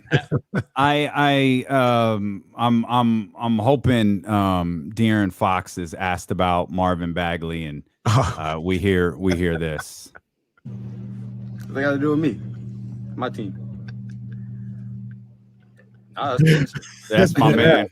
That's my man, De'Aaron. That's our leader right there. One more time. What did Fox say? What did he say? That's the head of the snake right there. De'Aaron Fox asked about Marvin Bagley. Sit down. What they got to do with me, my team. Dead ass. No, that's the answer. No, that's the answer. Get your super microphone out of my face. By the way, for those who are unaware, that's very much not his answer about Marvin Bagley. It was out his answer about Kyrie Irving. I don't want to misrepresent that too much, but I'm hoping that is De'Aaron Fox's response the first time he's asked the question about Marvin Bagley. And the thing that sucks, yo, we got real live basketball tomorrow. The first media availability is going to be after the game. Now, Luke will speak before the game, but yo, Kings go out there to get their first win or loss of the season, and they got to be asked about Marvin freaking Bagley. It's ridiculous. You know, maybe De'Aaron Fox might say something like that. I hope, I don't know who it is, Tristan or Davion or Tyrese, if they're asked, I don't know, maybe they sound a little bit like Joel Embiid, you know, when they're asked about how they feel about Marvin Bagley III. At this point, I don't care about that man, honestly. He does. At this point, like, just I actually believe Joel was talking about Marvin Bagley this morning. At this point, I don't care about that man, honestly. He does whatever he wants. There you go. Go on about your business. Going about your business. Hey, yeah. Bobby Marks for the season. Bobby Marks tweeted this. This coincides with everything James Ham was tweeting yesterday. And again, James Ham joins us tomorrow. Make sure you are here for that conversation around 3 o'clock. Bobby Marks, one thing to keep in mind with Marvin Bagley III is the starter criteria in his contract. If Bagley does not start 41 games or play 2,000 minutes this season, his qualifying offer for next offseason will drop from $14.8 million to $7.3 million. So I'm sure what old Jeff Schwartz and the crew at XL Sports saw was, oh, in addition to all the money we've already lost, we're about to lose another $7 million on this qualifying offer. Whereas now I think it's set in. They're not getting a qualifying offer from the Sacramento Kings, and they're going to be off in the free agency world. And as we're wrapping up here, Matt, I posed this question a couple of days ago. I thought it was pretty far-fetched. Now I don't. I know he was taken number 2 overall, but find me the difference between Harry Giles and Marvin Bagley right now. I think there's a very realistic scenario where Marvin Bagley's trying to catch on with teams in the same way that Harry Giles is trying to. At least Harry Giles wanted to be here and had at least bought in verbally to what the Sacramento Kings were trying to do, and Kings fans loved him for that. Now I'm not surprised as some Kings fans are, and I've been labeled kind of a Giles hater for saying that I'm not surprised that he hasn't found a way to stick. I think that's very, very telling, but I would rather have Harry Giles on my roster than Marvin Bagley at this point, and it's not close. It's just where I'm at. But yeah, it's been quite a demise for 2 players that in my in a music video that I may or may not have done. I said that was the future front court of the Sacramento Kings. So boy, oh boy, how things age like fine wine. Aging like fine wine would mean they age well. Yeah. I'm retiring from music. It's aging like milk. Trash. It's aging like trash, Matt, not like fine wine. Man, I had and I'm still gonna do it, but I had such a good just Kings and Trailblazers preview podcast today. Now I gotta go from here to. Oh, you could still do it. No, I'm still gonna do it, but I gotta talk about this man. You could bless it. You could give us a sneak peek. As if you're on Twitch, YouTube, we're gonna hang out a little while longer. If you're on the radio, we appreciate you for being with us, no matter where you are. I can't stress this enough. James Ham joins us tomorrow as the season gets underway. The Sacramento Kings season gets underway. James Ham joins us tomorrow. We strongly encourage you to be with us here. D'Lo McKay on Sacramento's #1 sports station, ESPN 1320. Holla. All right. So we got some names here for the 75. Let's see. We got Nate Archibald, Bob Cousy, Dave Cohens, James Harden, Hakeem Olajuwon, Giannis Antetokounmpo, Kevin Durant, Elvin Hayes, Jerry Lucas, Willis Reed, Hal Greer, Dirk, Bob Pettit, Oscar, Bill Russell. That's all that have been posted so far. James is the only new one, from what I can tell. Well, no, Giannis is new. Did I not read this one? Giannis, yeah, KD, Elvin Hayes, Jerry Lucas, Willis Reed. Elvin Hayes. That's interesting. Is that all? Is that all of them? 1, 2, that's 10, 15. 15. Elvin. Oh yeah, Elvin Hayes was on there before. I was about to say they added. It's on the 50. Wow. Yeah. Unbelievable, man. Wouldn't be a Kings season, I guess. I hope Monty says something, man. I hate. And you know what else I hate that really pisses me off? And I didn't want to say this on the air because I figured I'd wind up going too long and taken away from you guys. Rich Paul is getting dragged all over social media because of the Ben Simmons situation. Mm-hmm. I'm going to need to see that same energy for homeboy at XL Sports. I'm going to need to see Jeff Schwartz name trending and getting dragged for this trash ass statement about Marvin Bagley and the Sacramento Kings. That's facts. We're quick to go at Rich Paul, though some of the tweets are about Adele, and it's understandable. But yeah. I think the most important part is Rob Perez, Worldwide Wob. First, Bagley III's dad tweeted King's official account, "Please trade my son." Now his agent is shooting Roman candles into the sky while doing the "pay attention to me" meme. It is truly remarkable how hard the camp is trying to Ben Simmons, how little everyone else cares. It is truly remarkable how hard the camp is trying to Ben Simmons, how little everyone else cares. Oh. Man. Yeah. Well, I think, I mean, in the end, it's a relief. Like in the end, it's all right, good, it's done. Like it's done. Let's just we can move on. The Kings already were in the process of moving on, and here it is. Like we have NBA basketball tomorrow. The Sacramento Kings hopefully start their playoff return tour tomorrow. And Marvin Bagley's not going to be a part of it. Good. Cool. So what? It doesn't feel like the Kings lost an important role player. It feels like the Kings lost an end of the bench guy who's grumpy. That's where it's at. But you know what? Everything that we're seeing from so many different people, Sean, your partner, Sean Cunningham included, is everything Marvin was doing was right. Absolutely. Marvin was, like James was tweeting earlier, Marvin was on the vibe with the Kings. Like, everything he had been doing was positive. And it feels like this is exactly what his dad did last year. Mm-hmm. Everything was positive. They were 3-1. But the second something didn't go my way, I turned on it. Mm-hmm. And that's what it feels like. I'll read Tony Zipteris. Marvin Bagley said this is the most fun he's ever had in training camp and that the entire team was all in on making the playoffs. Your partner, Sean Cunningham, everything Marvin Bagley has done in the month leading up to the season has been positive. He's worked hard, had a tremendous attitude and supportive of the team and his teammates, had a sore knee in a couple of preseason games. Things are earned, not given, just an odd strategy. Everybody has something positive to say about Marvin Bagley. But what this feels like is the second Marvin didn't get his way, he ran to his agent who probably had this prepared and fired it off into the universe.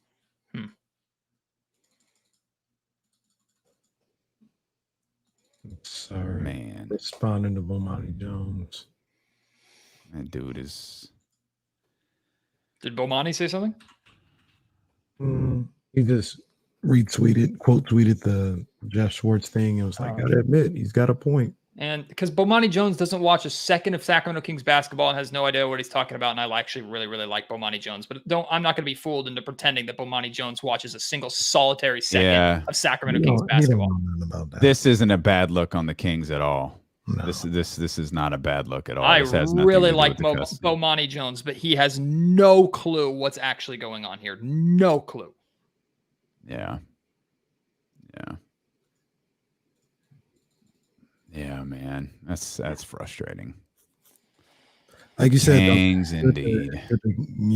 Get a guy like that and get that whole situation out of here, man. You know what I'm saying? Like you tried it. You if I was the GM, you would have had every opportunity possible, and you got rid of it. I see you, Weezy. That's the point. Mm-hmm. No one cares. For some reason on the stream yard link that you sent, I can't see the chat. I don't know why. Oh, I do know why. Because I don't trust them, and I turned them off last Friday. Gotcha. And that was the wise thing to do, and I forgot to bring them back. Gotcha. I completely forgot about that. I think that's why I cut out the beginning, because I was trying to look for it and refresh. There it is. Yeah, I was trying to look for it and refresh. Yeah, no, I just don't trust them. That's all. I just don't trust them, and so we had my girl Olivia on, and just decided, you know what? I know you. This is there. It is, Chris. Matt can't see the chat because D'Lo knows better. I brought it back for Matt. I'm only going to cut it out for Olivia. And what I forgot is that Olivia could just go see it later. Right. Which she did. She definitely went back and saw Shy Man risking his. It's Shy's fault. Shy Man. That shot. He fell in love on Friday. Fell in love. I guess we should, man, there's still 233 people in here. I know basketball is about to start. I don't know if y'all want to keep talking or go watch the Bucks and Nets. I imagine I just closed my iPad. I imagine the Nets are getting their rings. But the Bucks. Yes, the Nets aren't getting rings. The Bucks are getting their rings. Indeed.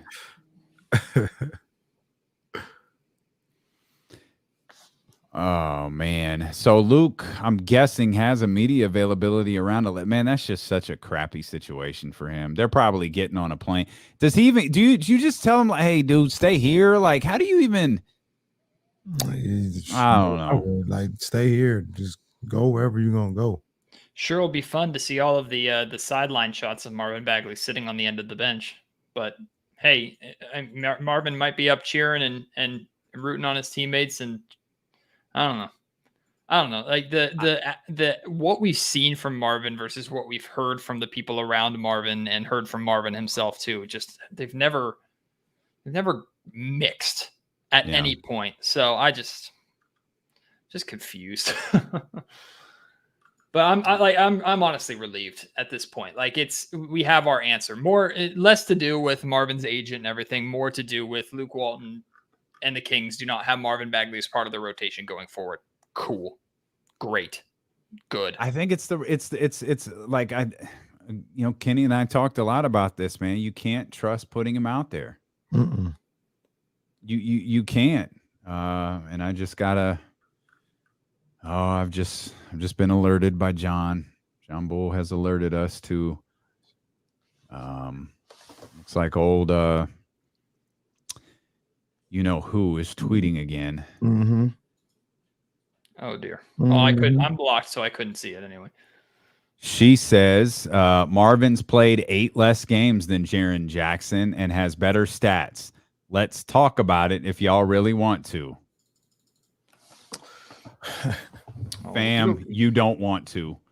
Let's see what else she says. Jeff Goodman tweeted, my guess is if Luke Walton thought that Marvin Bagley could help him win games and potentially keep his job, he'd play Bagley. Young lady responds, he helped them win games, Jeff. In fact, their longest winning streak last season was Marvin's best stint. I'm already on that. No touchy. No touchy. She also says, mind you, Marvin Bagley III averaged nearly a double-double in 3 quarters last season.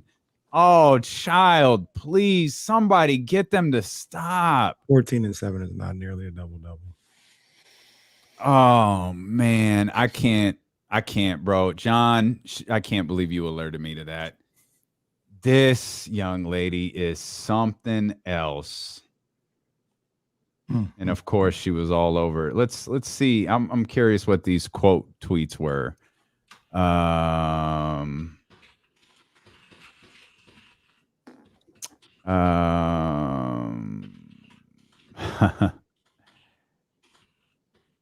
the yeah, that dude ain't getting no love on this show. Man, interesting. Anyone that's taken side of the Marvin, oh man, there ain't nothing here. I was hoping there was some good.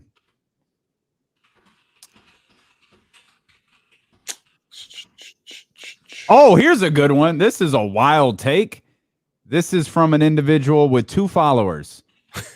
Shaking my head, Luke.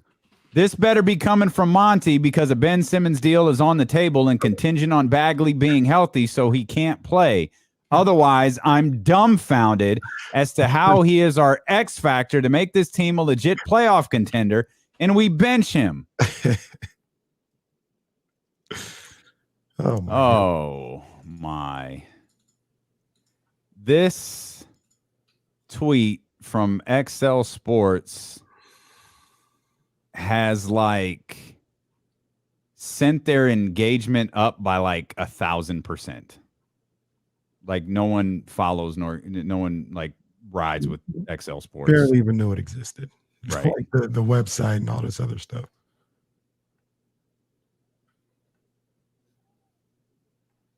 All right. Well, this is a boring exercise, so I'm just gonna close this. But it's good to see his crew. Let's hey, what is anybody got Earl's handle? Is Earl tweeting?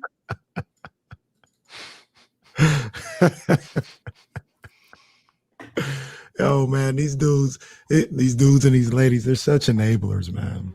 I don't think she's getting the response she wanted to her "let's talk about it" tweet. Because 1, no one cares. 2, everyone else is like, yeah, nah, fam, that ain't it. You gotta be real with yourself. But none of these people are real with themselves, man. None of them. They're like, yo, our meal ticket's falling apart. And they're helping. And keep her name off our show, man. I ain't gonna. They're helping the meal ticket fall apart. Like I literally about an hour and a half ago was like, look, man, just focus on getting to 6.5. And you can't even do that right. Mm-hmm. You can't even do that right. Just focus on the 6.5, and you can't even do that right. Yeah. Here's a great question. DJG from Cali. What has Luke ever done right? This. There's your answer. This. He got this right.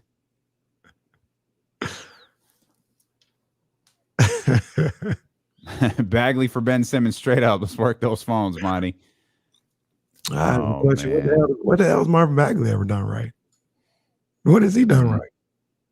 I don't even know. Did they win? I'm trying to think off the top of my head. Did they win it at Rolling Hills Prep? Or Sierra Canyon, excuse me. Oh, I have no idea. You went to I have no idea. I don't know if they didn't win at Duke. Couldn't do nothing here. The universal deal is dead. That's right. Jesse just reminded us the universal deal is dead. What's not dead is DealoandKC.com. So those 221 people watching right now can can go check out some of the hot new gear that we got here. Matt, you got your new hoodie from the Rosé collection right there. I've been looking for a new hoodie in the closet, so I might gotta drop some. Get you the Black Bottles original right there. Get you a nice little Chatty House crew neck, available in a variety of colors, including King's Purple. And I don't know if the Dope Ones is watching, but we've got some. Might have some things launching over on DLoandKC.com tomorrow. But that new Rosé collection is live. So head over to DLoandKC.com and check that out. DLoandKC.com. Check it out. All right, y'all. We'll let y'all rock. DJ back. What? No, DJ just laughing. He just laughing. I mean, it's true, right? He got this right. Hey. Got it right. Shout out again to Poker Pro Eric, who's again doing God's work out there on Twitter. We appreciate him.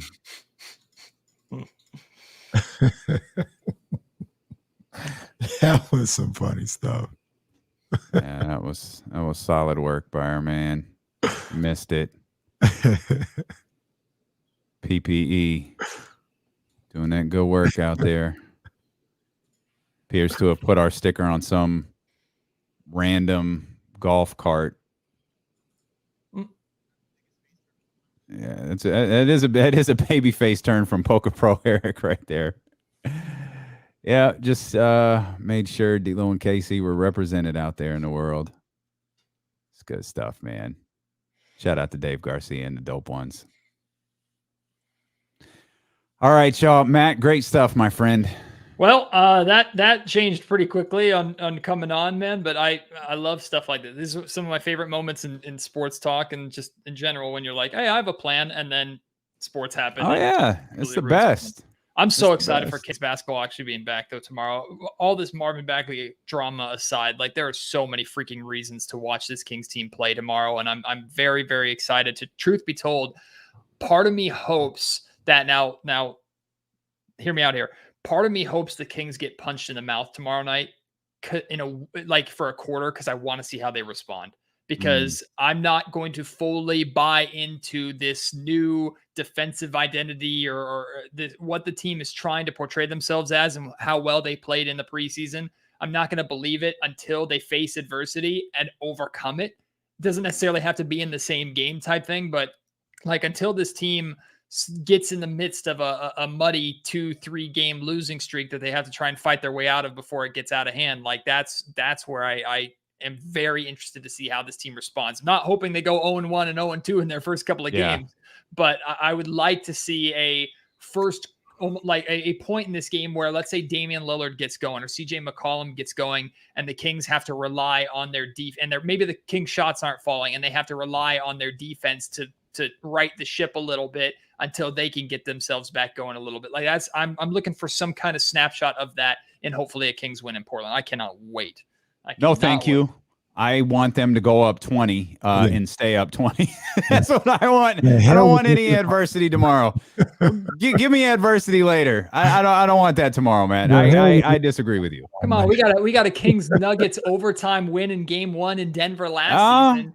True story. Give me a close game. Dame time goes Dame time, and it's still not enough because Davion Mitchell picks his pocket in the final play of the game. Okay, I'll take that. Give me that. I'll take that. I'll take that. Give me the damn win.